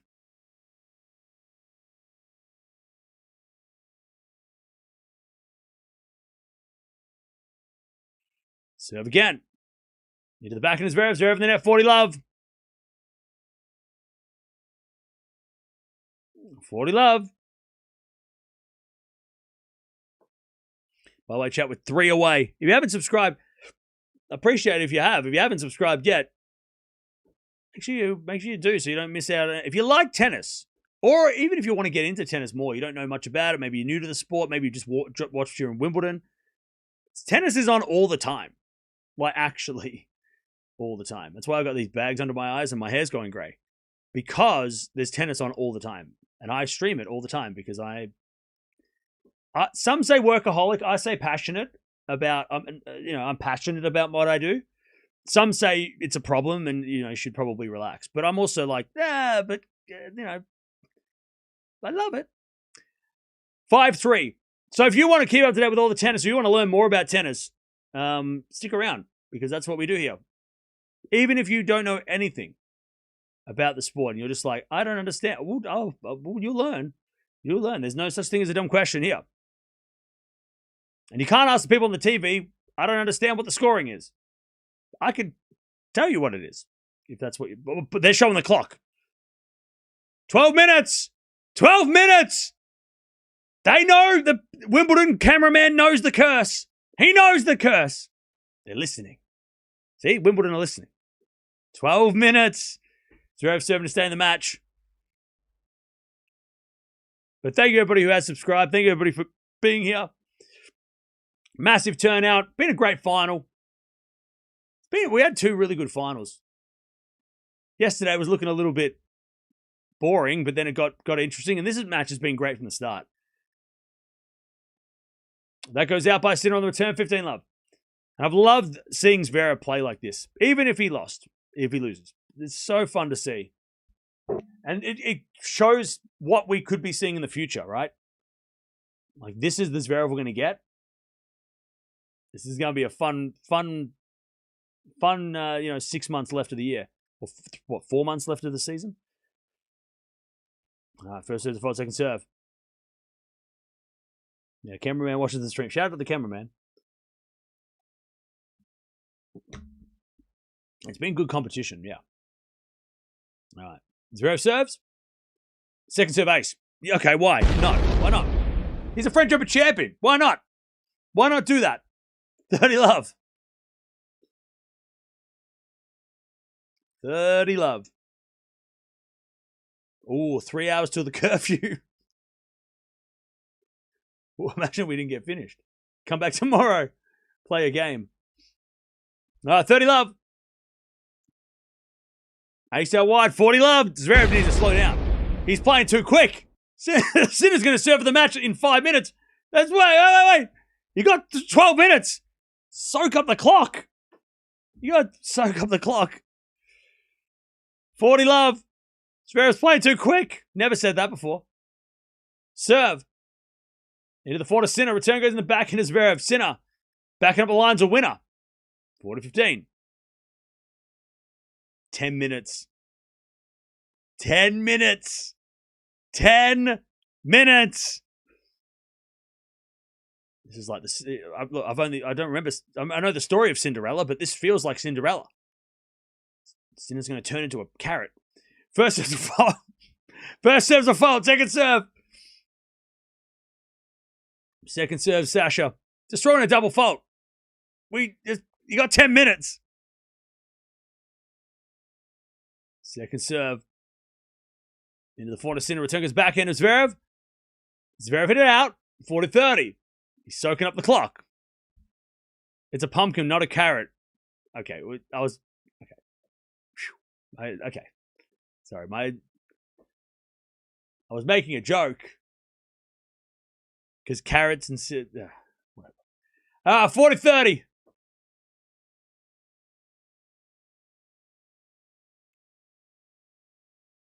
Serve. Into the back end of Sinner. Zverev back up the line's a winner. That's a beautiful shot from Sasha. All right.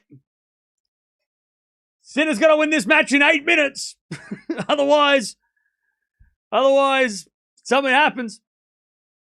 No, he's got 9 minutes, but after this change of ends, he'll only have 8 minutes.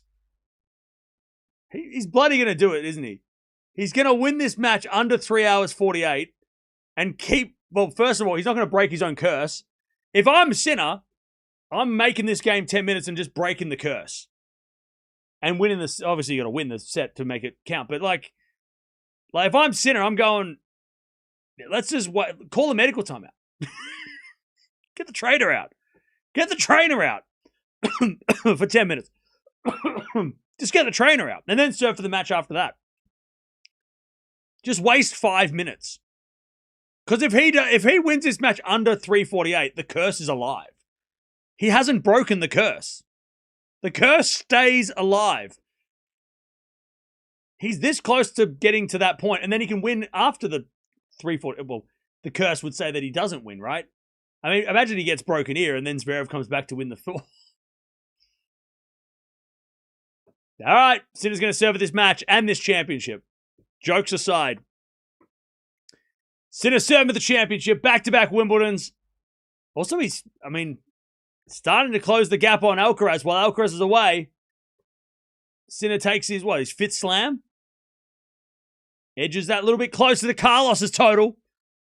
And that's what he needs to do while Alcaraz is away. He's got an opportunity to try and close that gap because that's the only real thing between those two, is that Alcaraz has more.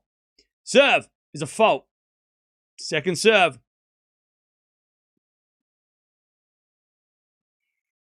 Second serve. Into the forehand, Zverev. Return goes forehand to Sinner. Zverev, the forehand line goes long. Oh, he went for it, Sasha. He overhit it. 15 love. Somebody asked how many players have pushed a Sinner over 348? So, I think it's 7 players, but 8 times he's played over 348 and he's lost. 8 times. Alcaraz did it twice and won. But I think it's 7 different players. 7 different players have beaten Sinner once the time goes over 348. Hence the curse. As the backhand return, goes in the forehand to Sinner. Forehand now from Zverev. Again to the forehand to Sinner. It's a drop shot. Zverev's going to run, get it, and put it away. 15-all. Nice hustle from Sasha. Please don't put scores in the chat. We've got a scoreboard. 15-all.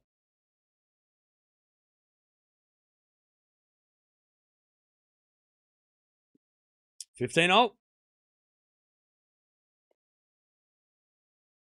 6 minutes. No. 15-all.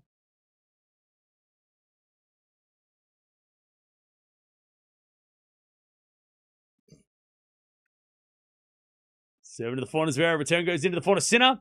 Zverev.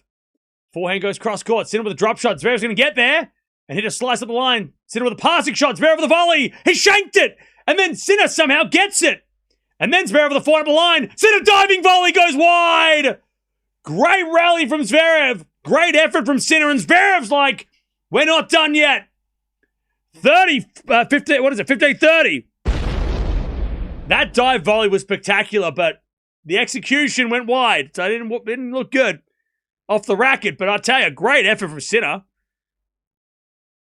And I'll tell you, he's had to do that a few times, Zverev, where he's run back and had to hit a ground stroke with his back turned to Sinner. That is a tough shot from Sasha to hit.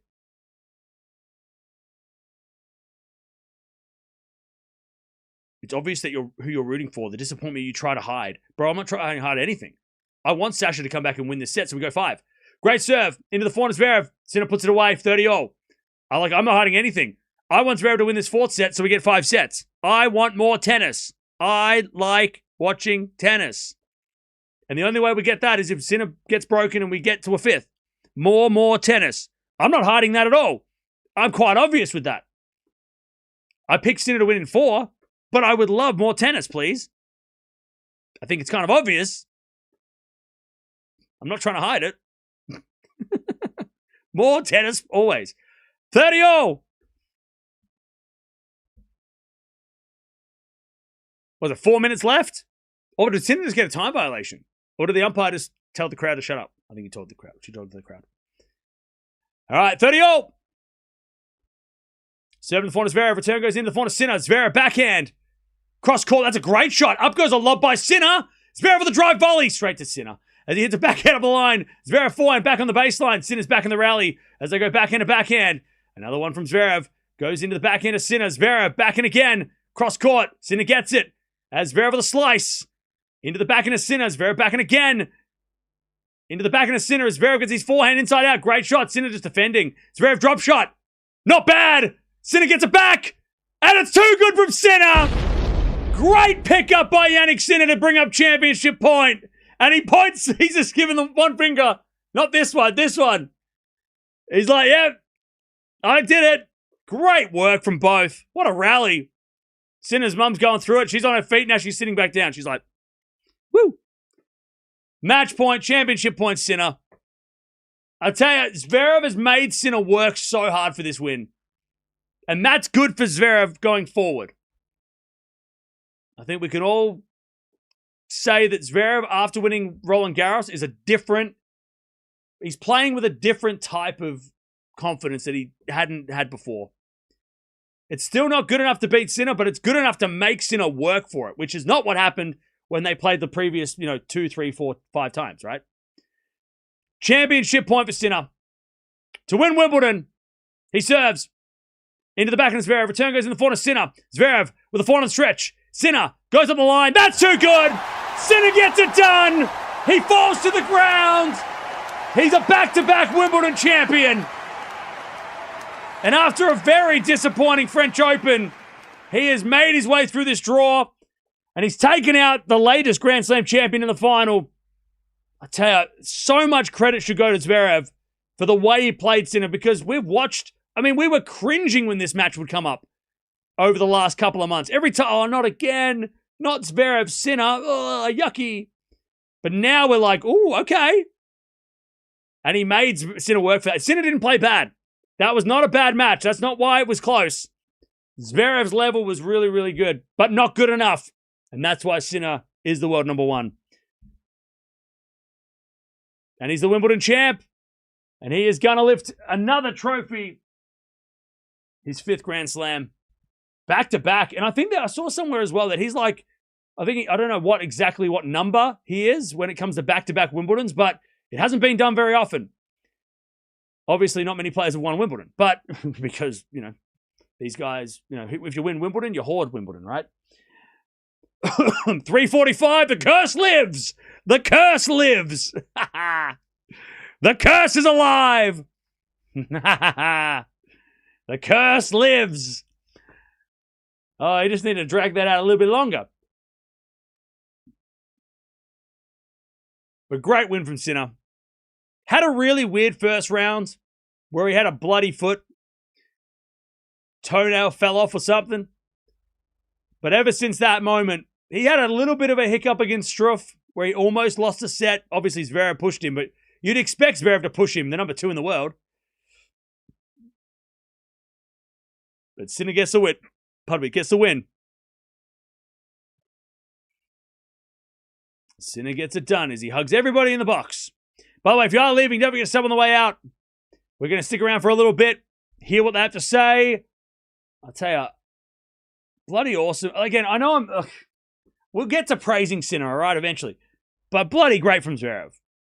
Great effort from Zverev. He's made all 4 Grand Slam finals now, right? I mean, great effort from Zverev. I didn't think he'd make the final of Wimbledon. And he made Sinner earn it. As Sinner's dad giving him a big smile. He was asleep the entire time, I'm pretty sure. He had sunglasses. I was like, oh, did he win? No. He was snapping in the back. And then he's going to find his mum now, who's hiding. There's his mum hiding in the back of the box. We need a Sinner mum cam just to sit, because she goes through it during these finals. She goes through it. She needs a trophy. Get her a trophy. She deserves a trophy for sitting through those matches. Darren Cahill. Sinner telling jokes. What did he say to him? Why are they laughing? What's funny? What are they saying? Can we see your dog? My dog's not here. Sasha thought he had a chance after RG. To be honest, I don't think he thought he had a chance at Wimbledon. But he put on the best performance he's done against Sinner in a long time.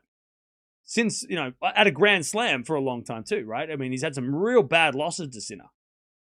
Some real, embarrassing losses, right? He got absolutely destroyed by him on clay. The Australian Open final last year was super, super one-sided. But he definitely played with and I said this earlier, I think that might be Zverev's best performance in a Slam final. And that includes that French Open final last month. The final set of the French Open was super impressive by Zverev. But I reckon he played better today than he did then. I don't know what the stats say, but it looked like Zverev played way better. And that's what happens when you play somebody, no disrespect to the Kaboli, but when you play someone who is better than you, and you play, you play to their level. Like Sinner was playing at a good level. He was not hitting many errors, and Zverev had to match him. And he did. For, 2.5 sets, even the fourth set, he did too.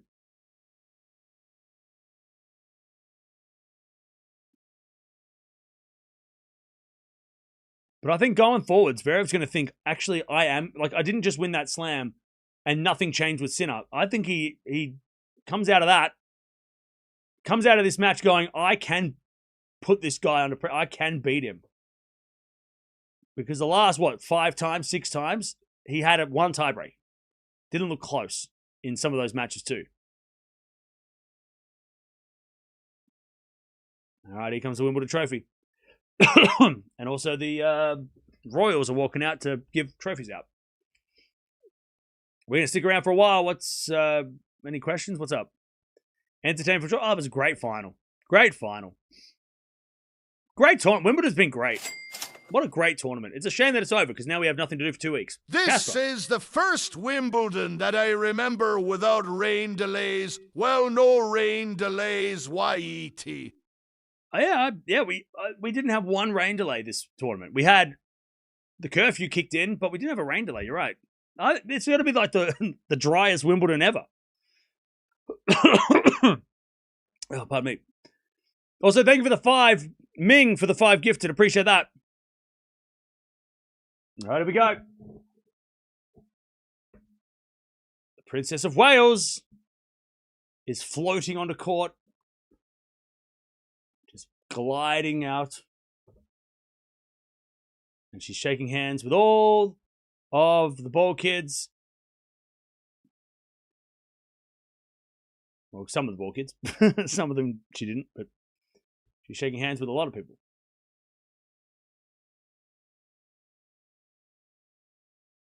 She's shaking hands with the ones that are looking at her.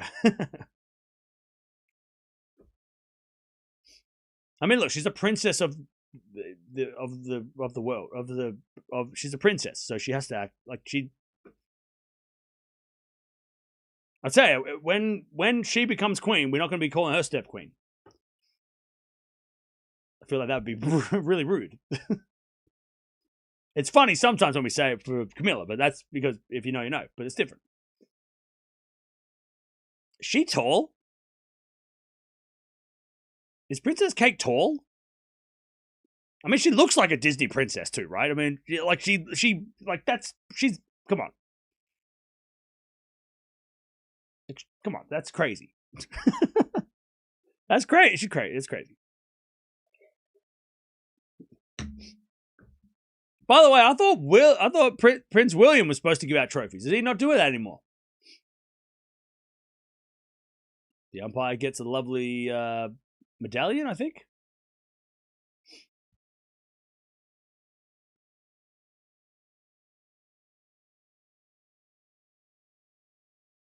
Now, there we go. Zverev runner-up. God, Zverev has been in every final. And he gets a big cheer from the crowd.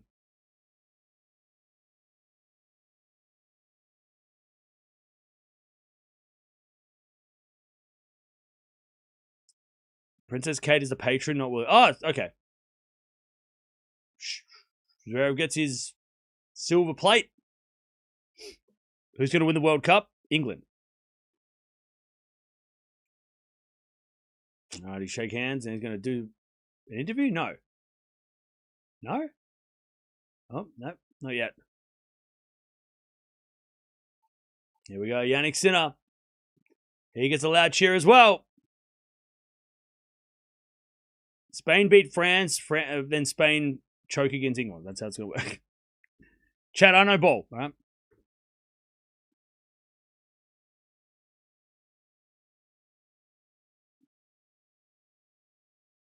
All right, Sinner back-to-back champ. Back-to-back champ. By the way, chat, I did buy his shirt.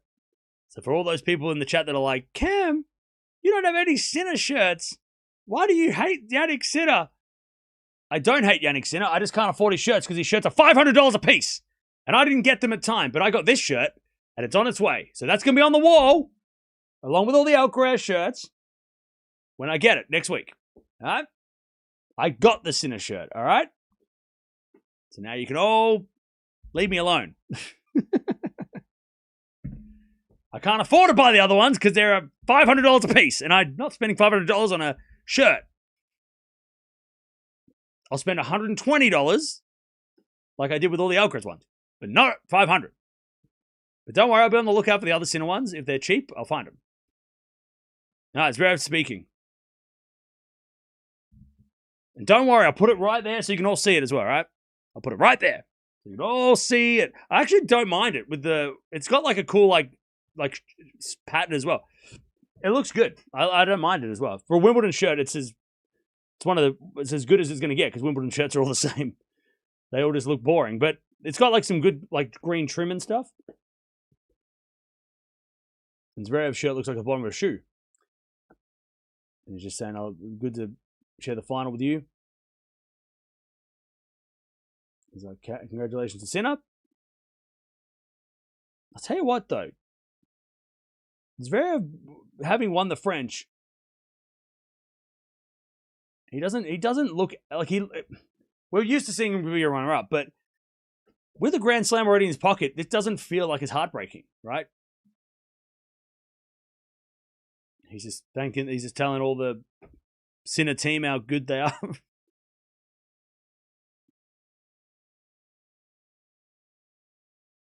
But like, Zverev definitely looks, and we saw that from the start of this match. He doesn't look intimidated or like he knows how to win them. So he's like, "Hey, I've been here, done that. I know what to do." He's like, "I know we lost this final, but we've had so probably going to say we had a great month, right? Amazing 2 months. There you go."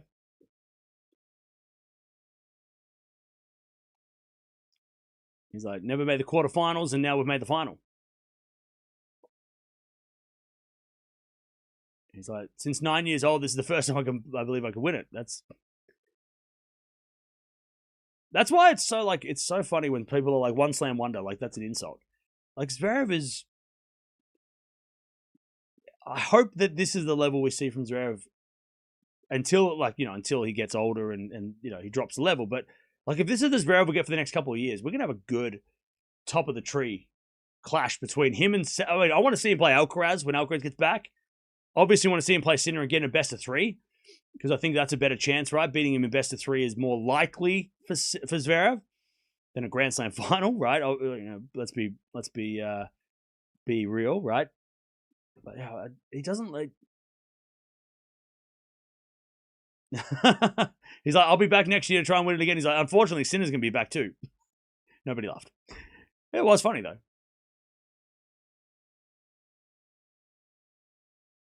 He's just thanking everybody in the Royal Box. So it's a great honor to play in front of everybody here. God, Ben Stiller really does stand out, doesn't he? You can tell him from a mile away. You're like, "Oh, there he is." Ben Stiller's right in the middle.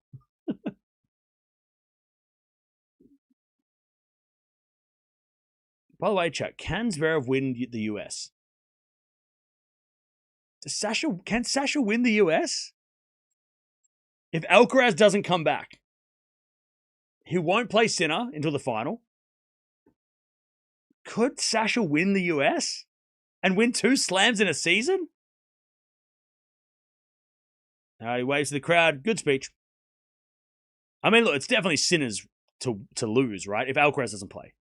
Then again, even if Alcaraz plays, I mean, Alcaraz coming off months away, is it really fair to think that he's going to win or expect Alcaraz to win the US after not playing?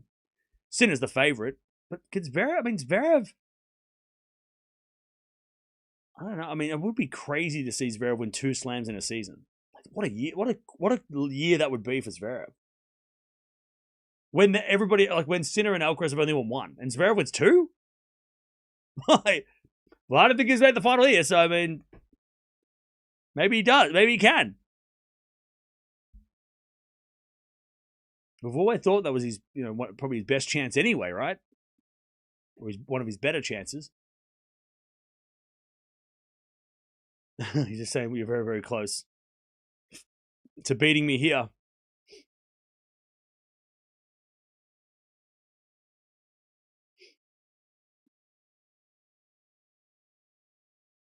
I'll tell you what, these interviews are awkward.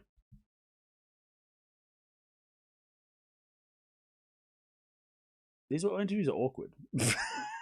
Don't do them at the final. Don't do these interviews at the final. Because both players have gone, do I still talk? Or do you ask me a question? Don't do these interviews in the final. Do a normal speech and then do the interview, maybe. Or do the interview and then, I don't know. He's just calling out his mum. He's just said that his mum's been out here only a couple of times. It is so awkward, right?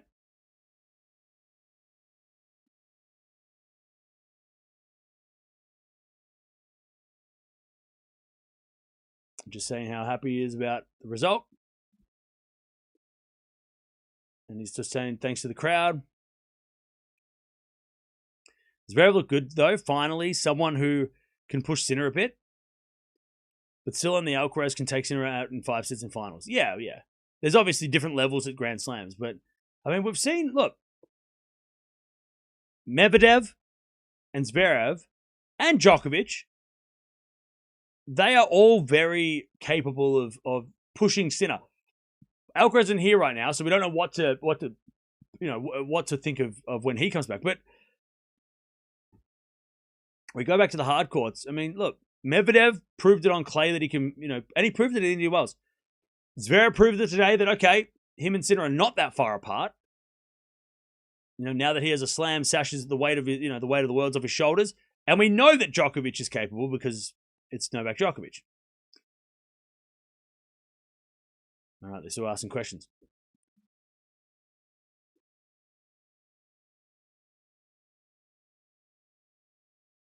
He's just talking about how there's been no rain for the first time at Wimbledon.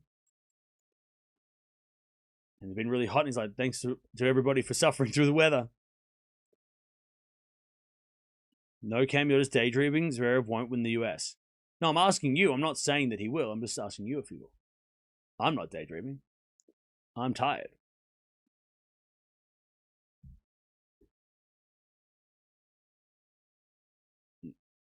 And he thanks everybody in the crowd. Jannik Sinner. There's the champ. Great final. Great final. We're going to stick around because why not? I'm just happy that Sinner dodged the fatigue scare this Wimbledon. Yeah, look. Did he prove that the heat's not a factor? A little bit. I don't know if the heat was a factor for... I don't know. Well, he did. I mean, he played some tough matches in tough weather, but it didn't show any fatigue, right? So... But like we were joking about the curse, but also, there is still a question as to if it goes 4 hours, can Sinner win a 4-hour match? Because that's yet to be proven. So there is still that question that he hasn't been able to win a 3-hour and 48-minute, blah blah blah. But he did get through this tournament without the only thing that bothered him was at the start of the tournament, his toenail fell off and he ruined his shoe. But other than that, he got through it pretty much unscathed physically. He didn't look tired. He looked a little tired in the fourth set here because he was playing a long, intense match, but the weather didn't affect him during this tournament, which we all thought it might. First week was not as crazy as this week. This week's been a lot hotter, but he didn't look bothered,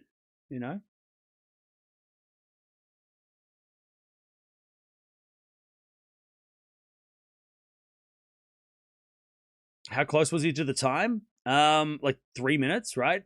It'll show up here. I think, 2 minutes. He was 2 minutes away from the curse. Oh, he just needed to drag it out and we could all stop talking about it.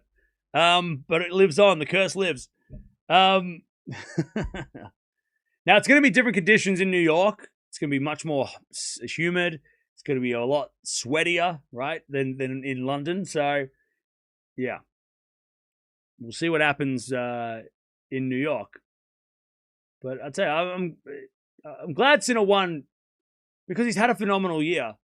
But the thing that's missing is a slam. It's like he's had the greatest year without a ring, right? It's like, so now he's got the slam. We could actually start comparing his season to the greatest seasons we've ever seen. Because even if, he had a bad loss to the French, but he has had a phenomenal year, Sinner. He's on a 5-match win streak at Masters. He's probably going to go play Canada to keep going, right? If he doesn't play Canada and just breaks his own streak, that'd be annoying for all of us. So he's probably going to try and extend it in Canada. Cincinnati, try and win all the Masters in a year, which has never been done. So that's still on the table. He's only lost, 3 matches this year? So, I mean, it's a pretty damn good year. Let me have a look. Now I can update the list because I've been tracking Sinner's progress as I put his name on the board. I've been tracking Sinner's progress for the best. This was before the French. For the greatest seasons ever. I've been tracking it. Where is it?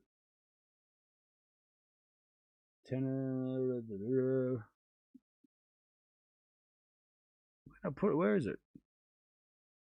Completing tennis. Because, before the French Open, he was having one of the greatest seasons of all time. But, obviously, the French Open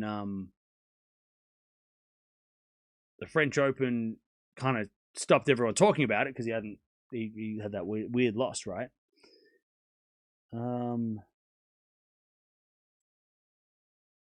Can't remember when we were talking about it. All right. God, that trophy is it's the best trophy in tennis, right? Here we go, best year. So now that he's won Wimbledon, what is he? 44-3, right? He's back on track. He's back on track.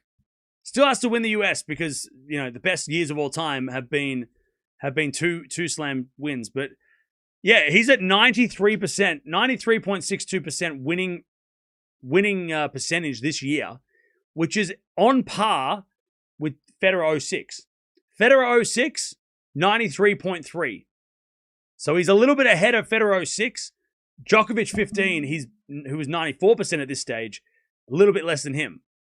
The big difference, actually no. Oh yeah, the big difference is they won the Australian Open. He didn't. He's only won Wimbledon. So he's one slam behind. Those guys also won the US, so he's not going to be able to match them for 3 slams in a year, which is what they did. But when it comes to winning percentage, he's kind of in the same ballpark as Federer 06 and Djokovic 15. So that's huge. He's won 6 trophies now, whereas Djokovic, up until Wimbledon, that was his 6th trophy as well. And Federer had won 6 trophies too. So he's won 6 trophies, difference being they won Australia, he didn't. But 6 trophies. He's won 5 1000s. Federer had only won 2 1000s up until this point in his 06 season.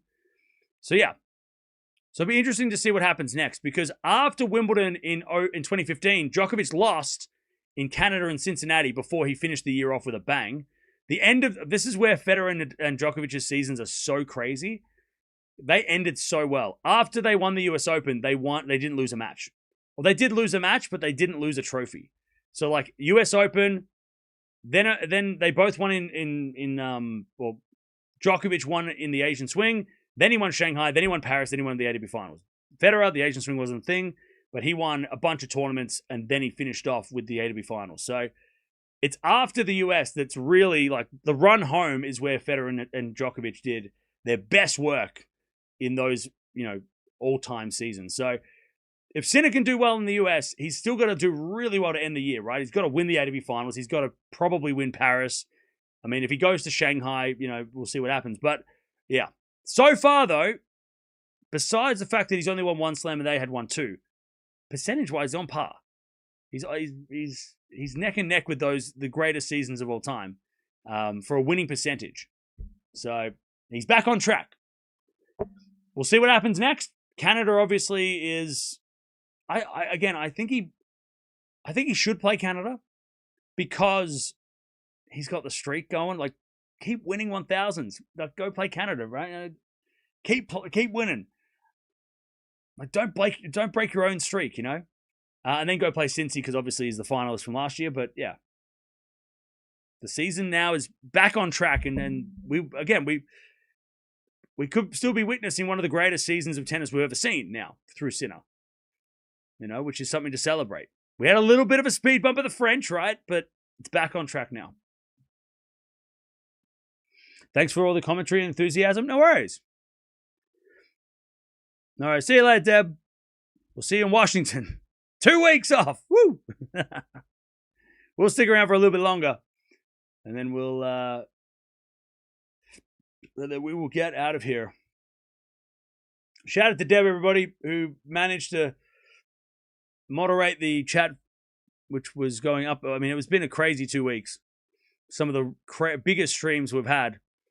Some crazy streams. So, including this one. So, shout out to Deb for all the moderating over the last couple of weeks, couple of months, really, whole year.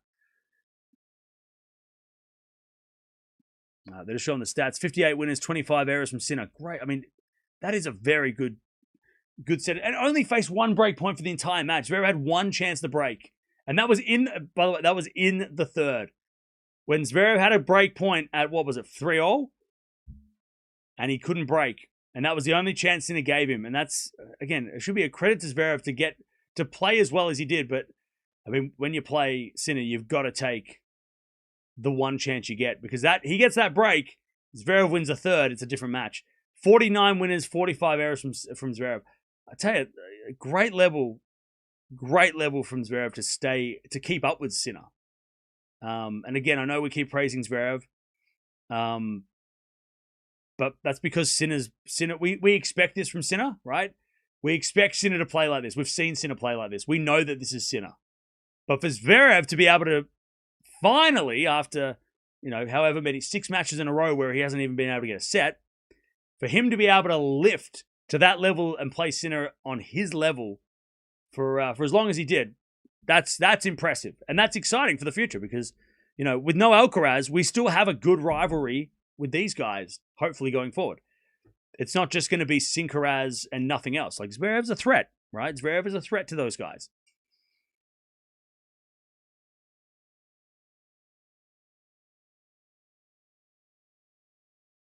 England will win the World Cup? I hope so.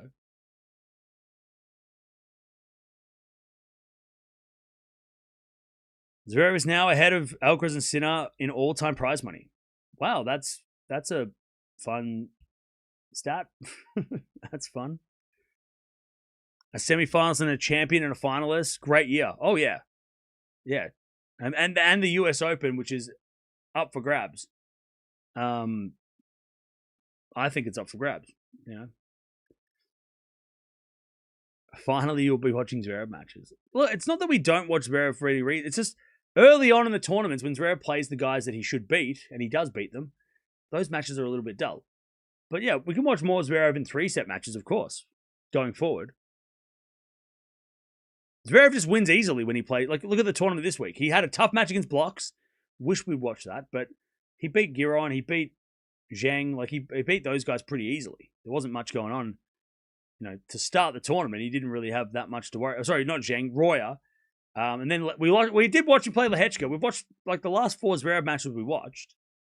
We just didn't watch the first 3 because we were watching on the women's side too, right? We had to watch so much on the women's side was going on, right? So we just... And Zverev was getting shafted because Eala was taking center court and he was playing on court number 2 or 3, right? He was getting thrown out because Eala was taking his place. But, hey, look. We'll... Eala... Wait, was Eala... No. Yeah, Eala was down the bottom as well, yeah. Because she played Swiatek, and that was when Zverev was playing. So we didn't get to watch as much Zverev at the start of the tournament, but hey, we got there in the end. We watched the last 4 matches, don't worry. We didn't watch Raducanu at all when she lost. Raducanu fans should be mad. Jenna. Are you worried Carlos could end up like Thiem? No. I'm not worried yet. Thank you for the 2. Thank you for the 23 months, Suzanne. Appreciate that as a Tier 3 member as well. Thank you for the nearly 2 years as a Tier 3, as a legend. Thanks for all the hard work. No worries. Thank you for continued support. No, I'm not worried about Alcaraz yet because he hasn't come back yet. So I'll be worried about Alcaraz when he comes back and he doesn't look the same. And he's not going to look the same straight away because he hasn't played. I'd be more worried if he comes back and he does. Like, that's where we got worried about Tim. We weren't worried when Tim came back. We were worried when he started to play and we're like, oh, he's not playing like he did. We don't know how Alcaraz is going to play. So I'm not worried about Alcaraz until he comes back and until we see how he looks. And then we can go from there. But I'm not worried about him yet. Because he hasn't done anything. He hasn't played yet. He hasn't shown us anything. So, and the more time he takes off now, that hopefully, better for his future, right? We don't want him to, if he goes away for 6 to 8 months now, but he gets to play for another 15 years, then that's great for us. If he comes back early and that cuts his career down to 8 years, that's not great. So I'm fine with Alcaraz taking all the time he needs right now because we get to enjoy him more on the other end. And he's so young. If he was 27, I'd be like, nah, this is awkward. But he's so young. He's got so much time. If he takes the rest of the year off to get ready for next year, I'd be fine with that for Alcaraz. As long as he comes back 100% and he's ready. But no point in rushing. Cammy, you going to retire? Why would I retire? Are you sick of the streams? Am I going to retire? Why do you?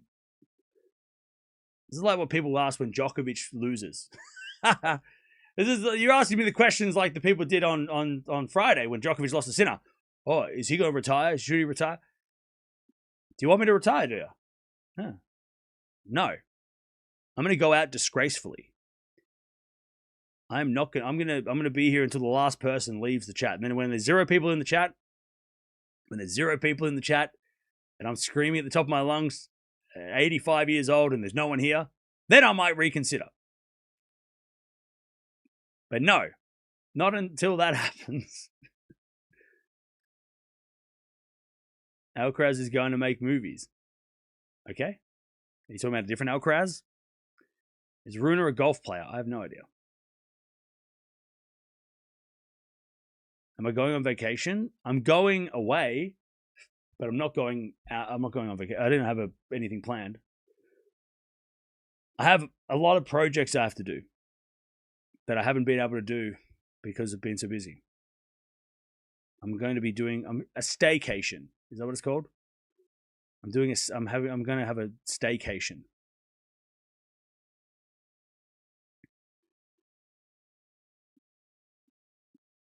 Did you talk about Jordan Lee winning the boys junior from the qualies? I did not. We talked about Chris Hewitt. He looked great. Jordan Lee looked great. Another American to watch out for.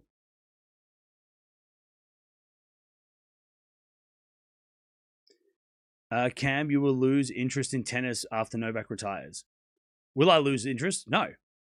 Because my favorite player was Leighton Hewitt, and when he retired, I lost interest. But no, I will not lose interest because I love watching Alcaraz Sinner. I love watching a lot of on the women's side. There's a lot of good players that I love watching too. So, I mean, no. Djokovic isn't the reason why I watch tennis. He's not the reason I watch tennis. The reason I watch tennis is Leighton Hewitt. Leighton Hewitt's been retired for 10 years. So, no. I will not lose interest in tennis when Djokovic retires. Cam's just hitting his prime. Maybe. Hedge will be dangerous? Oh, for sure. Staycation, does that involve thrifting? Oh, yeah. I'm going to be hanging at the thrift this week.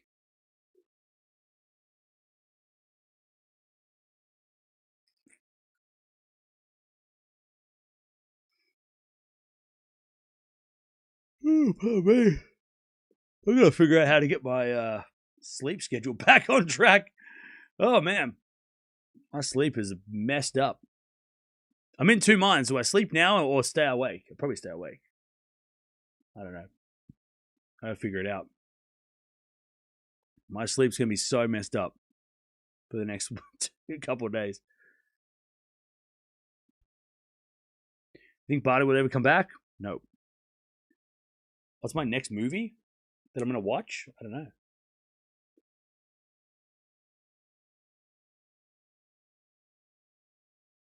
Medi was my favorite after Rafa retired, but I still watch. Hey, fair enough.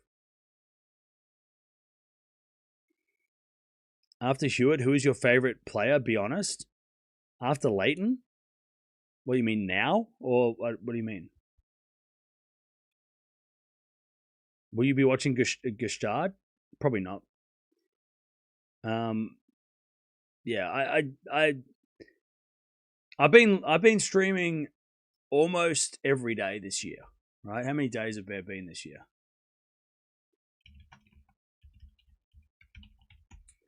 Right, we're up to nearly 190 days have happened this year, and I've streamed for pretty much all. I think I've had like 1 or 2 days where I didn't stream, and that wasn't on purpose. That was an accident.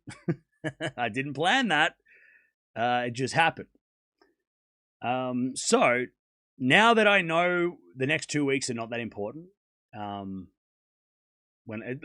if we don't watch the clay next week, it's not going to be, I'm not going to be that mad.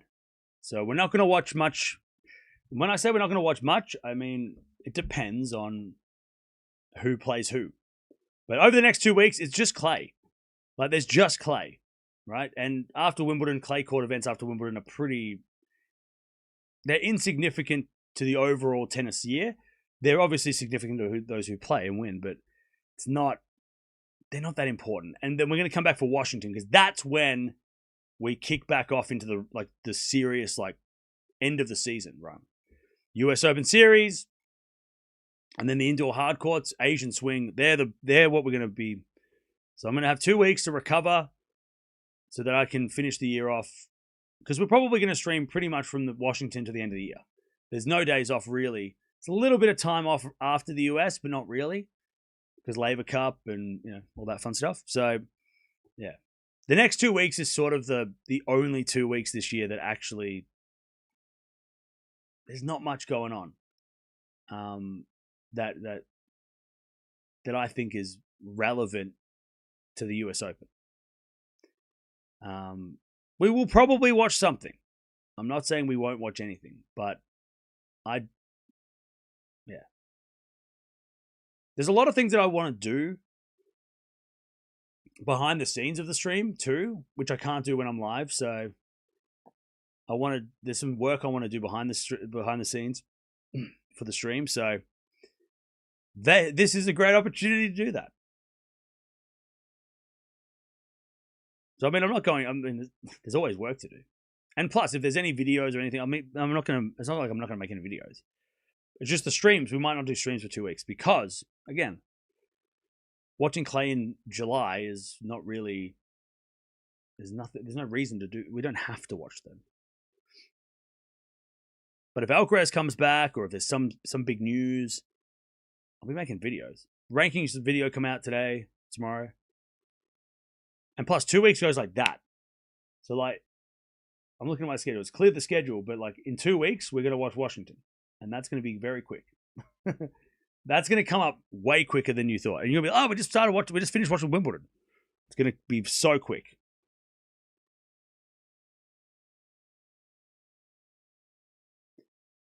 Cam, Sinner made it again. Sorry for you, but he's just the best. I don't know why people are sorry for me. I picked him in 4. Why are there people in the chat that think Sinner winning makes me sad? What are you talking about? Why are you sorry for me? I picked him to win in 4. I got my prediction right. I'm so smart. My ego has now been validated. I'm in a great mood. I'm just glad that Zverev put up a fight. There must be. It's not just new people who say that. A lot of people like, I know you like Djokovic. Wait, what? When did I say I like Djokovic? Why? He's not my favorite. Zverev's not my favorite. I'm just glad we got a good match.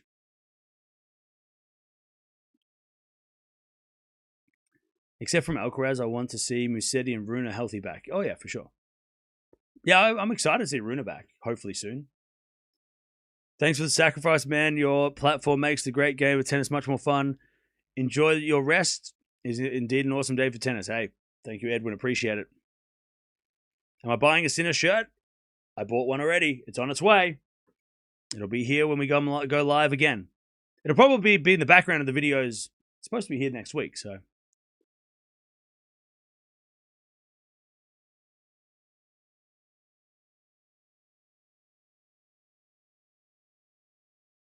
Cam got this final prediction spot on. By the way, I also got the women's final spot on too. So I said Noskova in 3, and I said Zverev in 4. Oh, sorry, Sinner in 4. I don't want a medal or a trophy. I just want to be clear for those people that think my predictions are not good. Nailed it. Vindicated. Great way to end the tournament. Being right. No worries. Choc, thanks for joining. Here's a 2 weeks of reruns of Tennis Talk.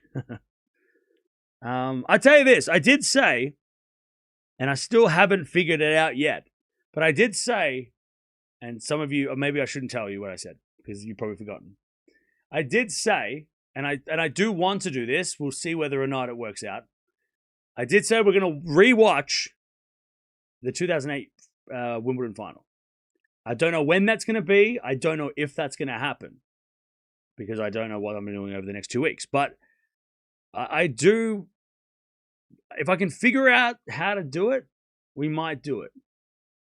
But obviously not tomorrow. But I did say that I would try and figure out a way that we could do one of the, and pretend like it's real, like it's happening real time, right?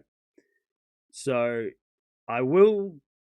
That is part of my behind the scenes, how do we do that? If I can figure out how to do it, because it's I don't know. It's not. I've done it before when we watched. We did this back in 2020 once. But I really want to watch that match again, personally. So I don't know how we're going to do that. But watch it as if it's real, live, and not I'm not going to stream it. That's illegal. But you know what I mean? Do this, but for that. For fun. I don't know if again, just to fill in the time. I don't know when we're going to do that. I don't know how that's going to work, but that's an idea that we might try over the next 2 weeks. It definitely won't be this week. It might be the week after, when I start, getting stream withdrawals. And I'm like, I want to stream. So yeah, so look out for that. Maybe. We're not watching Isla Mahou. Nadal, Federer, 08 final.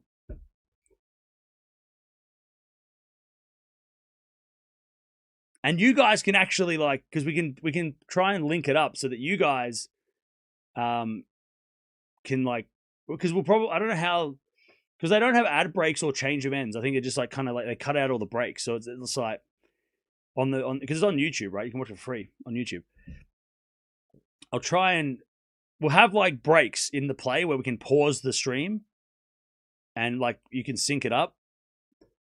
I don't know how it's going to work exactly. So yeah, but we'll probably, if I can figure out a good way to do it, we might do it.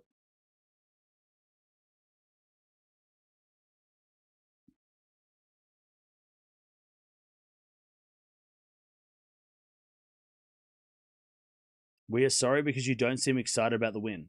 Yeah, but the thing is, if I get really excited over Sinner winning, then all the Zverev fans are going to call me a Sinner fan, and then they're going to be like, why are you not happy for Zverev? So I can't actually make everybody happy, And I've come to realize that after years of doing this. So if I get excited for Sinner, then all the Djokovic fans or Zverev fans or Alcaraz fans are going to be like, we get it, he won. Shut up.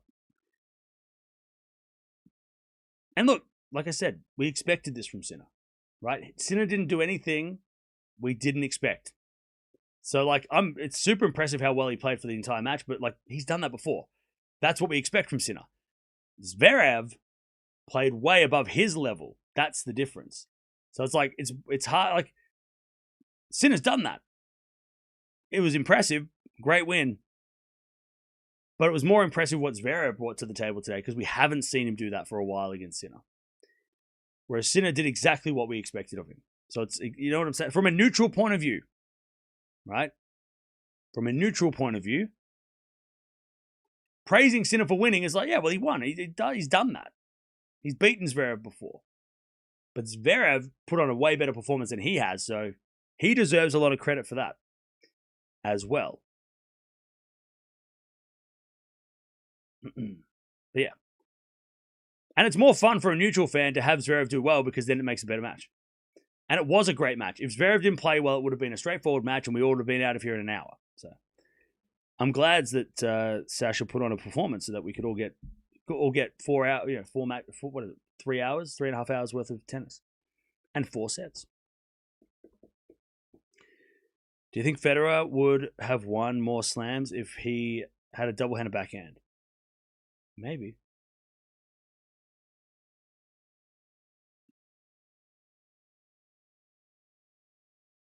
Was a high quality match than last year's final? Maybe. Very relieved this wasn't like Madrid. Yeah. I mean, we were cringing when we got to those Sinner matches with Zverev. We knew how they were getting worse and worse. This has now restored my faith in the Sinner-Zverev rivalry a little bit. I'm more excited to see them play again. In fact, I'm really excited to see them play in best of 3. I'd love to see them playing in Cincinnati. They had a banger there a couple years ago, so I'd love to see them play again in Cincy.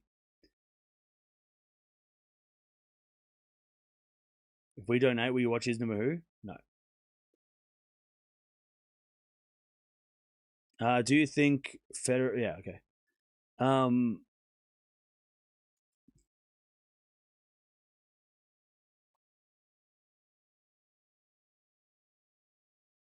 Do you think Novak beats Zverev? I want to see that match. I think the Zverev we saw today in the first 2.5 sets beats Djokovic. If we're seeing the Djokovic we saw against Sinner. Djokovic played well against Sinner, though. There was only 1 break in each set. Yeah, I would love to see that. I think that's probably the next match we need to see. We haven't seen Zverev versus Djokovic all year, right? Yeah, I would love to see that. I would really love to see that. Maybe give me that as a US Open semi and put Sinner on the other side, with whoever else. But yeah, I really want to. That would actually really be a really fun match. Zverev Djokovic right now with Zverev with a championship and Djokovic obviously still consistent, right? Yeah. Be a really interesting match. I don't know how that it would look.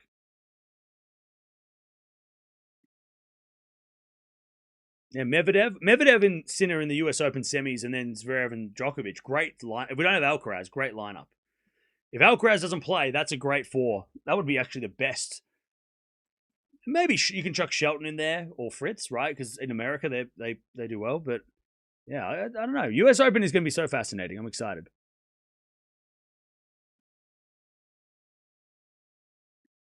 You watched Honora? It was great. I haven't seen that. I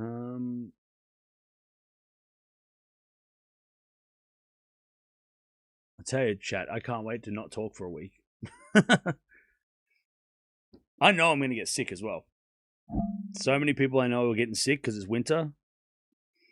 And I know after doing this for weeks on end, my body's going to freak out and crash. When's the World Cup semis on? July 15. 2 days. Okay. I know I'm probably going to crash and burn after this. That's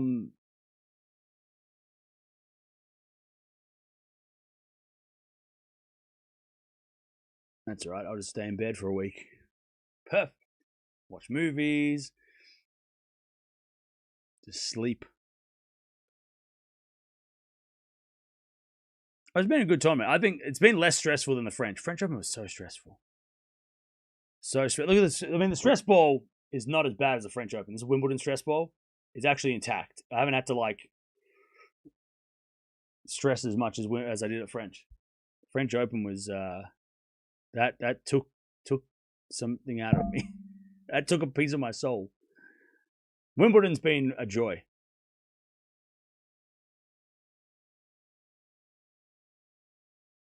How cold is it in winter? I mean, it gets to like 0.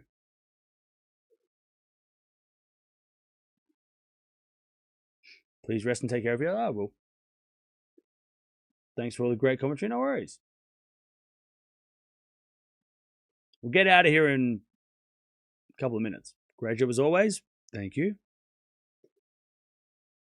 Was FAA versus Djokovic better than Sinner versus Djokovic at AO? Nah, Sinner Djokovic better at the AO. It was a better match. FAA Djokovic was awesome, but it wasn't better. Not better than AO.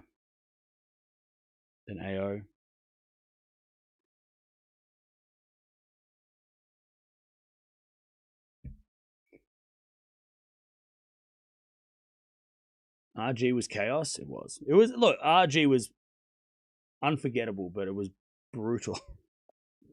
It was brutal.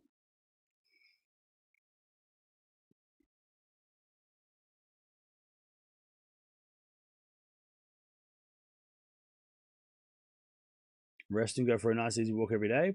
Do that. Try and do that anyway. Been really wet the last couple of days though, so I'm so excited to go outside. I just got to figure out whether or not, what is it, 6 a.m? Now I got to deal with the jet lag. Like,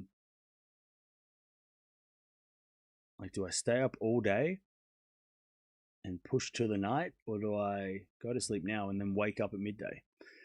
These are the questions I have to make. The problems I have to solve. It's been a great Wimbledon, one I'll never forget. Going in person, hey, look, I still remember the time I went to Wimbledon in person. It was awesome.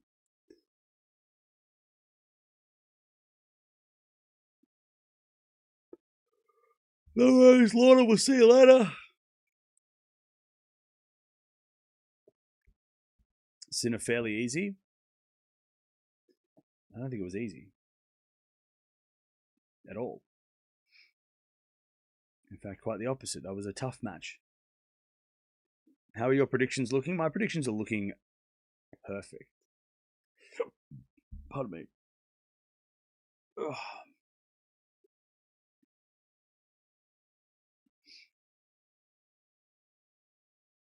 I've got so many movies I gotta watch as well.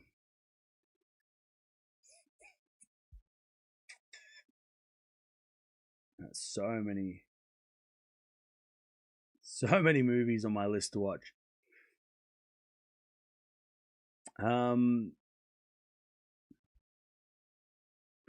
the second set, it got easier. Then it was like the last matches. Sinner unbreakable. Sinner 1 week service game. Yeah, look, that's the thing, right? This match was determined by 2 bad service games of Zverev. That was it. He played 2 bad games and he got broken twice, and that was enough.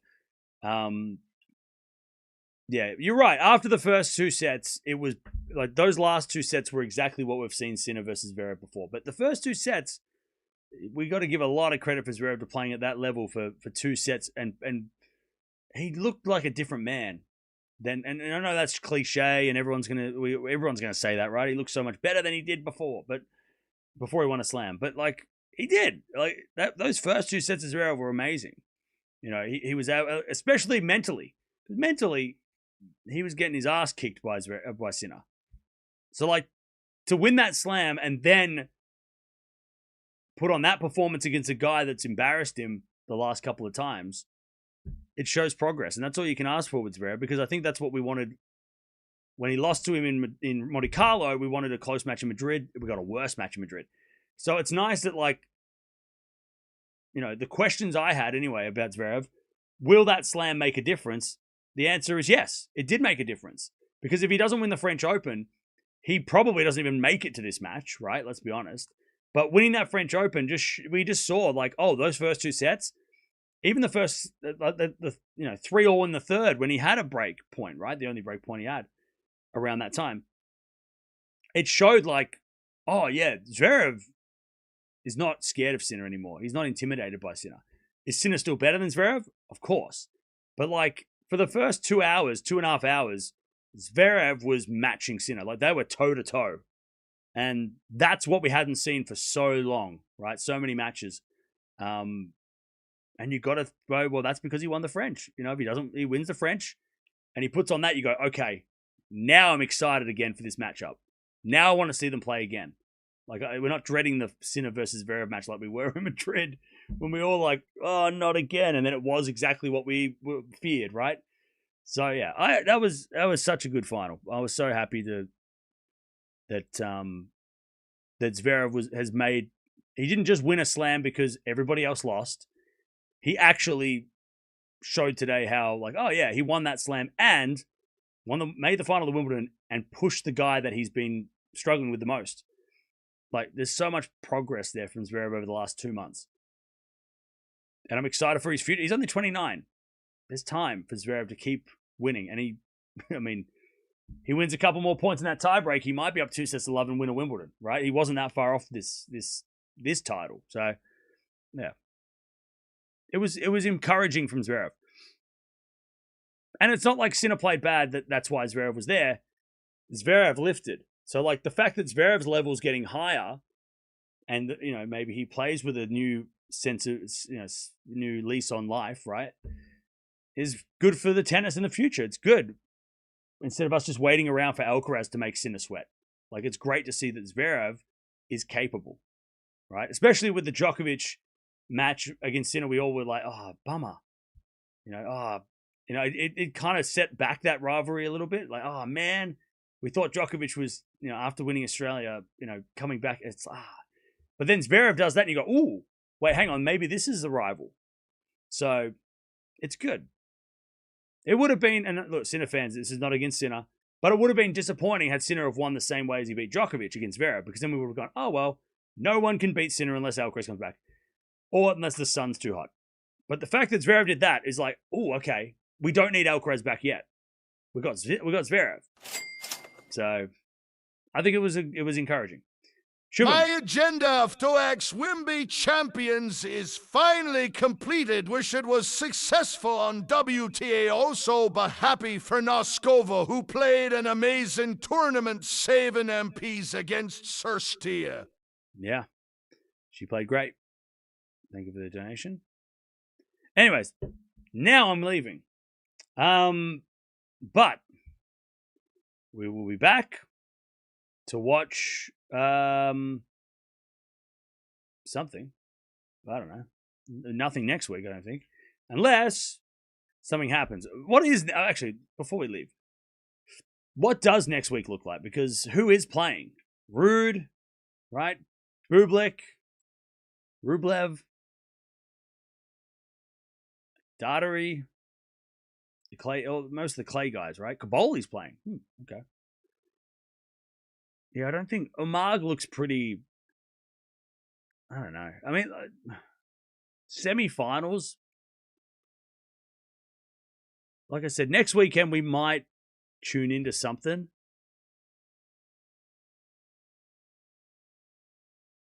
I don't know.